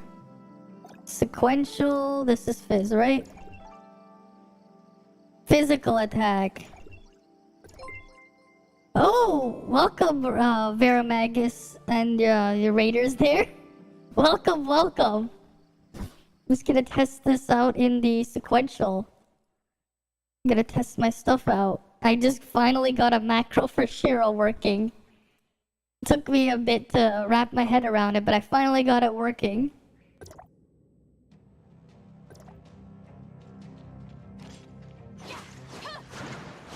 My graphic display is really smooth. Do you use right-aligned graphics? No, I don't think so.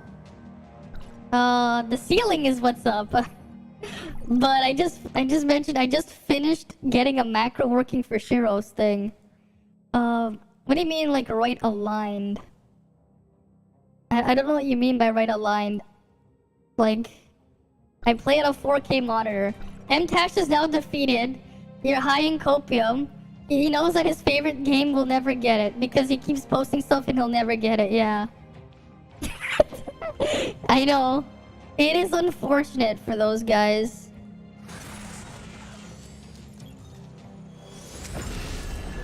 But like, yeah. Oh wait, this is the wrong one. This is the wrong floor. I accidentally went into Bygone instead of sequential. What the fuck? But yeah. I mean, they finally confirmed it. Yeah, quick question. Do I use third-party service login? No. I just log in with my email in the launcher. I don't have a third-party service. I don't. And I don't plan on doing it. Also, here's a pro tip.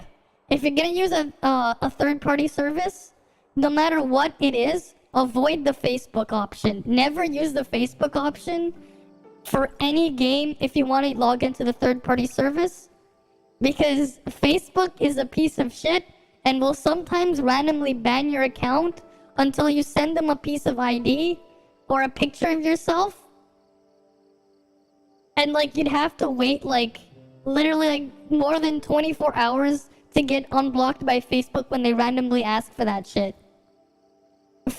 Like outside of the other stuff, like the fact that Facebook will do that, they're like a terrible platform, but they can do that. Right? Right, like, I had to deal with that already. Earlier this week. Because, for some reason, I was trying to do something else. The person was like, I could only contact them through Facebook Messenger for some reason. And it's a pain in the ass to get a hold of them because of that. Yeah, but there's an issue with the ToF launcher accounts. Really now? I haven't had any issues with the launcher accounts. I did have a login issue where they would say the status accepted, whatever, when I opened the game before, like immediately before I even logged in. The fix was, I think it was a memory leak or something with Windows, a problem there. But the fix is to actually open Task Manager and completely close all the processes for the launcher. There's no 2FA, yeah. That is true. Warning to unbind. Oh, interesting. I didn't realize that. You never had an issue with the 2F launcher. Yeah, that is true. We don't have a 2FA option. You're right, we don't. That is correct. We don't have that. Yeah, that is something to keep in mind.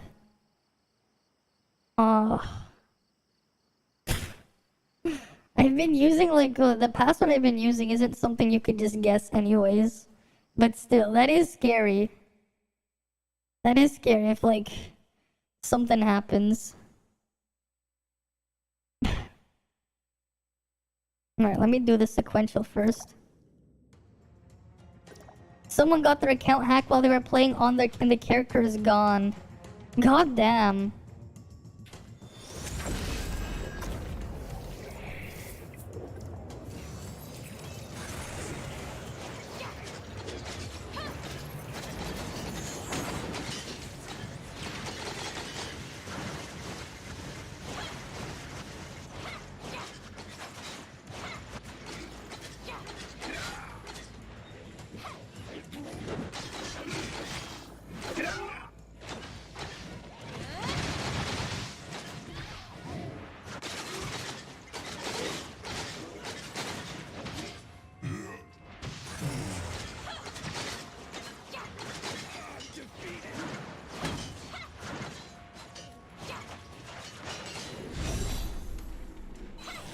Wait, that was the wrong button, whatever.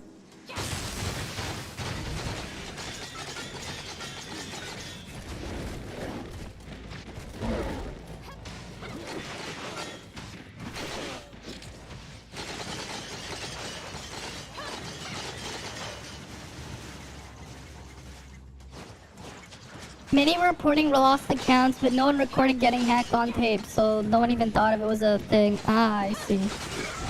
Yeah.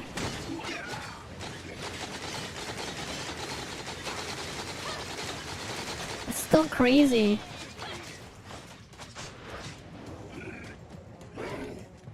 Right.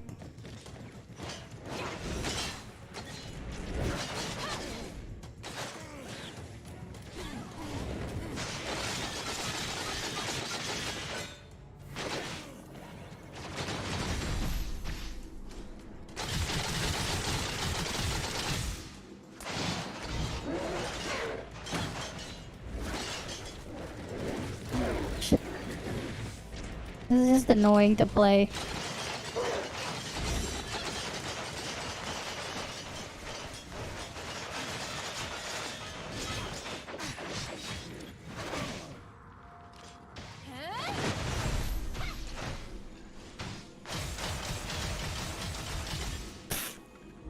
Alright, come on.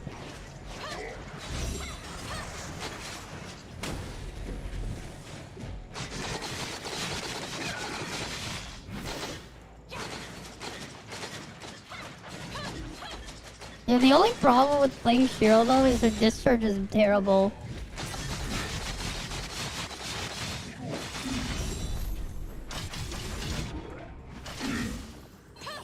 So it's like, I'm using my discharges to heal because I have nothing else.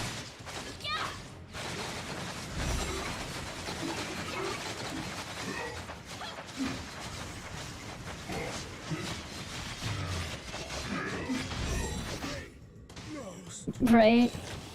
Discharges to heal. That's what it's for.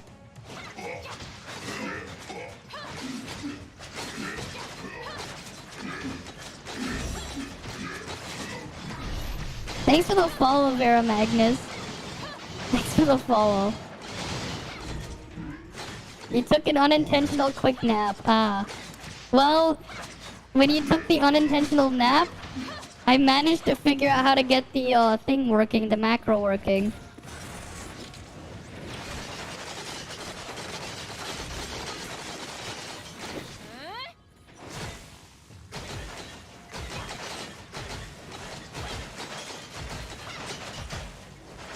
So that's something.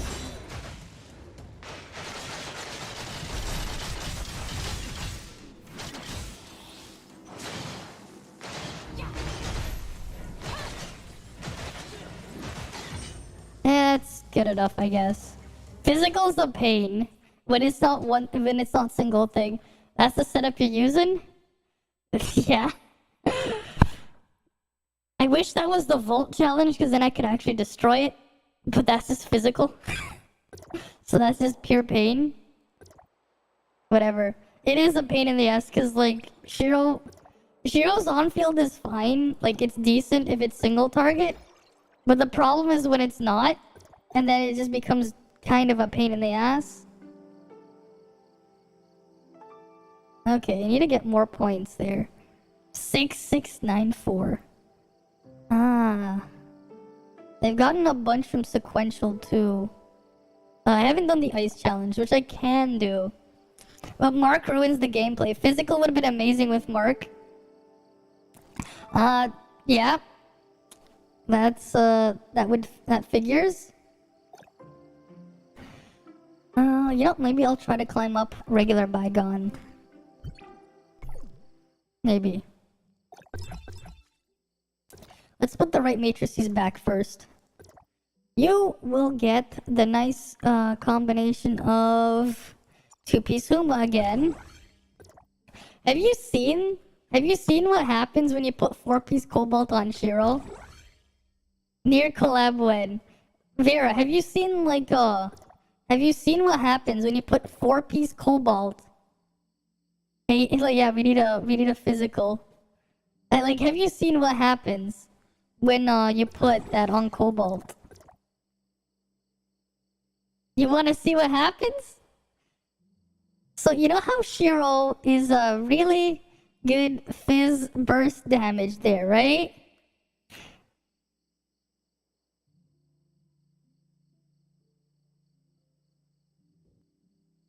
Is it? Oh, wait, no, it's not here. Okay, so I managed to find this on Discord. Someone who has 4-piece Cobalt. You can see down there, that's 4-piece Cobalt right there. Right?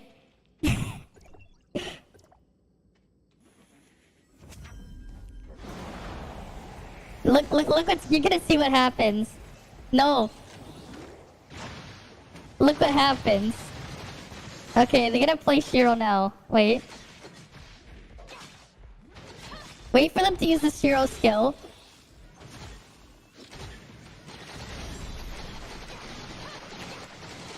God damn it, I have to ban that thing. So, what do you think of that?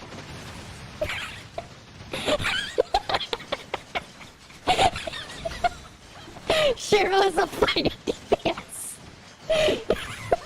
You're gonna say a lot of heavy nerfs limit the global since the power creep, yeah.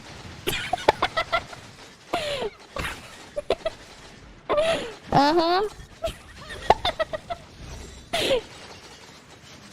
Oh shit, they got it immediately banned. Nice. Nice. Wow, Twitch actually banned this thing immediately. Good. Like, that thing was spamming a lot of people. Like, that thing already got instantly banned. Marshall Patrick. What the fuck? Ban. There we go. I don't have to see the message. We're gonna see a lot of heavy nerfs. Exactly. Exactly. I think the only thing that will get retained, right, is utility. If the weapon had utility, that's the only thing that would get retained. Right, what the weapon does, but the damage is gonna be reduced. Right, if the damage is broken, the damage is gonna get reduced. Right? The actual stuff that the weapon can do will be the same though. Right, so that's something to keep in mind. Where is Crow here? There we go. Back to 2-piece Samir, 2-piece Crow. Yeah, delete Annabella too. Bark, Bai and Mark caused all the problems, and they won't be in global, right? They won't be in global. Now everything is gonna put in line. Everything will be put in line. So things are gonna be a lot better there. You need to do something about the dodge scaling though. Yeah. I mean, did you like seeing that burn? Did you like seeing Shiro as a fire DPS? You know, the funny thing is, dodge, like, that was... You want Annabella, sadly. I mean, she's gonna just have her damage reduced. I don't see what's gonna happen, what else you're gonna, like, expect. She's gonna retain everything she does. The numbers will just be lower. And that's all that's gonna happen. Fire Maid Sniper, yeah. If that's what you wanna play, she'll probably be fine. You just gotta keep in mind the damage power level on global is a lot different, right? It's not gonna be the power creeping CN mess, which I think overall is pretty good. What's funny is I've seen people complaining like they wish Cobalt Base burn was the same as it was on CN, but they don't realize how broken it would be if you had 140% of attack as a burn every second. Right? Like, people want... Like, there are people who want 140% burn instead of 60%. But, like, if you consider the fact that, like...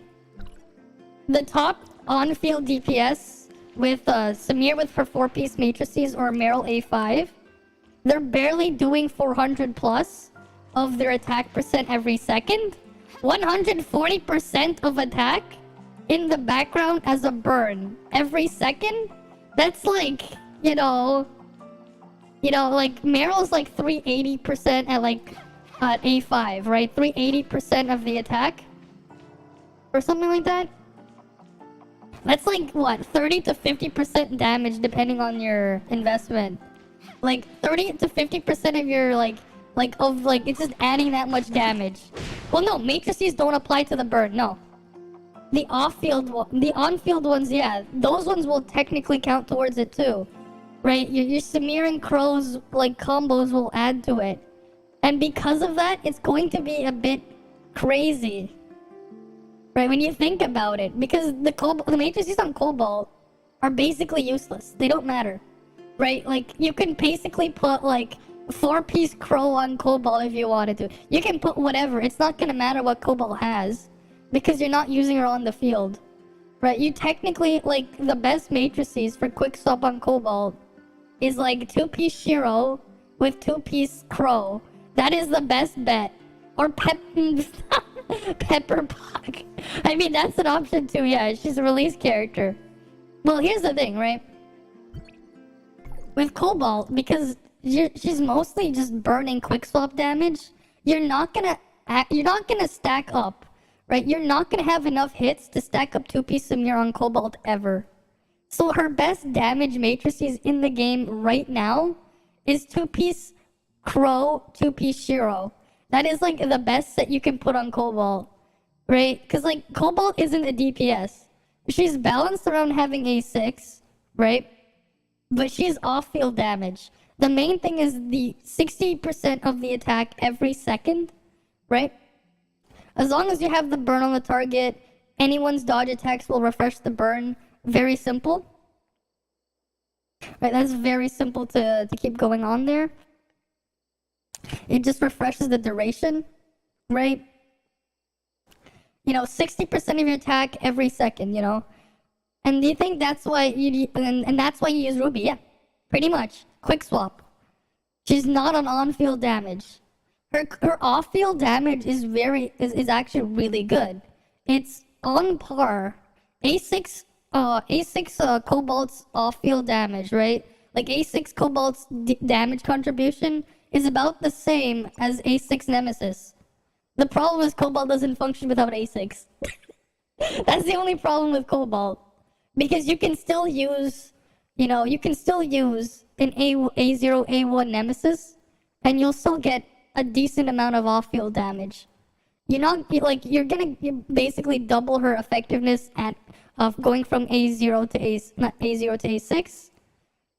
But it's with Cobalt, you're actually giving her something. It's like for Cobalt herself, she basically gets 6 times stronger going from A0 to A6. Nemesis only doubles in power. Frigg only gets 30% more powerful. Like, that's the weird thing. You have A3 Nemesis and Nemesis full matrices. Yeah. The main thing with Nemesis, though, right, when you have 2 Electros, that's a lot of off-field damage. Right? Because what happens is the A3 effect on Nemesis, it applies to both of the turrets. This thing here, this applies to both of them.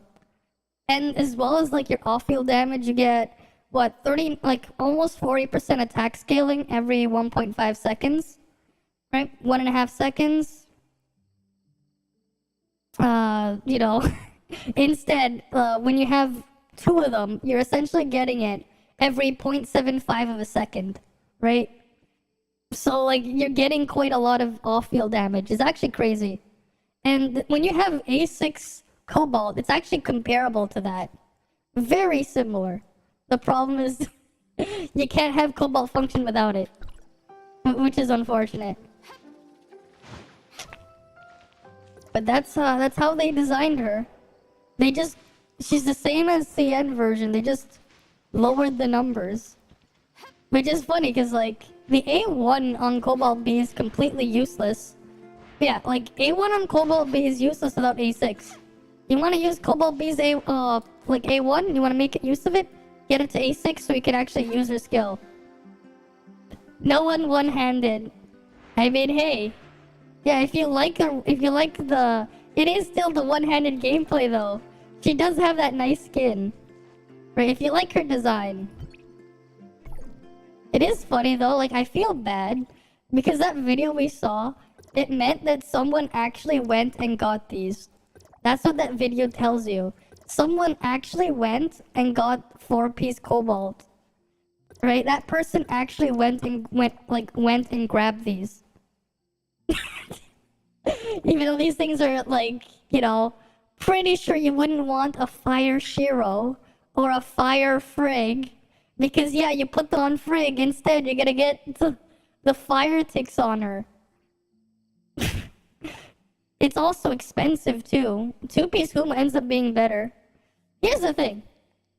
4-piece Cobalt would have actually had a use and could actually make Frigg main DPS viable if you're whale enough.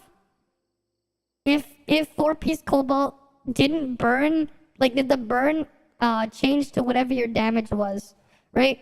If it changed to be like an ice burn if you were ice, or like a physical burn that dealt physical damage if you were physical, or something like that, 4-piece Cobalt would have had a place. Because like the actual effect here is higher than it is higher than Huma, right? The actual effect here is a lot stronger than Huma's. But yeah, the burn was on 2-piece Cobalt instead. But the problem, right? The problem is this burn only deals fire damage. It's not like Huma, which can change, right? That's why in CN everyone avoided Cobalt matrices. It's completely useless. 2-piece Cobalt is usable here. Yes, it's usable, but there's no point in using it because here's the thing, right? 2-piece Samir already exists and gives you basically the same thing. It's a side grade for Samir. It's a side grade of 2-piece Samir, but it has the caveat of requiring you to have a debuff on the target, right? You have to have a debuff on the target for it to work. And, you know, yeah, imagine unlucky people. Yeah, without Samir, yeah. But even then, the Samir matrices are easier to use because you just need to attack and you get the buff, right? You just gotta attack and you have it. But they can whale 3-star 2-piece Cobalt. No, because like, if you can do that, you can just whale the Samir. You can easily just get the selector things too, and just whale up Samir. You have 0 Samir pieces. Here's the thing, if you're gonna like whale for that one, you might as well just whale for Samir pieces on the regular chip banner. Like that's the thing, like most of the chip, like the chip banners either like work, it's okay, or you just skip it. And if you're in that situation where you can't, when you can whale that thing, you probably have something else there, yeah. It's a pain to, it's not that bad, right? You gotta keep in mind that every week, there's 3 of these still. Yeah, you'll have them anyways, yeah. More consistent damage with Samir as well. Right, they have, but you'll have them anyways. You learn that the hard way on Nemesis banner. We should have just saved her, you pull, yeah.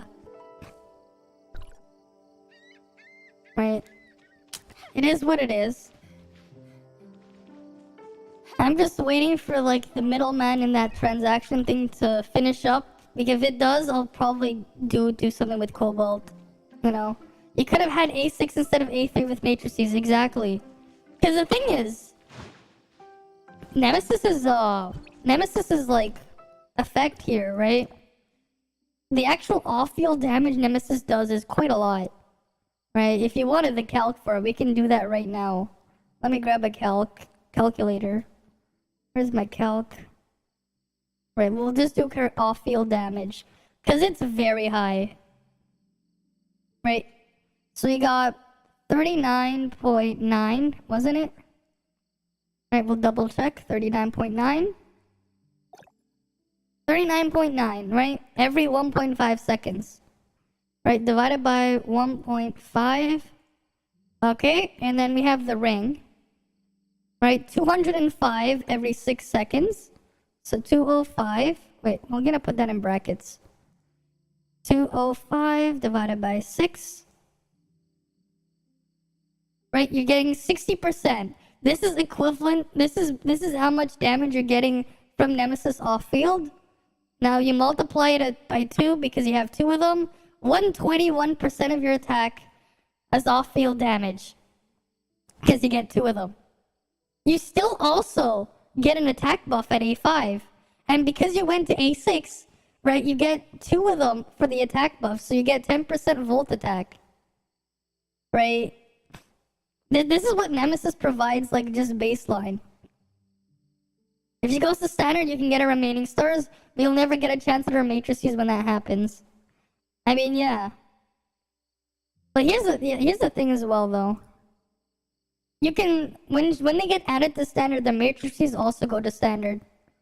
Like, well, you can select them, right?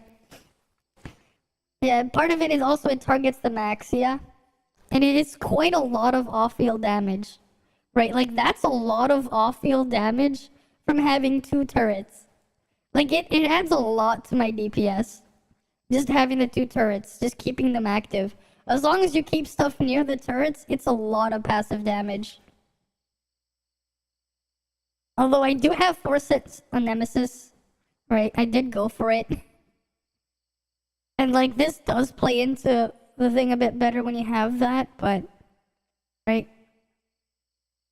Along the way, though, I had 2 of them get to 1 star on my Nemesis there.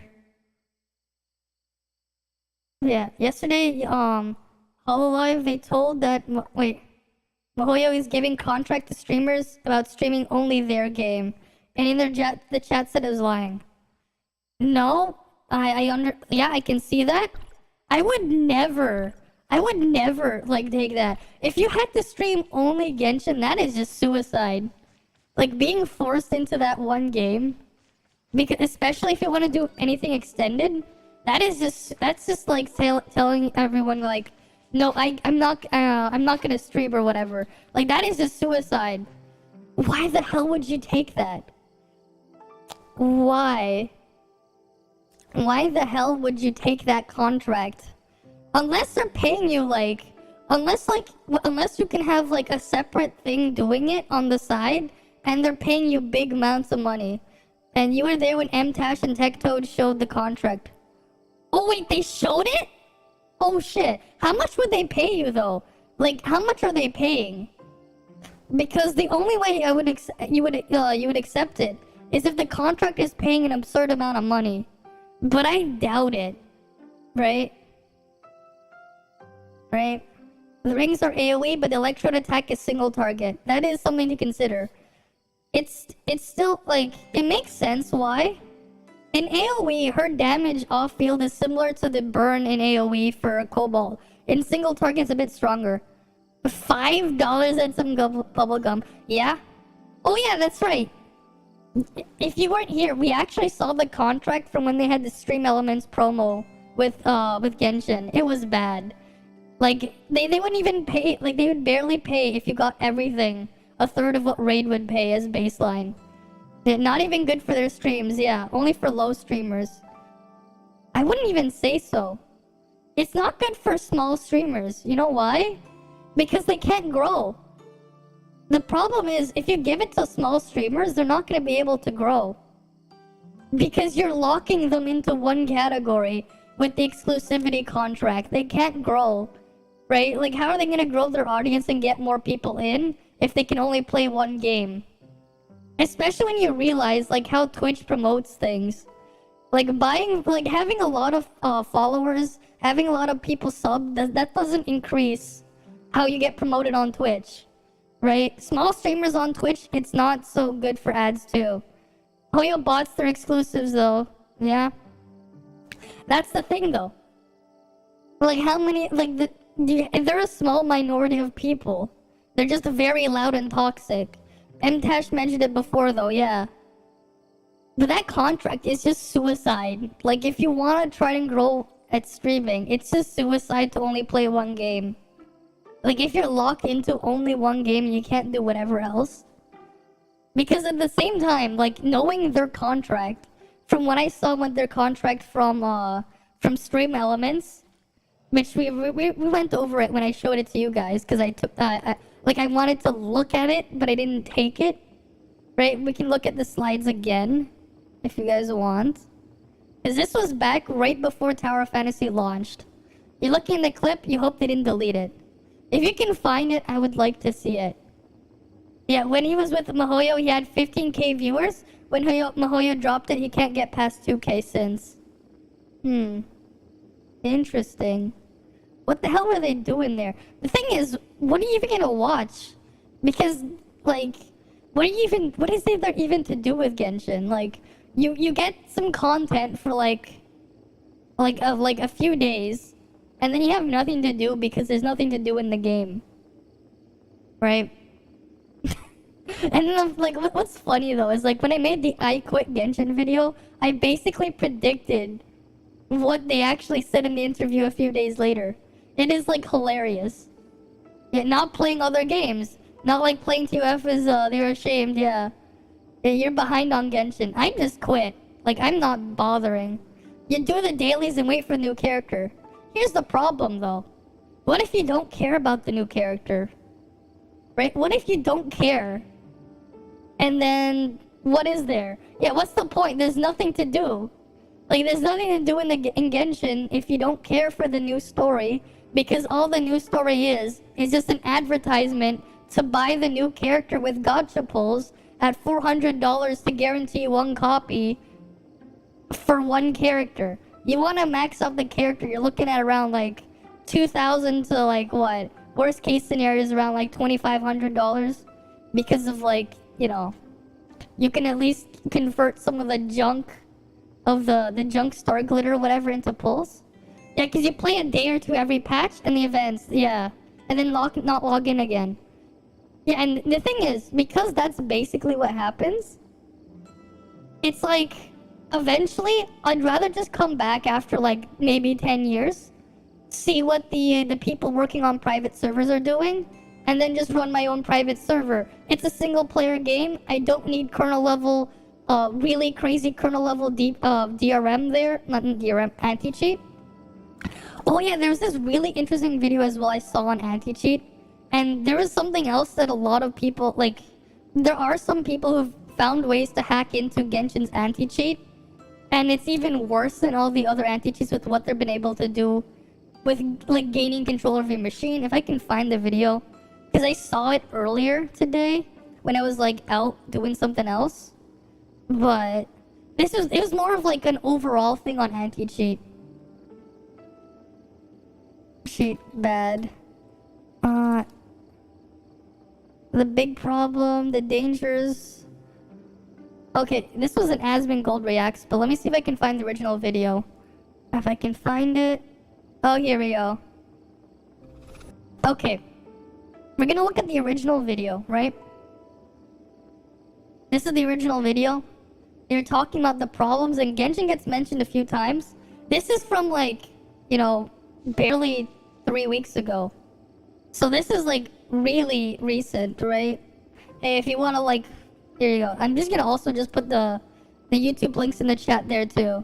Hoyo is run by the CCP, so you're expecting a lot of violations. Well, it's not just about Hoyoverse, right? It's more about anti-cheat in general. But Genshin's anti-cheat just has so many issues with it. What's funny is the anti-cheat on Genshin is so intrusive, it makes Genshin Impact harder to run on a laptop than Elden Ring. Like, on the lowest settings, Genshin Impact is harder to run than Elden Ring on low settings. Because of their anti-cheat. You strip away the anti-cheat, it gets a decent performance boost. It still runs worse than Elden Ring, which is kind of funny. I only ended up doing those tests because I was actually curious when I got my Steam Deck. It does. The reason why is because it has really, really crazy CPU usage. Because of that, it doesn't actually give you enough power budget for your graphics card. It doesn't matter if your laptop has, like, you know, you could probably be buying one of those, like, mid-range laptops. Maybe you got them on a sale. Like, my younger brother, he recently bought a laptop. He paid around 1,000 Canadian dollars before taxes. He has an RTX 3060 and an 11th gen Intel i5. Right? He paid around 1,000 Canadian dollars. He got a really good deal because from Canada Computers. But anyways, I never tried running Genshin on it, but, like, the thing is still, like, power constraint because the laptop doesn't have, like, the full high TDP version of the 3060 and stuff like that. It is a laptop, right? And it's like it's a thing. It isn't. Oh, it's even worse if you try it on the Steam Deck. Because, like, that's something I like to use when I'm traveling. I like to bring it with me, my Steam Deck. It's been super versatile ever since I got it back in May, right? I've been using it all the time. Thing is, Genshin, like, it has really bad performance. Yeah. There's a lot of useless files. That's not the thing. The useless files isn't the problem. Because a lot of the modern software there for the APIs they're using, they're actually pretty good with dealing with it. The actual issue itself is the anti-cheat. The anti-cheat is so intrusive and like it is very intensive on the CPU that if you're constrained with power, right? Because what happens is the laptop will say like, I have this much power in, I'll allocate this much to the CPU and this much to the graphics. But because it's asking for too much CPU power, it leaves barely any room for the graphics. Yeah, our other streamers have deleted the their current event contract. Yeah, because that's what they did. This is funny. So, you know, the thing that's gonna end up killing Genshin will be Genshin itself. They're already slowly killing themselves. I just find it hilarious, like that they were the ones who came up with that and were like, yeah, we're not gonna have any endgame ever. So, like, you just got rid of, like, a lot of the things people would do because you literally had people doing resin refreshing and, like, grinding artifacts for some reason in the same room and rolling them and then doing them with their viewers' accounts on stream. So, basically, they can't do that anymore. What are they gonna do now? Because if you try to do things like spin up a private server, they're gonna ban you. Because like people have had their content like shut down and flagged by MiHoYo for showing like their private server stuff. If you try to find some of those videos where people are doing like elemental burst swaps and stuff, importing custom models, it's a lot harder to find them. A decent chunk of them have gone down. Yeah, and most of their player base are CN players who the whole message is getting positive reactions from them, yeah. It's just ridiculous. Yeah, Genshin modding would invigorate the game. It would. But you can't do that on the official game. But the thing is, it's a single player game. Why does it need anti-cheat? Why does a single player game need anti-cheat? Like, why?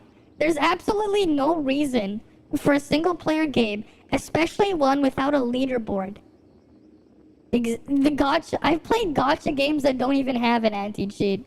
You know, here's the solution. You don't actually need anti-cheat in your game. Here's the solution. Put everything on the server side. The only thing that should be on the client side for an online game is where the actual position data of your character, and that's it, right? Because here's the thing. All the quest stuff is already handled on the server side. The damage stuff is actually halfway of both. Like, I've seen people, like, I've looked into a little bit of what the people who like to cut grass have been doing to try to preserve the content in Genshin, right? The people making the tools to create a private server. And, like, one of the things that doesn't work right is quests. The only way you can get some of the quests to load is if you send a command from the server to give it to the player. You would have to, like, actually do it that way. Because the quest information, all the quest stuff, is handled on the server side, none of it's on the client side. Just move everything to the server side then, if you're that scared. But the thing is, a lot of these game companies, they're doing it the lazy way. They're not actually doing that. You're scared that someone's going to cheat and give inflated damage or something? Then don't do the calculations on the client. Do the calculations on the server side. Yeah, and then there's also that problem. Single player games requiring internet to play. Yep, that is a problem. And this is why, like, the need for, and especially in the future, of private servers anyways. But at the same time, like, yeah, like, I've also just played games with gacha elements and stuff. There are a lot of mobile games out there that don't really have this level of anti-cheat. A lot of mobile games out there, they'll actually just have a flag that checks if your device is rooted and that's it. Which is all you really need. You don't need to put anti-cheat on there. He always thought of Genshin, yeah. Yeah, it's an offline MMO. It's not an MMORPG because there is no MMO aspect. It's just an RPG, but the RPG isn't worth it because like there's no point in the RPG elements in the game if there's nothing to do with the RPG mechanics. It ends up being a game that's worse because it has RPG mechanics. As weird as it sounds, especially with how they're taking the direction of the game. There's no point in having those RPG type stats. Right, they're most likely the game built to pass the anti-cheat to people, yeah. Pretty much. Yeah. And like at the very beginning when the game launched, right? The anti-cheat would never shut off not until like another update after a bunch of backlash a few weeks later. But what's funny is I remember talking to people on some Discord servers, they're like, how, like, they're like, Genshin, like I told them, Genshin blew up because it came out at the best possible time. It came out at the best possible time. Think about it. 2020, fall 2020, right? The PS5, the Xbox Series is about to relaunch, except you couldn't get one. RTX 30 series started to launch, you couldn't get one. Every single other game that was like every other game that you're thinking of, they had been canceled or delayed. So what game was there to play, right? Genshin just launched on the 28th of September. Like, it was about a month before the PS5 and stuff. And they had all those banners and stuff up front, yeah. It's starting to sound like the later Paper Mario titles. Didn't they actually remove stuff like leveling up and whatever in the later Paper Mario ones? I mean, to be fair, Genshin also reuses the same boss multiple times, just change the color. Right? They have a cube that's electric. Oh, now the cube is wind. I don't know, now the cube got down and dirty. Now it's Geo, or the earth element. And then now it's water, or fire. You know? And then soon they're gonna release the cube on weed. The cube will be high on weed, and it's gonna be the green thing. Another green cube. The Dendro cube, whatever, high on weed there. So there's that. Right, they have 3 flower bosses, right? Oh, one is an ice flower, one's a fire flower, and now the new one's an electric flower. Wow. they literally had to make the same boss 3 times. The same boss they're gonna make end up making it 7 times. Like what? It's the same thing but 7 times. You just changed the color a little bit. Yeah, and people were hungry for the next Breath of the Wild. That too. It was announced, but like it kept getting pushed back. Right? It kept getting pushed back. And then you have the RPG battles and all you earn is coins. What the hell's the point? Right? Like, it came at the best time. But then... yeah, at least the animations are different for each version of the boss.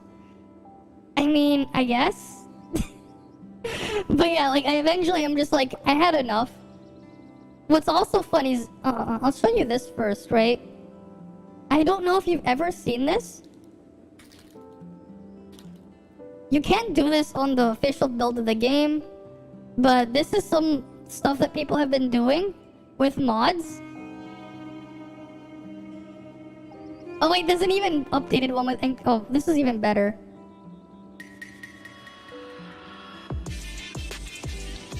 They use custom shaders and they enabled ray tracing.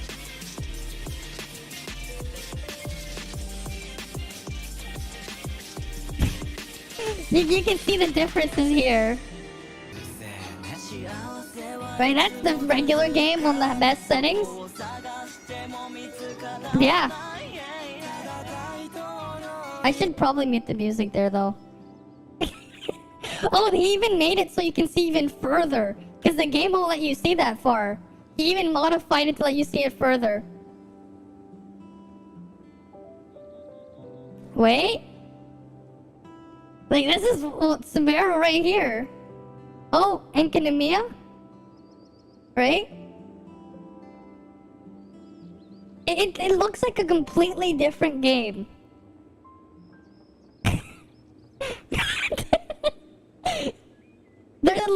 they're literally doing a lot more. So like, here's the thing. In the future, the best version of Genshin Impact will literally be a private server. The best version of Genshin Impact will literally be a private server. It will, because then you can have all the content the game had and had removed. Oh, you like this? Oh yeah? Like, they're not changing the textures. They're not changing the models. They're all still the same. They're just changing how certain things are rendered with the shaders there. Right? It's quite a huge difference. It really makes things... And then, like, you can see the same thing. Elemental bursts, they look different. Right? Like, they can have certain visual effects. Right? It looks so much better. And it fits the atmosphere a lot more. Right?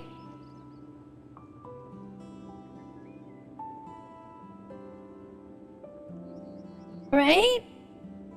This doesn't look like you're playing Genshin anymore. Does it? It doesn't look like it. Right? And they do it for like everything.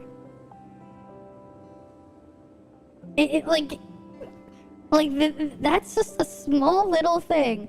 All they did was like they changed the shading, like the shaders a little bit. They didn't actually change the actual resources of the game. They won't change it and they won't even fix the game. Example of the auto target. It's stupid, yeah. And then if you want a cheat code for Genshin, what you do is you spend $2,000 on Yai Miko and then you win the game, because all you have to do now is put 3 turrets and run away. As long as the enemy isn't immune to Electro, you basically win the game with that. Actually funny. Because then the game will literally play itself. Then like that's literally what happens. I actually do have like some old videos of it. That's good to know. Yeah, we can find it right here. Wait. Right, we'll go back.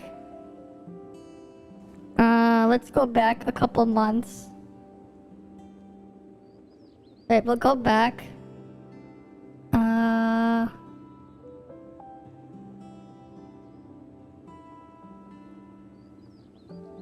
Right. You just put the things down. This is from back in February. Right, you just put the skills, whatever. Come on now, right now. Right, you put the skill up. Look at the damage. See the 50Ks. Right. We have another. I have another one that's a bit better. I did like some solos of it. Because like, yeah, you could do that. There's something better I have somewhere. Let me find it. Let me try. There's something better we could probably find. Oh, did I not make it public? I guess I didn't make it public, but I have an unlisted video. Let me just grab it. One sec. Give me a sec. It should be unlisted then. Content.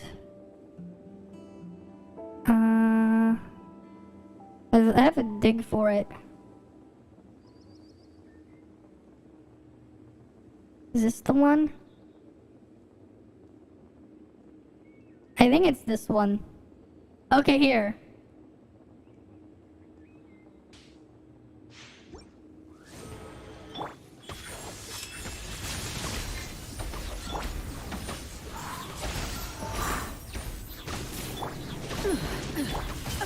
Okay. How much damage do you expect Yai's turret to hit for before I continue playing it? How hard do you expect Yai's turret to hit for? You know what's funny? This is also, keep in mind, we don't have the Dendro reaction yet. Right? This is, you know, the funny, the TOF, the 2.2 TOF dev keep improving the graphics, but they're able to, yeah, they keep the player able for much more, yeah. You're getting lower. It's not the right one. Oh wait. Well, let me try to get it better. Where was the 100k? 150. 10053. There's another thing there. Right? 100Ks. Literally, you're gone, you. Except all you're doing is standing in Bennett's circle. It's literally just standing in... Literally, you're gone, you, except you're standing in Bennett's circle. That is the cheat code for the game. And this is from July 15th. Because I was like showing it to someone. That's why it's also unlisted. Yeah. Literally changes how you play the game. Archon Bennett. Yeah? But that's what happens. Alright, let's go see the video first. Alright. This video is brought to you by Guardio. Stick around to hear more about their Chrome extension security application.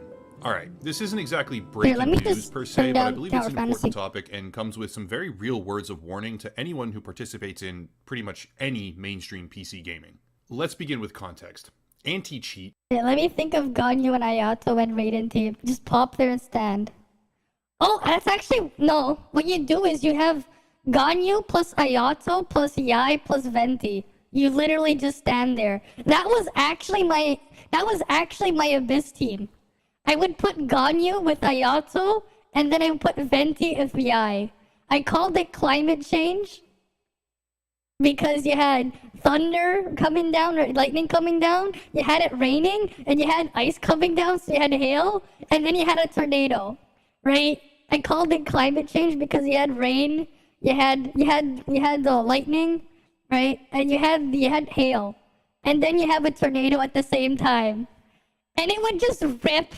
It is actually, like, insane for AoE, because everything would just get shoved inside, and then you just sit there and watch. You would just stand there and watch enemies get massacred. They would just get massacred. Because here's the thing, Yai's skill also does AoE damage if they're close enough together. So if you pull everything inside of Venti's burst, each tick of Yai's turret hits everything. I never liked using Kokomi. She just felt like weird to use. So what I would do is I would always use Yai with Venti. The best pairing for Yai is Venti, not Raiden. It's Venti, right? Hi Naz. Yeah, I think of the team natural disaster. Yeah. Like Yai actually has more synergy with Venti than she does with Raiden. But eventually, Yai's burst is just not really worth using. I mean, technically speaking now, you would probably just want to put the new Dendro reaction with Yai and Venti anyways. You'll try it next Abyss. I mean, it works, but I think part of it was only super insane because I had Refinement 5 Elegy on Venti, and then my Yai was C6. I did it a couple times in Abyss, though. I used to use it a lot, just because, if something was AoE heavy, cool. If not, I would just run around, put Yai's turrets, and just wait. That's what ended up happening. Yeah, Kokomi is bugged whenever you use her auto-target. Yeah. It is what it is. You know, sometimes I would use Hu Tao just to buff crit rate. I would literally just put Hu Tao in a team, use her skill, then switch her off, just for the crit rate buff. I would use it sometimes. Sometimes I've done Abyss where I put Raiden, Kazuha, Bennett, and then Hu Tao, where Hu Tao was literally only there just so I could crit more consistently. Just because she buffed crit rate. Because I didn't really care. The only reaction I actually bothered using for the past couple of months before I eventually quit was Swirl. Only because I happened to be using the animal character there. If another reaction happened, that wasn't because I was trying to make it happen. It was more of, it just happened to pick up another element, and it happened. I only cared about using Swirl, and it's not even a care. It's more of, it just made it convenient, right? The Dendro reactions are fun. I didn't really care too much about them because there was nothing to use them on. Everything just died before I even bothered trying.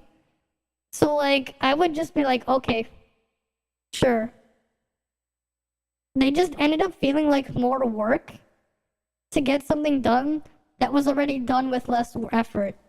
That was the problem for me. Like, they added it in 2 years late, fine. The interactions are interesting, but then there was nothing to use them on, because the problem is, eventually the Dendro reactions would have been powerful. It's just that everything was too weak, that there was no point of even bothering. Like, I didn't have to bother, because the new boss, Before I started the process of, like, offloading my account, I did try the Abyss off stream. I saw this weird boss thing on floor 12. I don't know what the fuck it does, but I still destroyed it. I have no idea what it actually does, though. All I know is you had to hit it with electric or something, and then you can deal damage to it. I still don't understand what it does, because it just died without me trying. So, like, that's just how it ended up feeling. It's like, okay, you just added something that could have been potentially annoying if you didn't have electric, and then I just, like, whatever. But that's pretty much it. It's kind of like when you have the yeah, you just smashed it. Exactly. That's what I did too. I didn't even know what it was. But you saw Gate getting two-shot by the Void boss in the Void Rift, yeah, and he's a giant whale in CN. I know. The freaking scene Gate has, by and large, is a beneficial and necessary part of online video games. Setting aside a fair bit of controversy with regards to the invasive nature of how some of the software operates, it's very invasive, how it affects individual performance, anti-cheat as a general premise is just flat out necessary. Think about any first-person shooter and consider the fact that even a small percentage of players who are able to circumvent game systems and cheat will ultimately ruin the experience for everyone. That is true. It's actually a very interesting tangent of research. Riot Games is the company best known for looking into how a splinter set of players can legitimately... You're thrilled because you're a battle junkie, yeah. They spent like 28k, which is crazy. Oh yeah, it is. To be fair, honestly... That's only like, was it? Wait, let me just try to. Yeah, that's about like. No, that's still actually. Yeah, I think it's around like 4 to 5 times. More like 4 times what I spent in Genshin over 2 years. But he's gotten way more than I did. And if you consider how much he would have he maxed out, it's actually quite reasonable for him, because I barely maxed out anything, and I wouldn't really call it too much maxing out. It's like, no, it was closer to 8 actually. Yeah, it's around 8, and all I ended up having was a maxed out Hotel, maxed out Raiden, maxed out Yoimiya, and a maxed out Yai. The thing is, like, it's really expensive to get stuff in Genshin. Like, yeah, like, you're looking around at least $2,000 to get a C6 character. You go for the weapons, it's a lot worse. Like, the average whale, like, from the data that people have collected, they get their C6 after around 700 to 750 pulls. But when you consider $100 only gets you 50 pulls, that's not a lot. That is like, I mean, that's not a lot. Like, that's a lot of money, right? 750 is like the average, right? And you only get 50 pulls for $100. Like, $100 only gives you 50 pulls, right? So if this is like a C6, right, 750, right, divide that by 50. That's at least this. That's if you get lucky. If you don't, you're looking at least 2,000.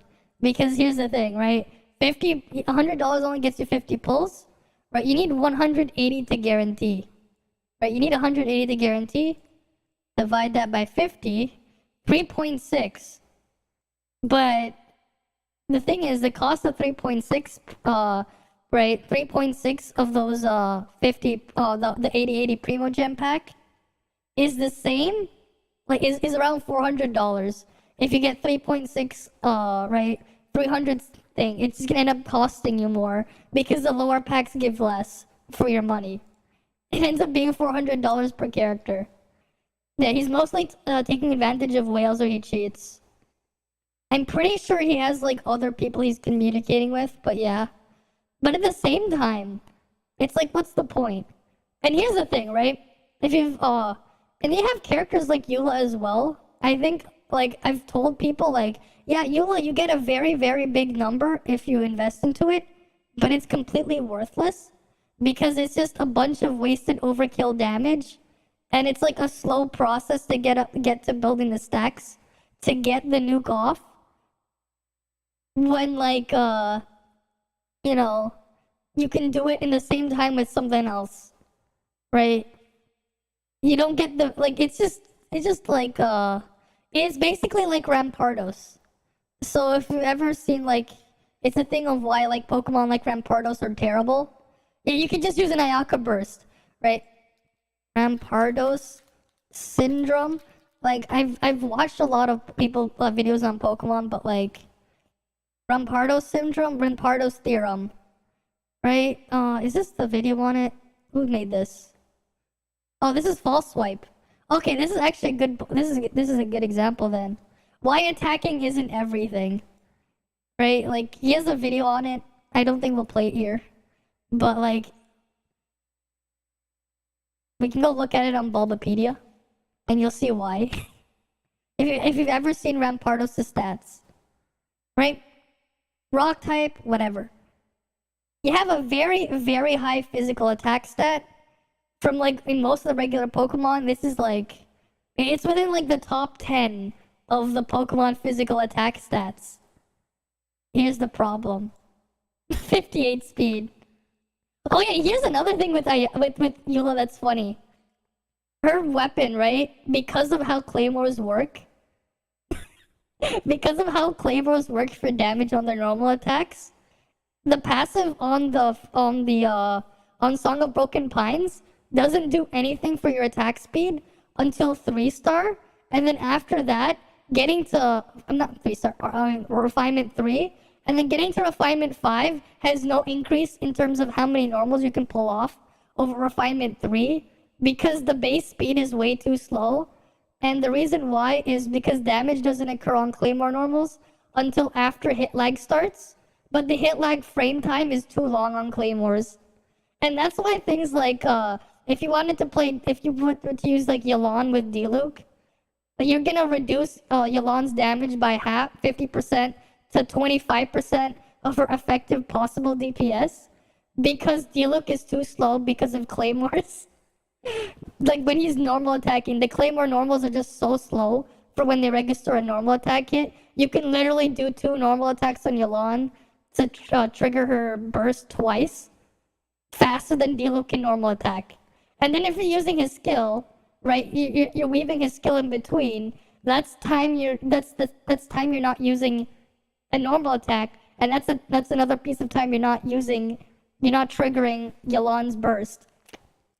So like what's funny is Diluc's best team, Diluc is actually worse for the DPS of his team because he's so slow.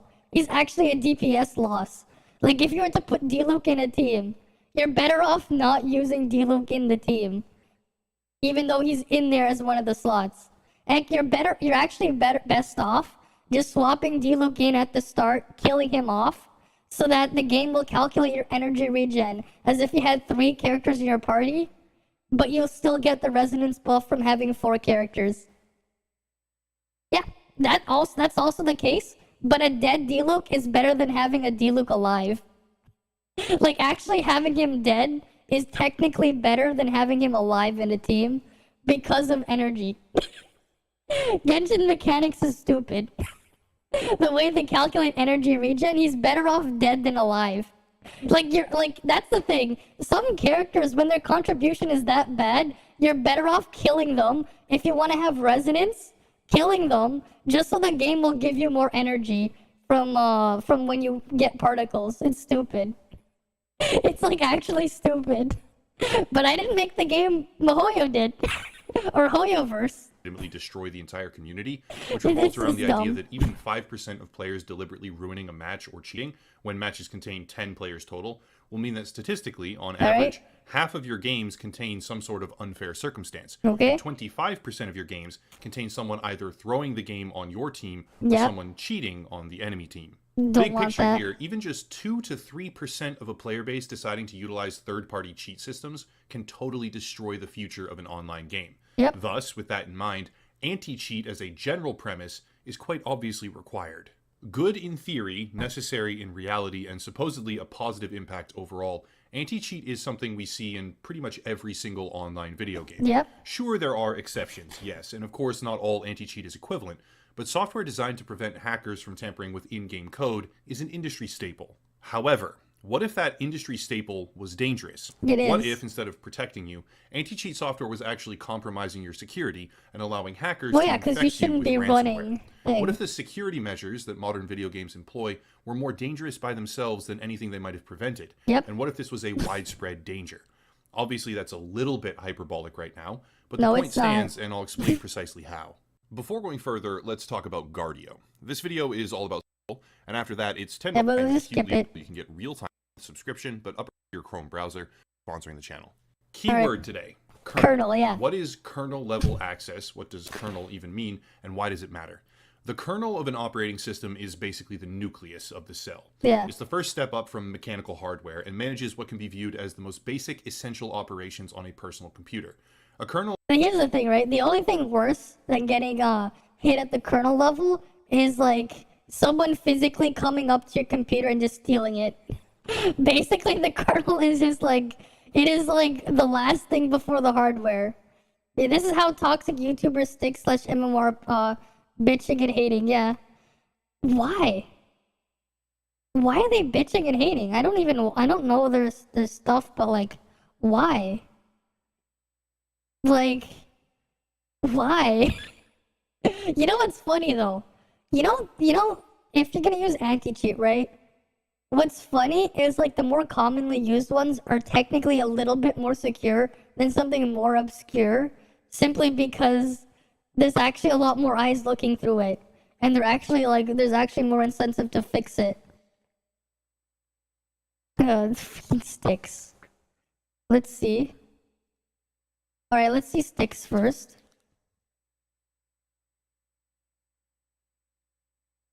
Shocked at what just happened. What? He has gone. A lot of MMOs. He has gone you on his thing. Okay. They're losing it? Why? Oh, is it? What are they talking? What the hell? Yes, the ouch thing. Is he just makes a bunch of clickbait garbage, doesn't he? This is just a bunch of clickbait garbage. Broke the internet for a day? No. This is just a bunch of clickbait garbage. No thanks. This stuff just looks like a bunch of clickbait garbage. It literally just looks like a bunch of clickbait garbage. What the fuck? It is like you can yeah, okay, yeah, you can see you putting the booba there, and he put, oh, how horrible. Oh. Yeah. You won't believe this. Oh, yeah, boob there, boob there. Oh, boob there. Oh, this pose? What the fuck just happened right here? The way he placed it, boob there? Oh, we got boobs here? I was just looking at the thing. Oh. Yeah. You can even look with their eyes, right? You look at the eyes. Even if you're not looking at the boobs, you look at the eyes, and you see where they're looking, and you see how he put the thing there. Oh, yeah. Right? It's looking at the text there. Oh, looking at the text, too. He did a song on it, too. Yeah. No. What a bait. You can, really see it. You know what's nice, at least? At least you look at, critical over here. You look at critical over here, and look at that. No clickbait. He just says dumbest idea ever, but, his thumbnail is literally just his face. Good on you. I don't know what the dumbest idea ever is. Maybe I'll look at it later, but hey, At least he's doing that. Yeah, he's actually really good with that, yeah. I mean, he's been around for so long, you know, I've seen his stuff back in the day, right? Is effectively the first program loaded on startup, and the last program closed on shutdown. Hey, one time you comment on a meme on his account about when Genshin copy, no one bats an eye. When TOF copy everyone, they lose their mind. You got like 33 comments of White Knights. Yeah, his rep load is all you need. You know what's funny though? This stuff about the Tower Fantasy copying Genshin is just bullshit too. Because there would have been some legal action taken. Tencent only has the rights, right, through Level Infinite on the global version of Tower Fantasy. The actual company that actually developed the regular CN version of Tower Fantasy, they're a much smaller company than Mihoyo or Hoyoverse. And if they actually did steal assets from Honkai, you know, they could have taken it to court and they would have lost. But then something a lot of people don't realize is there's a whole market out there where people are buying and selling, not just people, companies, right? There are a lot of businesses out there where what they do, their service that they provide is rigging custom models and selling the license to use the models. Not the full ownership to the models, but rather a license to use them. And it's not just for 3D models, they do the same thing with stock footage and whatnot, right? Oh wow, they both bought the same sword from the same company and they bought the license to it. Because if it was the case that they literally ripped it out, if they literally ripped the asset out, they could have like gotten taken to court. Yeah, they bought assets. Exactly. That's pretty much what happened. But they thought they were like passing it off as stealing. I mean, you look at a lot of trees and stuff in games. A lot of games have like the similar tree setup because why would you go through the effort for a lot of like, especially with the more realistic looking games, of designing the trees yourself when you can buy a license from another company to use their trees instead? It's a license and it's not ownership, because the only company that can go after the thing for you misusing it is the one who originally created and issued the license, right? It's a license to the asset. They don't own the asset, which is something people don't realize is a thing with software. Like, it's a thing with a lot of digital stuff. It's a thing, right? And then there was the other one, like, during the event, the orienteering event, around the Frig banner release. So people were saying, you know, that they stole it from this other game, right? The Prismata Cube or whatever. No, I don't remember what it was. The weird star thing. The star thing from Tower of Fantasy. From the event, that currency, to me, it looked like the max revive item from Pokemon. Like, it looked like the max revive, right? It looked like the max revive item in Pokemon. So now they're saying companies should own geometric shapes. I mean, if that's the case, I'd like to own the triangle. I'd piss off every engineer out there, but I'd like to own the triangle. I'd love to own the triangle. You know, it doesn't matter if it's like, it's just a basic shape. Can you imagine someone's like, okay, I want to own the circle. Oh, your thing is round and has circles in it? You're not allowed to do that because I own the circle. You'd like to own the sphere. Exactly. Like, people are like absolutely stupid, like, and ridiculous. Hey, it reminds me of when Intel tried to own the number 86. You know, in the early 90s, Intel wanted to own the number 86 because there was a ton of companies out there making x86 compatible or IBM PC compatible chips. You had Texas Instrument, you had Cyrix, you had AMD, and there was like a couple more. They were making x86-like chips, right, on the market. And Intel, they were about to launch their fifth generation of it, the 586. Eventually, you know, they tried to file for a trademark on the number 86. You know, they were laughed out of they were laughed at by the American government, right? Like, when they tried to file it, and they're like, hell no, you're not going to own the number 86. So that's when they came up with the name Pentium, right? The branding for Pentium, it came about because they had to come up with something else to brand their chips as, because before that, they would always have 86. Right after the success of the 8086, you had the 286, 386, 486, right? And they were gonna have their 586 that was gonna release. But, you know, they had the competitors, they're also labeling their stuff with an 86 in them. I think, like, Cyrix was, like, the one that was, like, really, really crazy about it, right? Eventually, Cyrix actually did release something with a 586 in the name. It was just a modified 486 drop-in replacement, from what I've heard. But yeah, like, Intel wanted to own the number 86. Can you imagine? And then these guys are like, the company should own should own a shape. If you can't own a number, you shouldn't be allowed to own a shape either. Which is just hilarious. Face between user applications and hardware, which means, in no uncertain terms, it has total control of your computer, aka full access to every resource and process. This is universally true.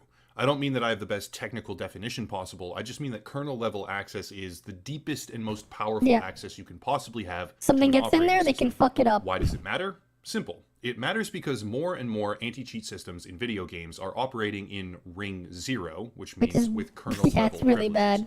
This means that the anti-cheat in... Like, it's literally before your drivers. It's literally before your drivers. Anti-cheat first, and then you have your device drivers. Your graphics drivers is probably here. Your keyboard and mouse drivers are also probably here. But, like, if you have, like, let's say, like, a webcam or a camera or your microphone, that type of stuff, that's likely over here. Like, this other outer layer. It was Ring 1, like, NVIDIA's little graphics driver, AMD's graphics driver, Intel's HD graphics driver, they don't even run at Ring 0. They run at Ring 1. Like, yeah. Yeah, remember some lady filed for ownership of the city name of the slogan? Tried to sue everyone who used it, yeah. And the city got destroyed, exactly. Oh wait, wasn't that was the word Hun or something, right? The Hun thing? That was on a Kitchen Nightmares. That was on a Kitchen Nightmares. I saw that episode, yeah. So, like, if you're using a macro on hardware, Genshin banned you, right? Kind of, but it's a bit of a weird one. It depends on how the hardware implements the macro, because there are ways to block it. Like, if you made a custom controller with, like, Arduino boards or something and programmed it, you can make the hardware-based macro and it wouldn't even know it. A lot of the time with the hardware-based macros, they wouldn't even be able to tell. As long as it's in hardware, because what happens, as long as the actual device itself loads up the macro from inside the hardware and doesn't communicate with the computer before that, you can bypass all of that. That's actually how a lot of the gaming mice software, gaming keyboard macros, like some of them, not all keyboards, but a decent chunk of gaming mice with with customizable buttons, it actually saves that stuff and performs it from the mouse and not from the actual computer. At least I know that's the case for Corsair mice. For Red Dragon mice is the same thing, and the same thing for Havit mice. I haven't used Logitech, and I also haven't used the Razer mice, so I can't confirm there. But I do know from experience on Red Dragon, on Corsair, and on Havit mice, it's on the mice itself, right? SteelSeries is safe as well. Okay, good to know. Totally not suggesting a 48-hour auto grind though. An effort to monitor the system for third-party software, hacks, and cheats descends into the you did a week of Mapinogi grind. All right. The depths of your computer. Good to know. With absolute authority, and makes determinations about what should and should not function in the video game. Theoretically, this is a good thing. In a perfect world where security flaws and exploits don't exist, this could prevent all hacking on a local system and preserve game integrity, or maybe nearly all hacking on a local system, without risk to the user's personal security, again, in an ideal world, but we don't live in a perfect world. Enter Genshin Impact. Genshin Impact is a game that I do not respect nor enjoy. It's wildly popular, I understand why that is true, but I hate the game as a result of its gacha format, balancing, time gating, and overall gameplay. Personal preference, nothing more. Like I said, it's wildly popular, and I understand why that is. But Genshin Impact is also much more than just a video game. Utilizing in-house proprietary anti-cheat, Genshin Impact operates with... that's what makes it worse, because their anti-cheat is proprietary. at least with the other anti-cheats that's out there, they're not proprietary, but Genshin specifically is proprietary. Which has even more dangers because of it. Ring 0 kernel level access privileges. To combat third-party modification software, MiHoYo, the developer of Genshin Impact, uses anti-cheat called... And it's very, very ridiculous, their anti-cheat. Like, it's made by the CCP, that too. Genshin's anti-cheat, though, it is, like, really dumb with its, with, like, how much it handles your resources. Yeah, people have found ways to remove the anti-cheat and disable it. That's actually how people have gotten the game to run on Linux. The only way to do that is to actually get rid of the anti-cheat. Like, straight up get rid of it. And people found a way to get rid of the anti-cheat. It kind of works. It is pretty funny. But yeah, people have figured out a way to remove it. You want to do that. I mean, it depends. Like, it's... The thing is, though, they have to keep fixing that trick every single time they have an update. So it's not quite that simple, because I've only seen like the patch really done for Linux though, for the Linux client, like for people trying to get it on Linux. But like it is a pain in the ass to even install Genshin on Linux. I've tried it, and like yeah, it does boost performance of the game, because the anti-cheat is like super intensive to the CPU. On mobile devices especially, it leaves no headroom for the graphics card. It is just ridiculous. Like, that's why something like Elden Ring is easier to run than Genshin on a laptop. It is funny, but that's just the case. Elden Ring is, like, easier to run than Genshin Impact. MHYProt2.sys. Okay. I assume this means MiHoYo Protection 2.system, or something similar. All Here's right. the thing.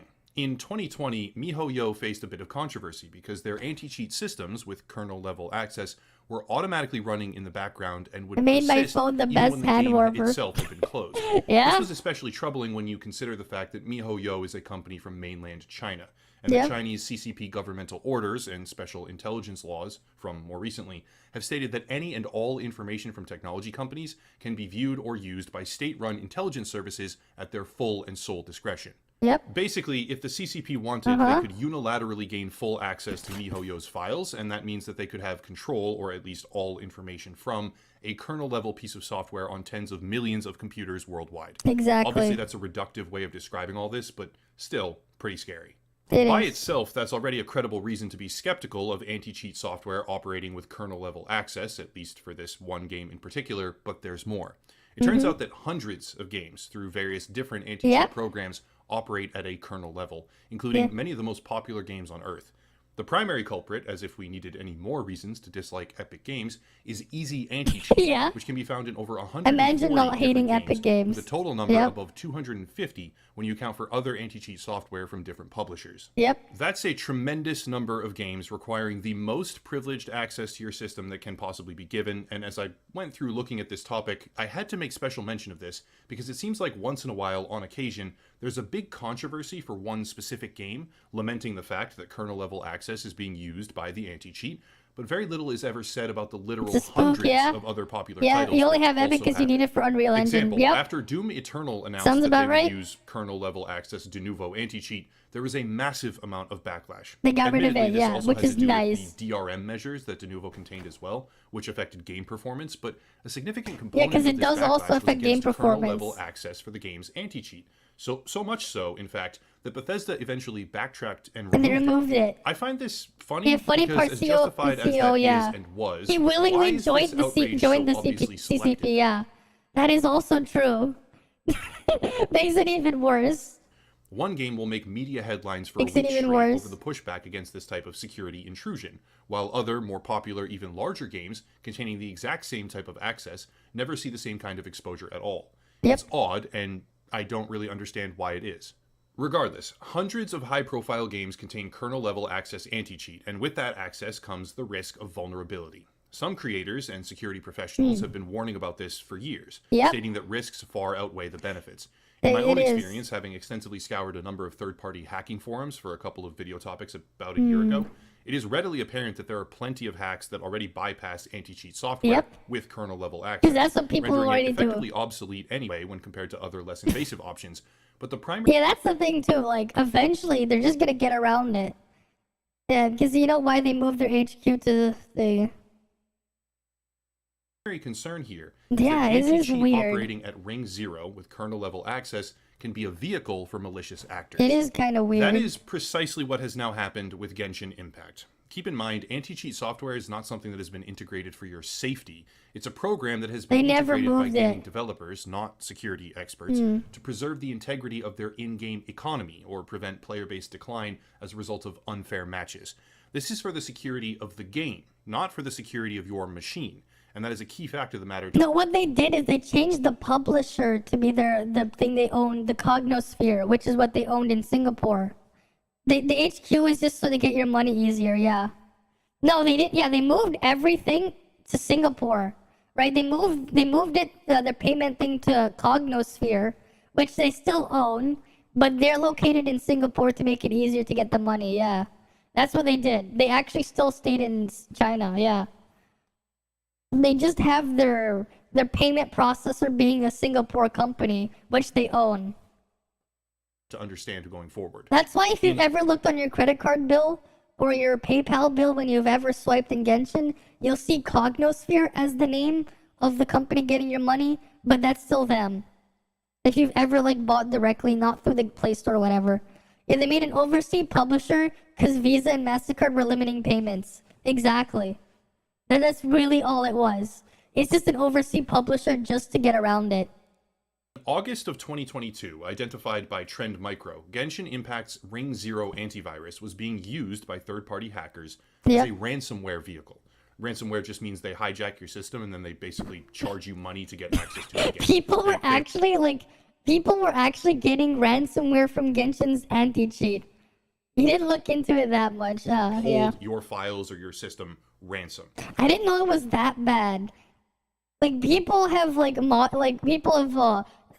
actually found exploits through Genshin's anti-cheat and sent people ransomware. That is crazy.